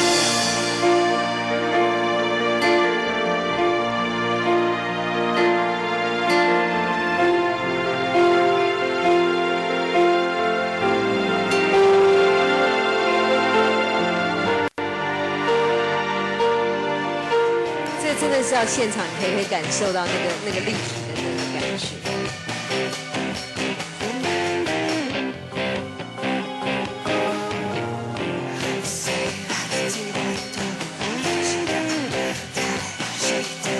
然后那些鱼就好像变成了芸芸众生。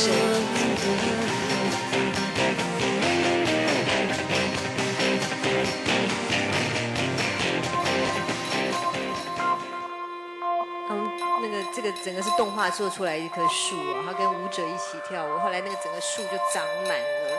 整个舞台，变成一个森林。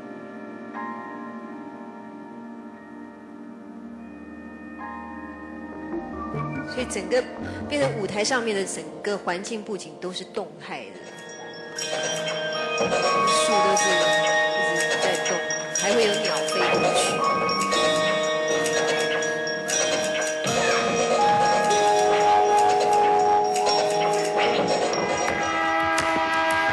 城市一栋栋的长起来，把森林给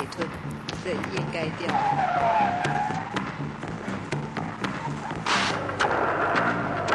后有一个大大的飞行船飞过。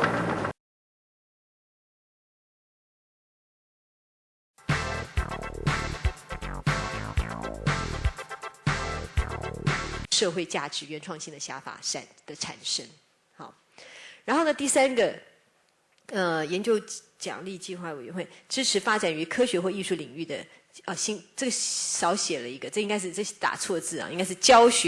奖励教学的计划委员会，它是为了在科学或艺术领域的新教学方式。好，这是做教育用的，它是怎么去教，它的教学方式，他们也愿意去做研究。好，所以 Nesta 是一个，我觉得。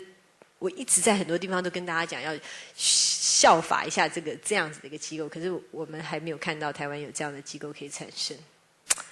OK， 所以最后呢，我的结论就只有这2句话，就是文化创意产业的未来在数位创意。我觉得这件事情当然不是完全100%文化创意产业只在数位创意，但是数位创意绝对是我们台湾文化创意产业里面最大一个门项，因为我们毕竟有比其他很多的在亚洲的国家更好的这个科技的训练，而且说实在话，我自己在表演艺术界服务这么久，很明显的看到台湾的原创力是非常非常惊人的。我们有非常自由的一个社会制度，而这个社会制度提供我们大家，而且我们普遍上来讲教育都非常的不错，所以我们的原创力比在大华人地区里面来讲是要强很多的。好，那有这样子的一个创意的人才库，哈，同时呢又有这样的科技技术的一个资源，那当然做数位创意是最好的一条路。但是呢，数位创意的未来在原创性的跨界整合，其实我要提的最重要的2件事就是原创性跟跨界整合。我觉得台湾现在一直很失败，或者说一直没有办法在亚洲变成一个比较成就应该不止于如此的一个状况，就是因为我们还对原创性这件事情没有信心，我们还在花很多力气做复制性的事情，而原创的这个 value 就原创价值。在整体的社会制度上，或者是政府的补助制度上，或者政府的开发的政策上面，没有给予很大的支持，所以我们做原创的人，常常都是好像会要被别人雇佣。那别人呢，常常都只是头脑里只有复制的价值，而没有原创的价值。我曾经在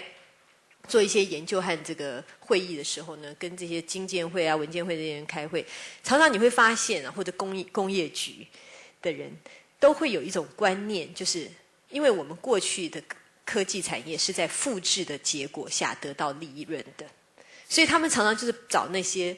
搞科技出身的人，好，就算是比如说一些做 computer graphic 的公司或者 animation 的公司，他们也是想到是帮人家做代工。为什么？因为那些老板其实都不是从事原创性的这种工作的，所以那些老板会认为他们只要 hire 我们，雇佣我们这些做原创的人就 OK 了。可是你会发现。其实我蛮认为应该要鼓励原本就在做原创的人来当老板，因为那个整个工作模式的逻辑是不一样的。好，可是大家没有看到这些做原创的人有这么大的资源把事情做好过，所以没有那个信心。但是如果一直没有这样子的状况的话，我觉得根本很难有未来。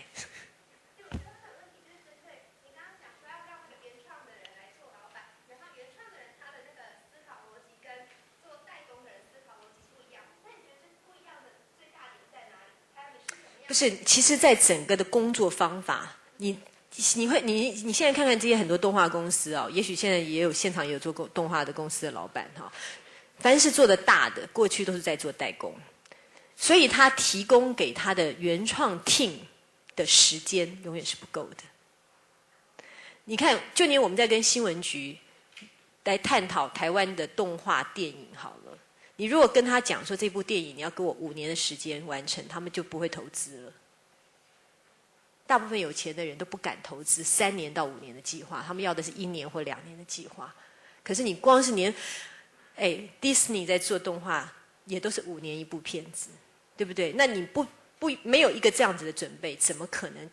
就人家已经那么多人才、那么多技术在那边累积，都需要3年到5年，我们凭什么可以在1年2年做出一个国际卖座的片子呢？好，所以这里面我只是比较单纯的把它简化的讲法，但其实很多的工作逻辑都是在这个地方。那 time consuming 的创作、原创的那个过程，大部分的企业界都还不习惯。刚才还有一位同学要说什么吗？是不是？没有吗？好，我差不多讲到这边，是不是还有同学有什么想要发表或者回馈，或者是不同意、抗议？想要问问题，就是刚刚有讲到那个著作财产权，就是他们就可以 share 著作财产权，然后大家一起往前走这样子。那可是目前台湾好像还是就是受制于一些经济大国，然后就会认为说有些东西，但我们买一些必要的软体或什么是应该的，可是好像很多时候有很多事情还是会被这个著作财产权这种东西影响。好，那我举个例，比方说像现在的重制权，现在很多电影被重制成那种搞笑的影片，那其实很多人都会上网去点阅之类的，可是它能造成就是网站的流量，还有可能它可以自己搞一些广告，可是它并没有更多的那个资源。我觉得这个题目很大，而且我不能够用很刚刚，我觉得我刚刚讲的那个意思不是这么无限扩张的谈法哈，但我有几件事情要谈，就是我刚刚特别在提的好莱坞动画界，他们是对他们技术面好已经放弃了那种永久性的保护，他们认为，尤其动画每年都在翻新的情况下，他们很多东西在片子上映之后就 release 出来，这是他们现在的做法。不太对，基本上就是等于会开放，变成进入 library 里面的一个东西了。但这不代表说，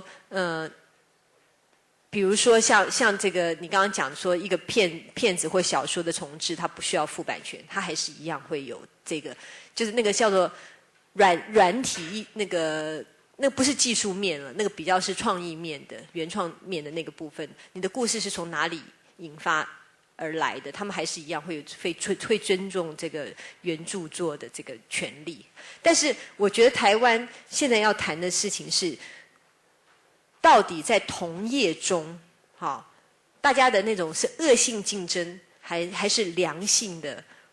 共同开发这件事情，其实应该要有一个不一样的观念。那我觉得台湾过去比较大的问题是我们的市场太小。大家如果都只局限于台湾这个本岛的市场的时候，你当然会很想要保护你自己的创作的这个过程。但是当你的整个市场是在跟国际性做竞争的时候，那你就是要赶上整个国际的进度的时候，我觉得你一个小的研发厅是不足以去跟人家竞争的，你就必须要有10个研发厅，大家都会开放你们的研发成果。像我们在做那个多媒体剧场的时候，我做完了2年后，我还发现一个学校的一个多媒体艺术中心、数位艺术中心所做出来的东西，是连我们一开始做的东西都还不到。那为什么呢？是我们并没有要关闭这个沟通的管道，我也没有认为这个东西不能够跟人家分享。可是呢，他们就是不知道我们在做什么，所以他们自己重来，而且又是没有经验的重来，所以我们看到就会很难过，说有必要他再去犯这些没有必要的错误吗？好，包括你用那个 motion capture 的这个技术，他们同时在台上有7个舞者，他根本抓不到那个。你知道 motion capture 不是在身上绑很多东西吗？那每一个东西的那个散发器就只是一个点而已嘛，对不对？那你7个舞者那个点，你根本搞不清哪个点是哪一个人的，就乱七八糟。然后居然还在一个很重要的场合上做 presentation， 就是效果就是完全不了解他们为什么不了解，然后为什么会犯这些错误。而且这个事情应该早就应该被在过程中就要解决掉的。那我们当然很希望说，我们今天所研发的一些错误的经验，就在研发过程中的错误经验，是可以跟别人分享的，这样他就不用重复我的错误。那他他站在我的肩膀上往上爬的时候，他的成果我也可以分享给我的时候，我可以继续往上爬。那我们整个台湾是一个 team， 我们是一个研发的共同的一个 team 的时候，我们才有机会跟国际竞争。所以我想要提的是这样子的一个观念。那一边哦，对不起，我声音太大。那个他们本身就好像已经很容易把你目前研发出来的资讯分享出去，在商业行为之后分享出去。那它是有什么机制或者是实际的操作手法，让这些业者愿意这样做，还是纯粹只是一种默契？不是，我跟你讲，比较有趣的事情是，今天在参加你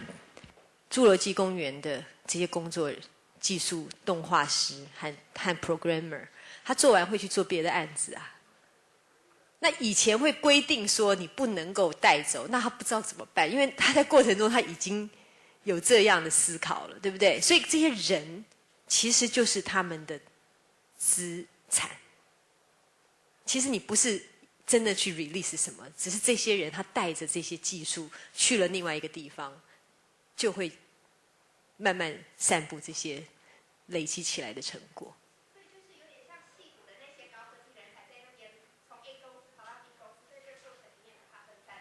也是。应该也没有到那个程度，但也可能有一些资讯，他们也有期刊啊等等这些东西，都一样会做分享。有没有其他方面大家想要发表的？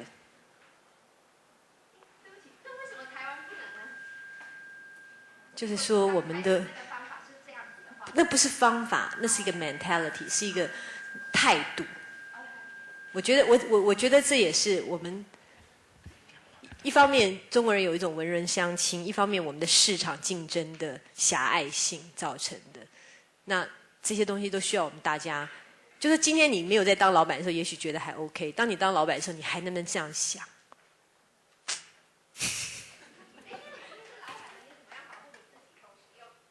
我跟你讲，我们艺术界比较不一样。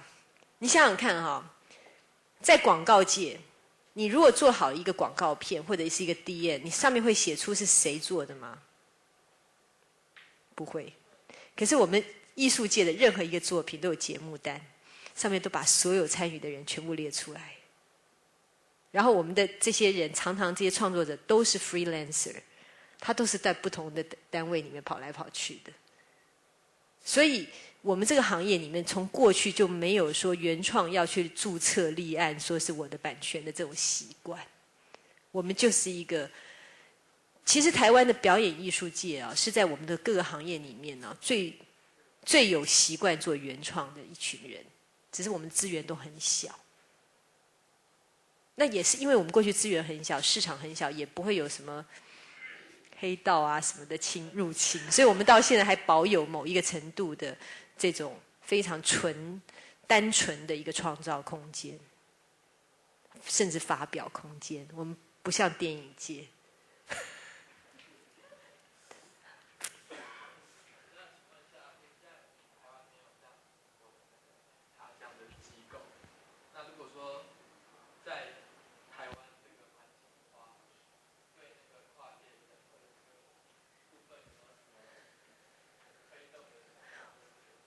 好，这是大哉问哈。我显然现场大家都是很关心这件事情的人。我必须要讲的是说，虽然我们没有 Nesta 这样的机构，好，但是我们还蛮有钱的。那个什么2亿双星计划要丢那么大一笔钱进去，2兆，对，2兆双星，对不对？那甚至哈那个什么开发基金啊。行政院开发基金是不是？等等，我是不知道现场有没有那种政府官员啊。就说在政府的那个头脑里面，他毕竟是一个前辈哈。他们而且我想政府他还是希望做稳扎稳打的事情，但是很多时候我会发现啊，其实虽然说台湾进步有点慢。但是还是有在进步，只是有没有进步赶上别人整个国际的脚步。像韩国为什么这几年那么强，就是它这个方面的那个叫做叫做那叫什么虫啊？变形虫。他们其实蛮注意该怎么做就怎么做，他组织该怎么抓就怎么抓。那这种变形虫的概念呢，就是你投资和整合的那种给钱的方法，其实有很多种。那政府的一个领导者的一个角度，他就是要比别人敢 take risk， 那就会比较有机会，因为他带领了。像我去那个参访那个丹麦的文化部设立了一个基金，这个基金呢也是非常非常有趣，它也是一样。任何的 project 进来，他假设他通过了，他投资50%，然后你另外去融资民间的钱嘛。那如果他愿意投资50%，而且这50%，这其实很像我们当年的那个新竹科学园区的那个态度，就是说投资下去了，假设万一失败，整个的民间投资的那个所失败的那个比例就算一下就减小了，因为它政府出资50%啊。好，那对于新兴产业来讲，它的 risk 比较高的情况下，他愿意投资1半，他就马上就减低了50%的那个 risk， 所以就对他们的那个整个新兴的这些产业的那个投资意愿马上提升。好，然后他们就放了一大笔钱在做这个事情。其实我们那时候其实要跟各国拿这种资料，我们那边都有研究这样子的东西。但是现在的问题是说，就连我当时对于我们多媒体剧场主题乐园这种概念性的这种做法，想要推动，希望政府能够去做。光是讲了多媒体剧场，我就发觉在当时，在2年前，没有任何一个单位可以接受。第一个，文建会他会接受艺术，对不对？但是文建会没有所谓的投资性的业务，它有的是补助性业务。好，那工业局有，对不对？工业局要的是产业，可是工业局没有跟表演艺术有关的部门。那数位艺术，我们希望把表演艺术列入，因为我们这应该是跨界性的。可是工业局他就说：“哎，我这边真的很困难。”就是他就没有办法先把这个事情当作是他的项目之一。那你说今天他们观念有没有比较好一点了？可能有，但是还没有任何一个案例发生。好，所以我也不知道该怎么办，我只能够有机会演讲的时候跟大家讲一讲，说不定你们将来就变成工业局里面的一员。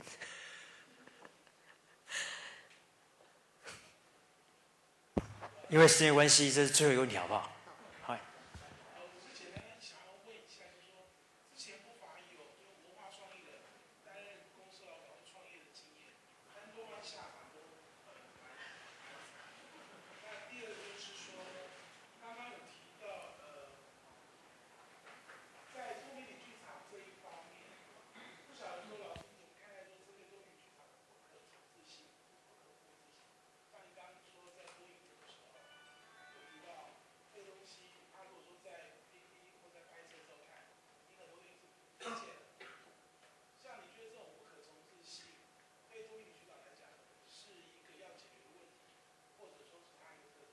好，我先说明，这是有2个说法。第一个，多媒体剧场是不是不可重置？不见得，就是你要不要把它变成 DVD？ 我今天要把 Edmond 那个制作变成 DVD， 我要花另外一笔钱重新做。我不会是用几台机器在前面拍就 OK 的。我相信可以做出一个不比剧场难看的东西，甚至更好看的东西，因为里面有很多很多的技术，我们的想法在 DVD 上做，我们是很会做的。像我妹她原来就是做那个电影的特效的，所以很多东西要变成剧场对她来讲是比较难的。回到影像是比较容易的，它会有更多 crazy idea 可以摆进去，所以那会是另外一个 version。但它绝对不是我们过去想象的用几个机器拍下来就可以卖。好，这个地方我觉得在很多人在思考，像公共电视在拍我们的表演的时候，都需要重新做一个投资性的评估。我就很难想象说公共电视要做这个表演，叫做什么文化艺术频道，好，用的角度，如果它的重置的方式还是像现在这样的话，那就太可惜了。好，但是呢，你说这样子的多媒体剧场要不要重置，这是另外一个问题。为什么？因为它是有一个商业性的考量。像过去我在做骨头剧场的时候，做那么多 musical 音乐剧，什么大鼻子情圣、西哈诺，好，张弘毅的作品哈。我那时候找他来做的时候，后来很多人都说，哎，你们要不要发行这个 DVD？ 我从来没有想说要发行那个 DVD， 因为我认为他进剧场看最好。而那是10年前的事情，10年后，现在你会觉得这件事情是对的。为什么呢？因为现在复制的影音产品已经快要变成是宣传品，而不是一个商品。像在唱片界来讲，你会发现唱片现在已经不是把唱片当作宣传品，而是这个歌手将来的演唱会才是真正的商品。所以 live performance 会是未来10年，至少10年的真正的一个有产值的行业。好，这个事情是大家还很慢吞吞的，还没有 realize 的事情，但实际上是，只是因为大家过去对这种 live performances 的 scale， 它的那个 business scale 还不清楚，就它可以赚钱到什么程度。虽然有百老汇，有 West End， 伦敦的 West End， 纽约的百老汇做示范，它可以让你知道，它投资可能5亿台币。它的票房可以上100亿，或好几百亿。它可以复制啊，它是怎么样复制？是重新做一个新的 production， 在伦敦演的同时，它在纽约再做一个，在澳洲又做一个，那澳洲那个是做巡回全球的制作，它还是复制，只是那个复制是还是由真的人带着真的布景所有的东西到剧场去做的。可是这个东西它变成最传统的一个技术，却是最不会被 digital 的这个复制力给取代的商业价值，好，所以这个是另外一个商业性的考量。OK， 我想今天就讲到这边，谢谢大家。这正是所谓的。等一下，还有一个问题，他刚刚说，他说文化人来当老板都很惨，艺术人有2种人，一种是只能做创意，一种是可以做制作整合的，好，所以还是要分辨一下。还有行销，我们也做行销。所谓的这个外行看热闹，内行看门道哈。那经由这个台北艺术推广协会陈执行长精辟又生动的解说之下，相信各位对于数位艺术应该都有一番这个最起码的认知了哈。那也让我们对台湾创意文化产业未来有着更多的期许。好，再次谢谢陈执行长。